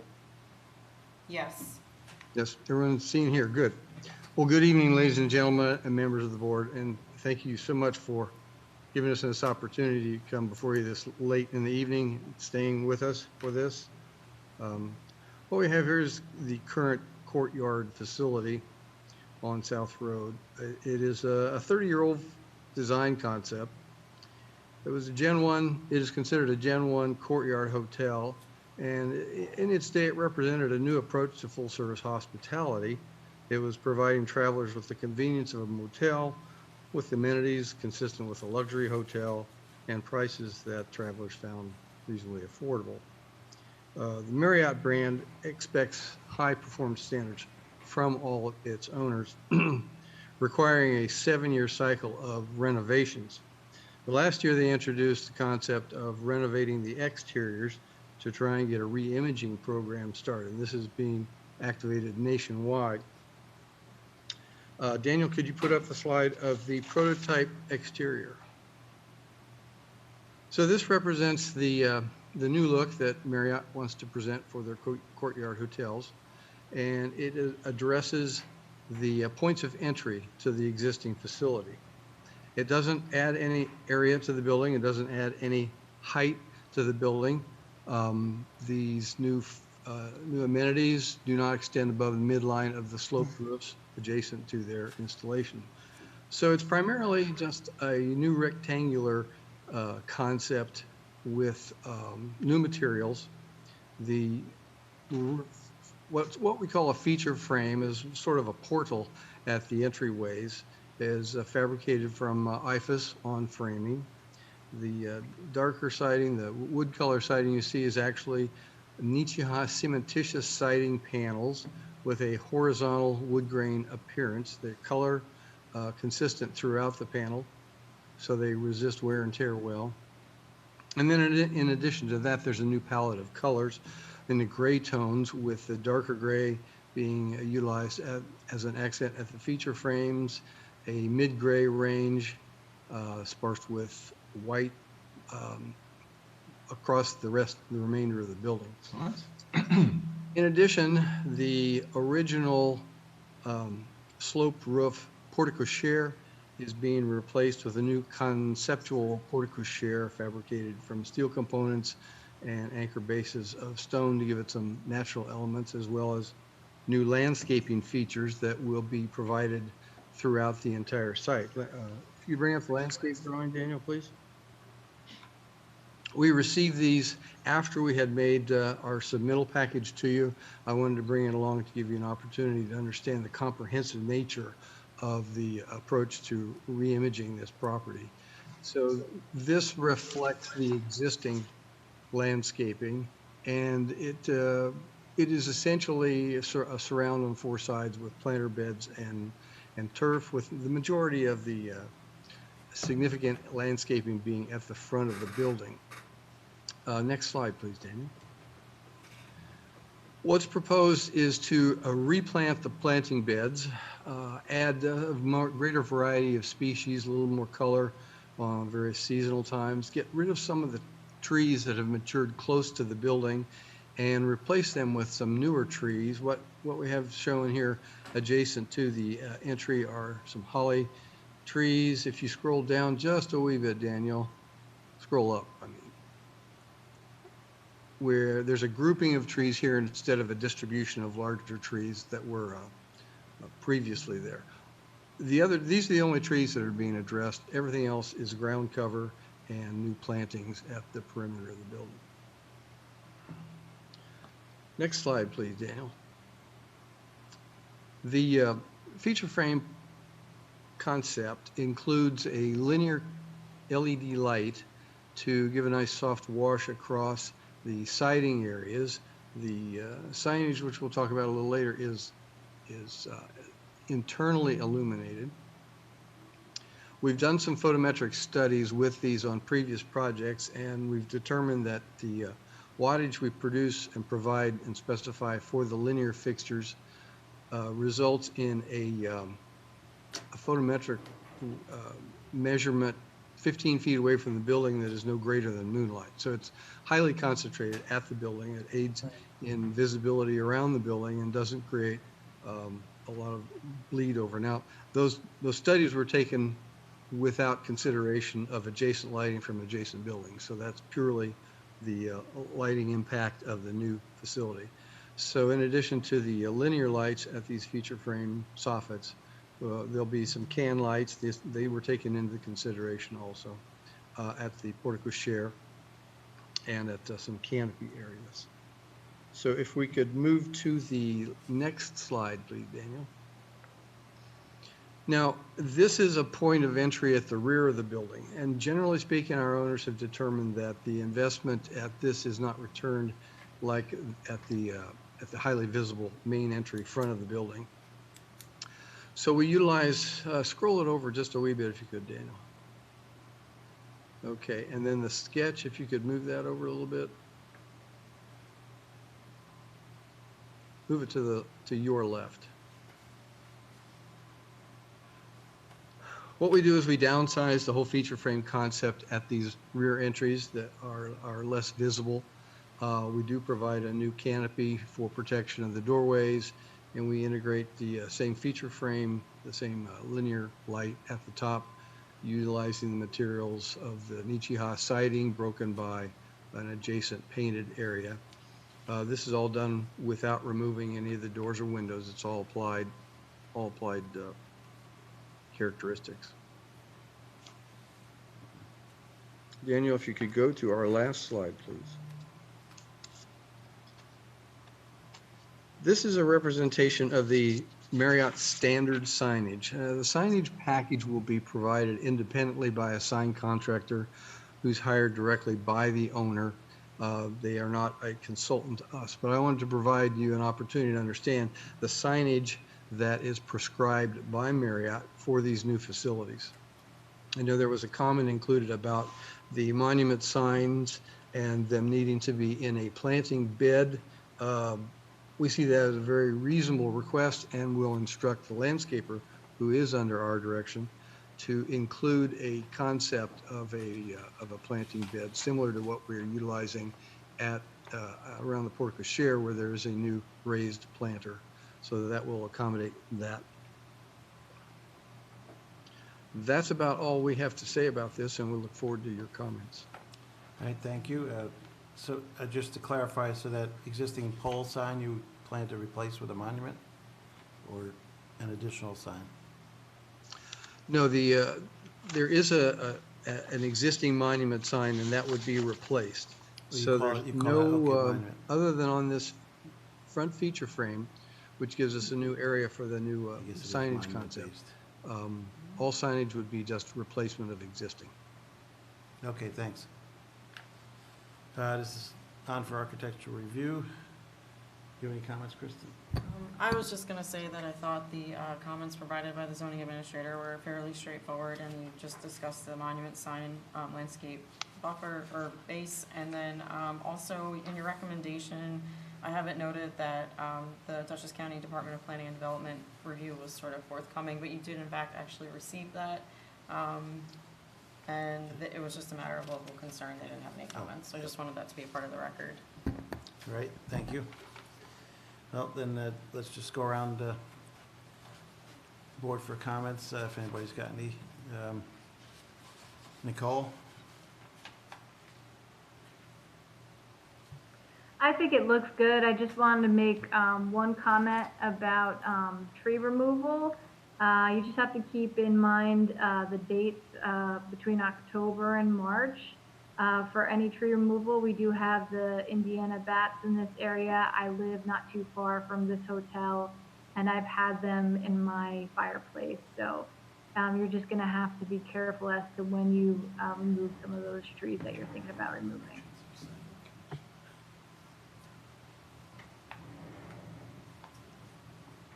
All right, thanks, Nicole. Rocco? I think it looks good. I don't have any questions. Thank you. Bob? Yeah, I mean, I like the new look. I just had a question.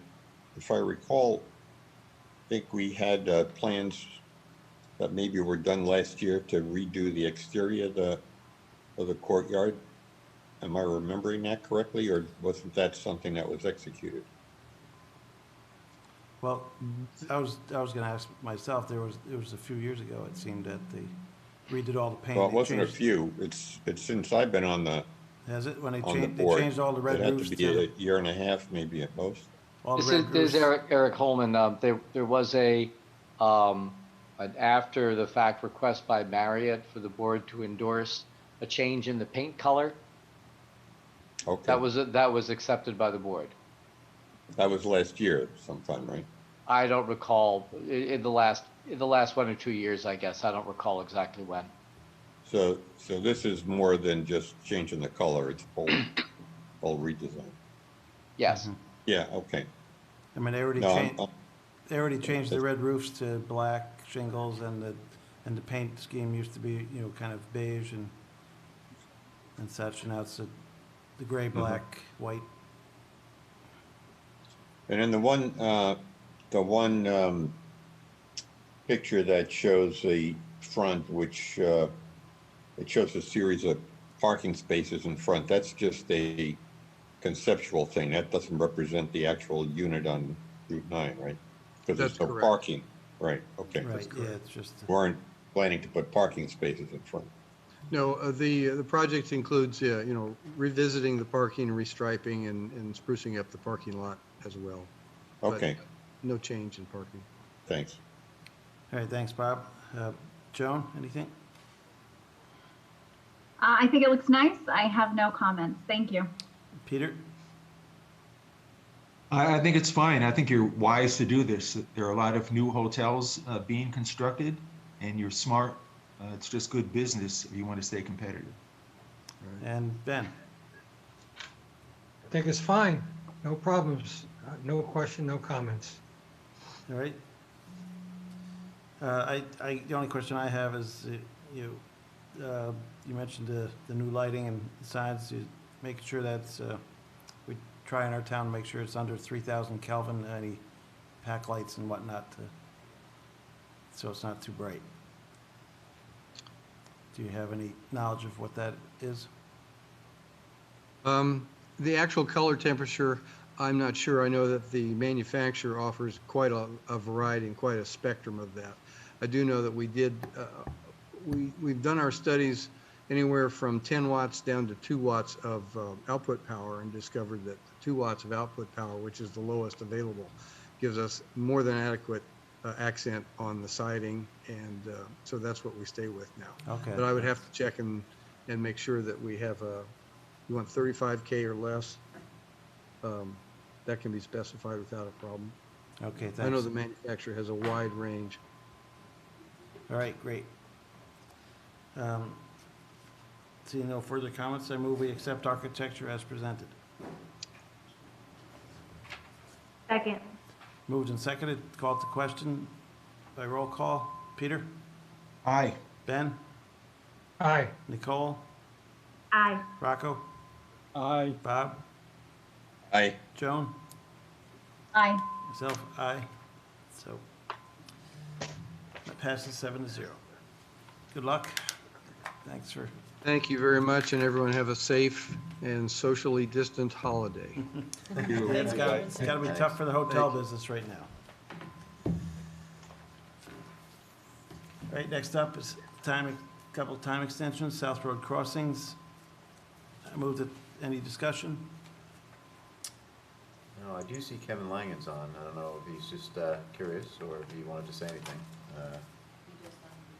Just curious, Mike. All right. All right. I move that the planning board grant one 90-day time extension per town code, section 177-10 sub P, moving that expiration date for the applicant to meet conditions of approval as documented in the November 21st, 2019 approval forward to August 18th, 2020. Second. Moved and seconded. Called to question. All those in favor by roll call. Peter? Aye. Ben? Aye. Nicole? Aye. Rocco? Aye. Bob? Aye. Joan? Myself, aye. Motion passes 7-0. Thank you, everyone. Yep, take care. Good night, Kevin. Thanks. Have a good night. Good night. Night. Wait a minute, what about Malabar? Yeah, no, we're not done. We're not, We're not done we're yet. not done, Ben. You're not done.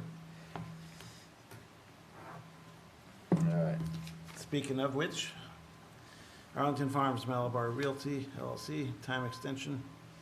Eric, you have some comments on that? Just that we received a letter late yesterday, or just a day or so ago, May 19th, with a request for a 90-day time extension on the site plan approval.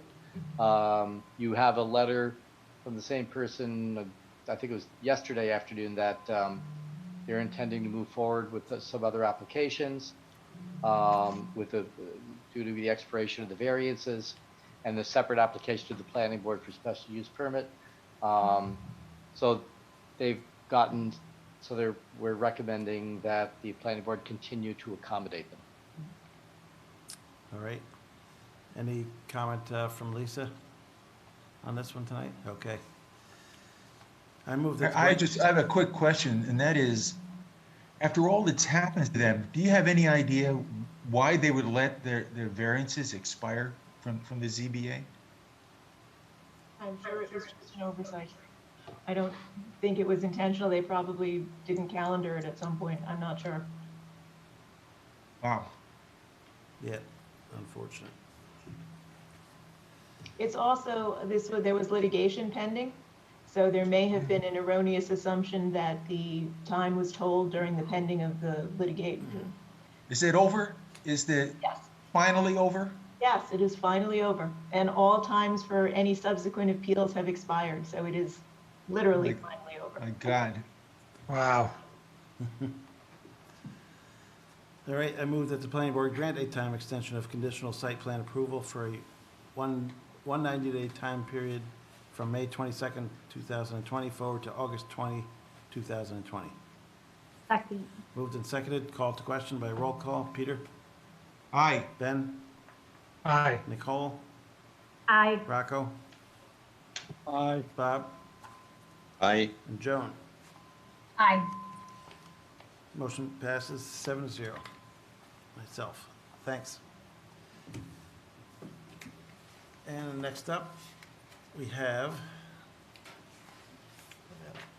The last item. Last item, we'll go to Mike for. Yeah, so this came in last night, basically, but the town board has been, thinking about how it can help some of our local businesses that are obviously struggling during this time.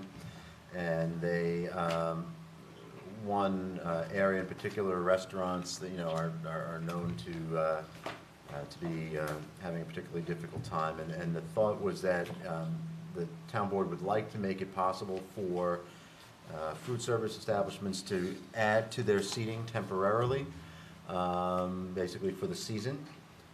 So that and the assumption that things open up for restaurants at some point in the next month or so, that it's expected that they will not be able to have the same number of people sitting inside and sitting as close as they would typically have been sitting. So making it possible for those restaurants to have some seating outside, either in the parking lot or perhaps even in a public right-of-way if the town separately decides to close a portion of the street or on the sidewalk.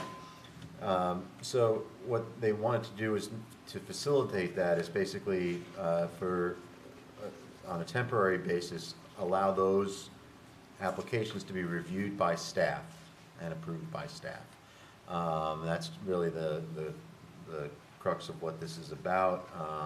The language was put together by Jim Nelson over the last week or so. I did have a chance to go through it and work with him a little bit on it.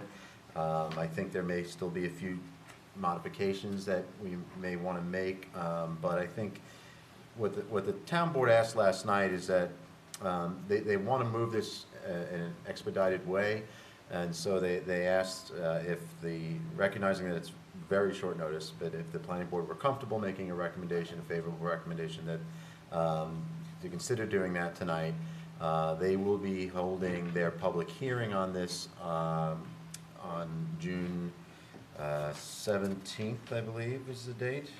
Yes, June 17th, which is unfortunately the day before our next planning board meeting. So, and so that was the request that we got. I'm happy to try to answer some questions for you if you have any. Again, I know you didn't have a lot of time to look this over, but neither did we.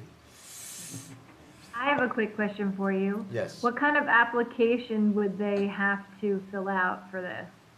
That's a good question. There is, we have some language in here about the kind of information that would have to be provided. So there's a section Something D. about a permit? Yeah, so it would be a permit application for outdoor seating or for sidewalk seating. And you can see in section D that there are submission requirements that are outlined in the zoning section. And there would be a fee for the review as well. Staff, we would have to consult with the fire, police, highway, building department, engineering, to just at a staff level, so that we still get, the full value of their input. And then we would make a decision based on that. Mike, do you know how much the fee is? $150. $150. Right, 150? Yes. Right. Yeah. Under the circumstances, don't you think that they could waive the fee? Well, I think that's something that the town board could certainly consider. And that would be part of my recommendation. When you consider what all the restaurant owners have gone through, it's great that we're allowing them to open up, but charging them a $150 fee just seems like punitive. We can pass that on as part of our recommendation, absolutely. Mike, can you explain a little more the bullets 2 and 3 right at the beginning about closing one part of College View Avenue? Oh, and the resolution? What are they going to make that one-way street? Yeah, so the resolution itself that the board adopted last night, I guess, had 3 components to it. The one that we're actually looking at is the amended local law, which, is creating this section of the zoning related to temporary outdoor seating, temporary sidewalk seating. But there were 2 other items here that they also included, which would have, starts a look at perhaps closing some portion of College View Avenue.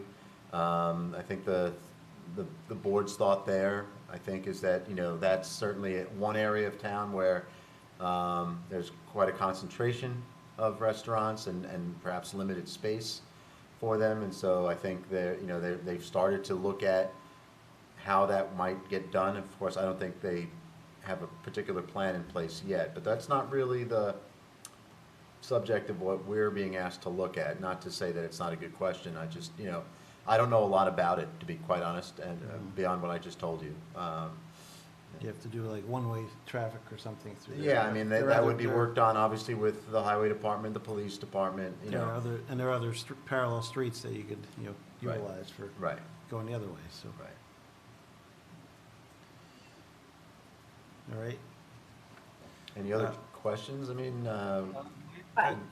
Sorry, I have another one. Yeah. So if obviously we all probably think this is a good idea, but so the town board goes back on June 12th and they're approving it at that point, and then restaurants can apply, or is it something that probably won't even be available until July? So obviously a lot will depend on what kind of comments they get and what kind of thought the town board has about this as they get closer. But June 17th is the public hearing. I believe it's at least the supervisor's hope or intention to vote on something that night, which is why they're asking for both our recommendation and also the county's recommendation to be expedited so that they would have that if they are indeed ready to vote that night. But again, that would be, their call. Yeah. And of course, this is subject to the governor's executive orders and when restaurants can actually open and in Dutchess County and all those other factors that go into it. And even assuming this gets done from the town perspective, there's still other things like Department of Health approvals that would be put in place for any outdoor seating and other things. So this is one part of the process. One piece of the puzzle. Yep. Yeah. you know, the numbers have been coming down in Dutchess, so you don't know when this opening will happen, so it's good to have things prepped and ready. Well, it's, I think, a small opportunity to try to, to get ahead of this and try to do something that hopefully is, will be helpful to at least some of those businesses that are struggling. So. And I agree with Peter about, considering to waive the fee, so that's. anyone Yeah, I do else? too. All right, any other comments? Michael Rocco, was there any talk of maybe other considerations of some other streets besides College? Not that I've heard. I mean, College View is a town road, which of course makes the decision Well, that's easier. why, I mean, in the town itself. Right, but I mean, some of the other, roads that, for example, that you might think about, like Main Street, are county roads. So it becomes just that much more complicated. So this was the one that came up in their discussion initially, and that's why it was in their resolution. It's tough to think another, a lot of restaurants on Route 9, which is state, a lot of on Main Street, which is county, so. Right. Well, in some places that, have parking lots where they would also be able to utilize some space in their own parking lot. Obviously in Arlington, it's a little bit different in that particular area of Arlington. So. All right. Thank you. Yeah. So is this just limited to College View? Well, No. I mean, the general. Gotta 50, right? The zoning amendment is anywhere in the town. Okay, terrific. Yes. The road closure piece, which is in the resolution, but not the zoning amendment. That's College That View. is related Okay. to College View at the moment. Great. Yes. Thanks. Yep. Okay, thanks for Mike, the document we got, I guess it was today, Yeah. it talks about a public hearing on June 3rd. Is that a different Correct. one? So at the meeting last night, what I sent you was what was on the town board's table last night.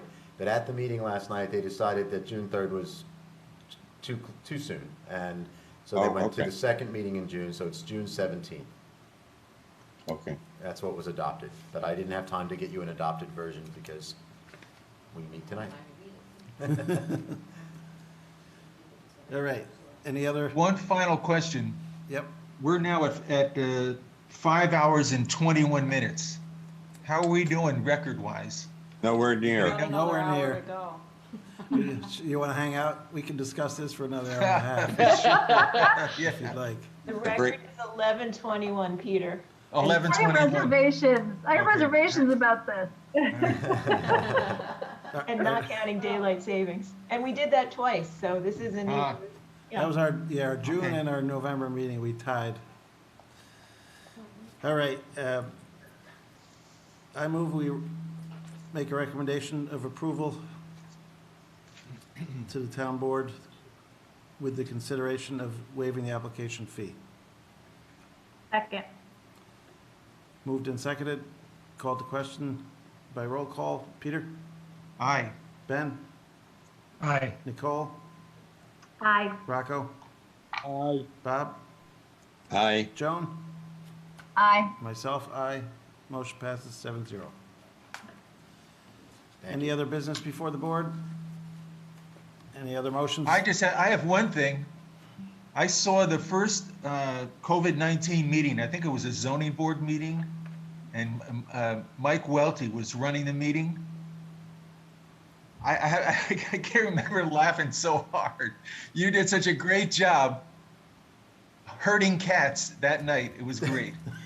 We're getting pretty good at it now, though, aren't we? Yes. Yeah. Yes. Yeah. Just takes a little longer this way than in person, that's for sure, too. Great job. Thanks. All right, guys, thanks for hanging in there. Okay. Long night. Oh, yeah. Anybody care to make a motion? Oh, yeah, we could make a motion.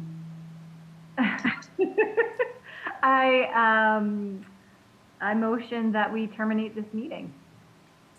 Second. Moved and seconded, called to question, all those in favor? Aye. Aye. Anyone opposed? Motion passes 7-0.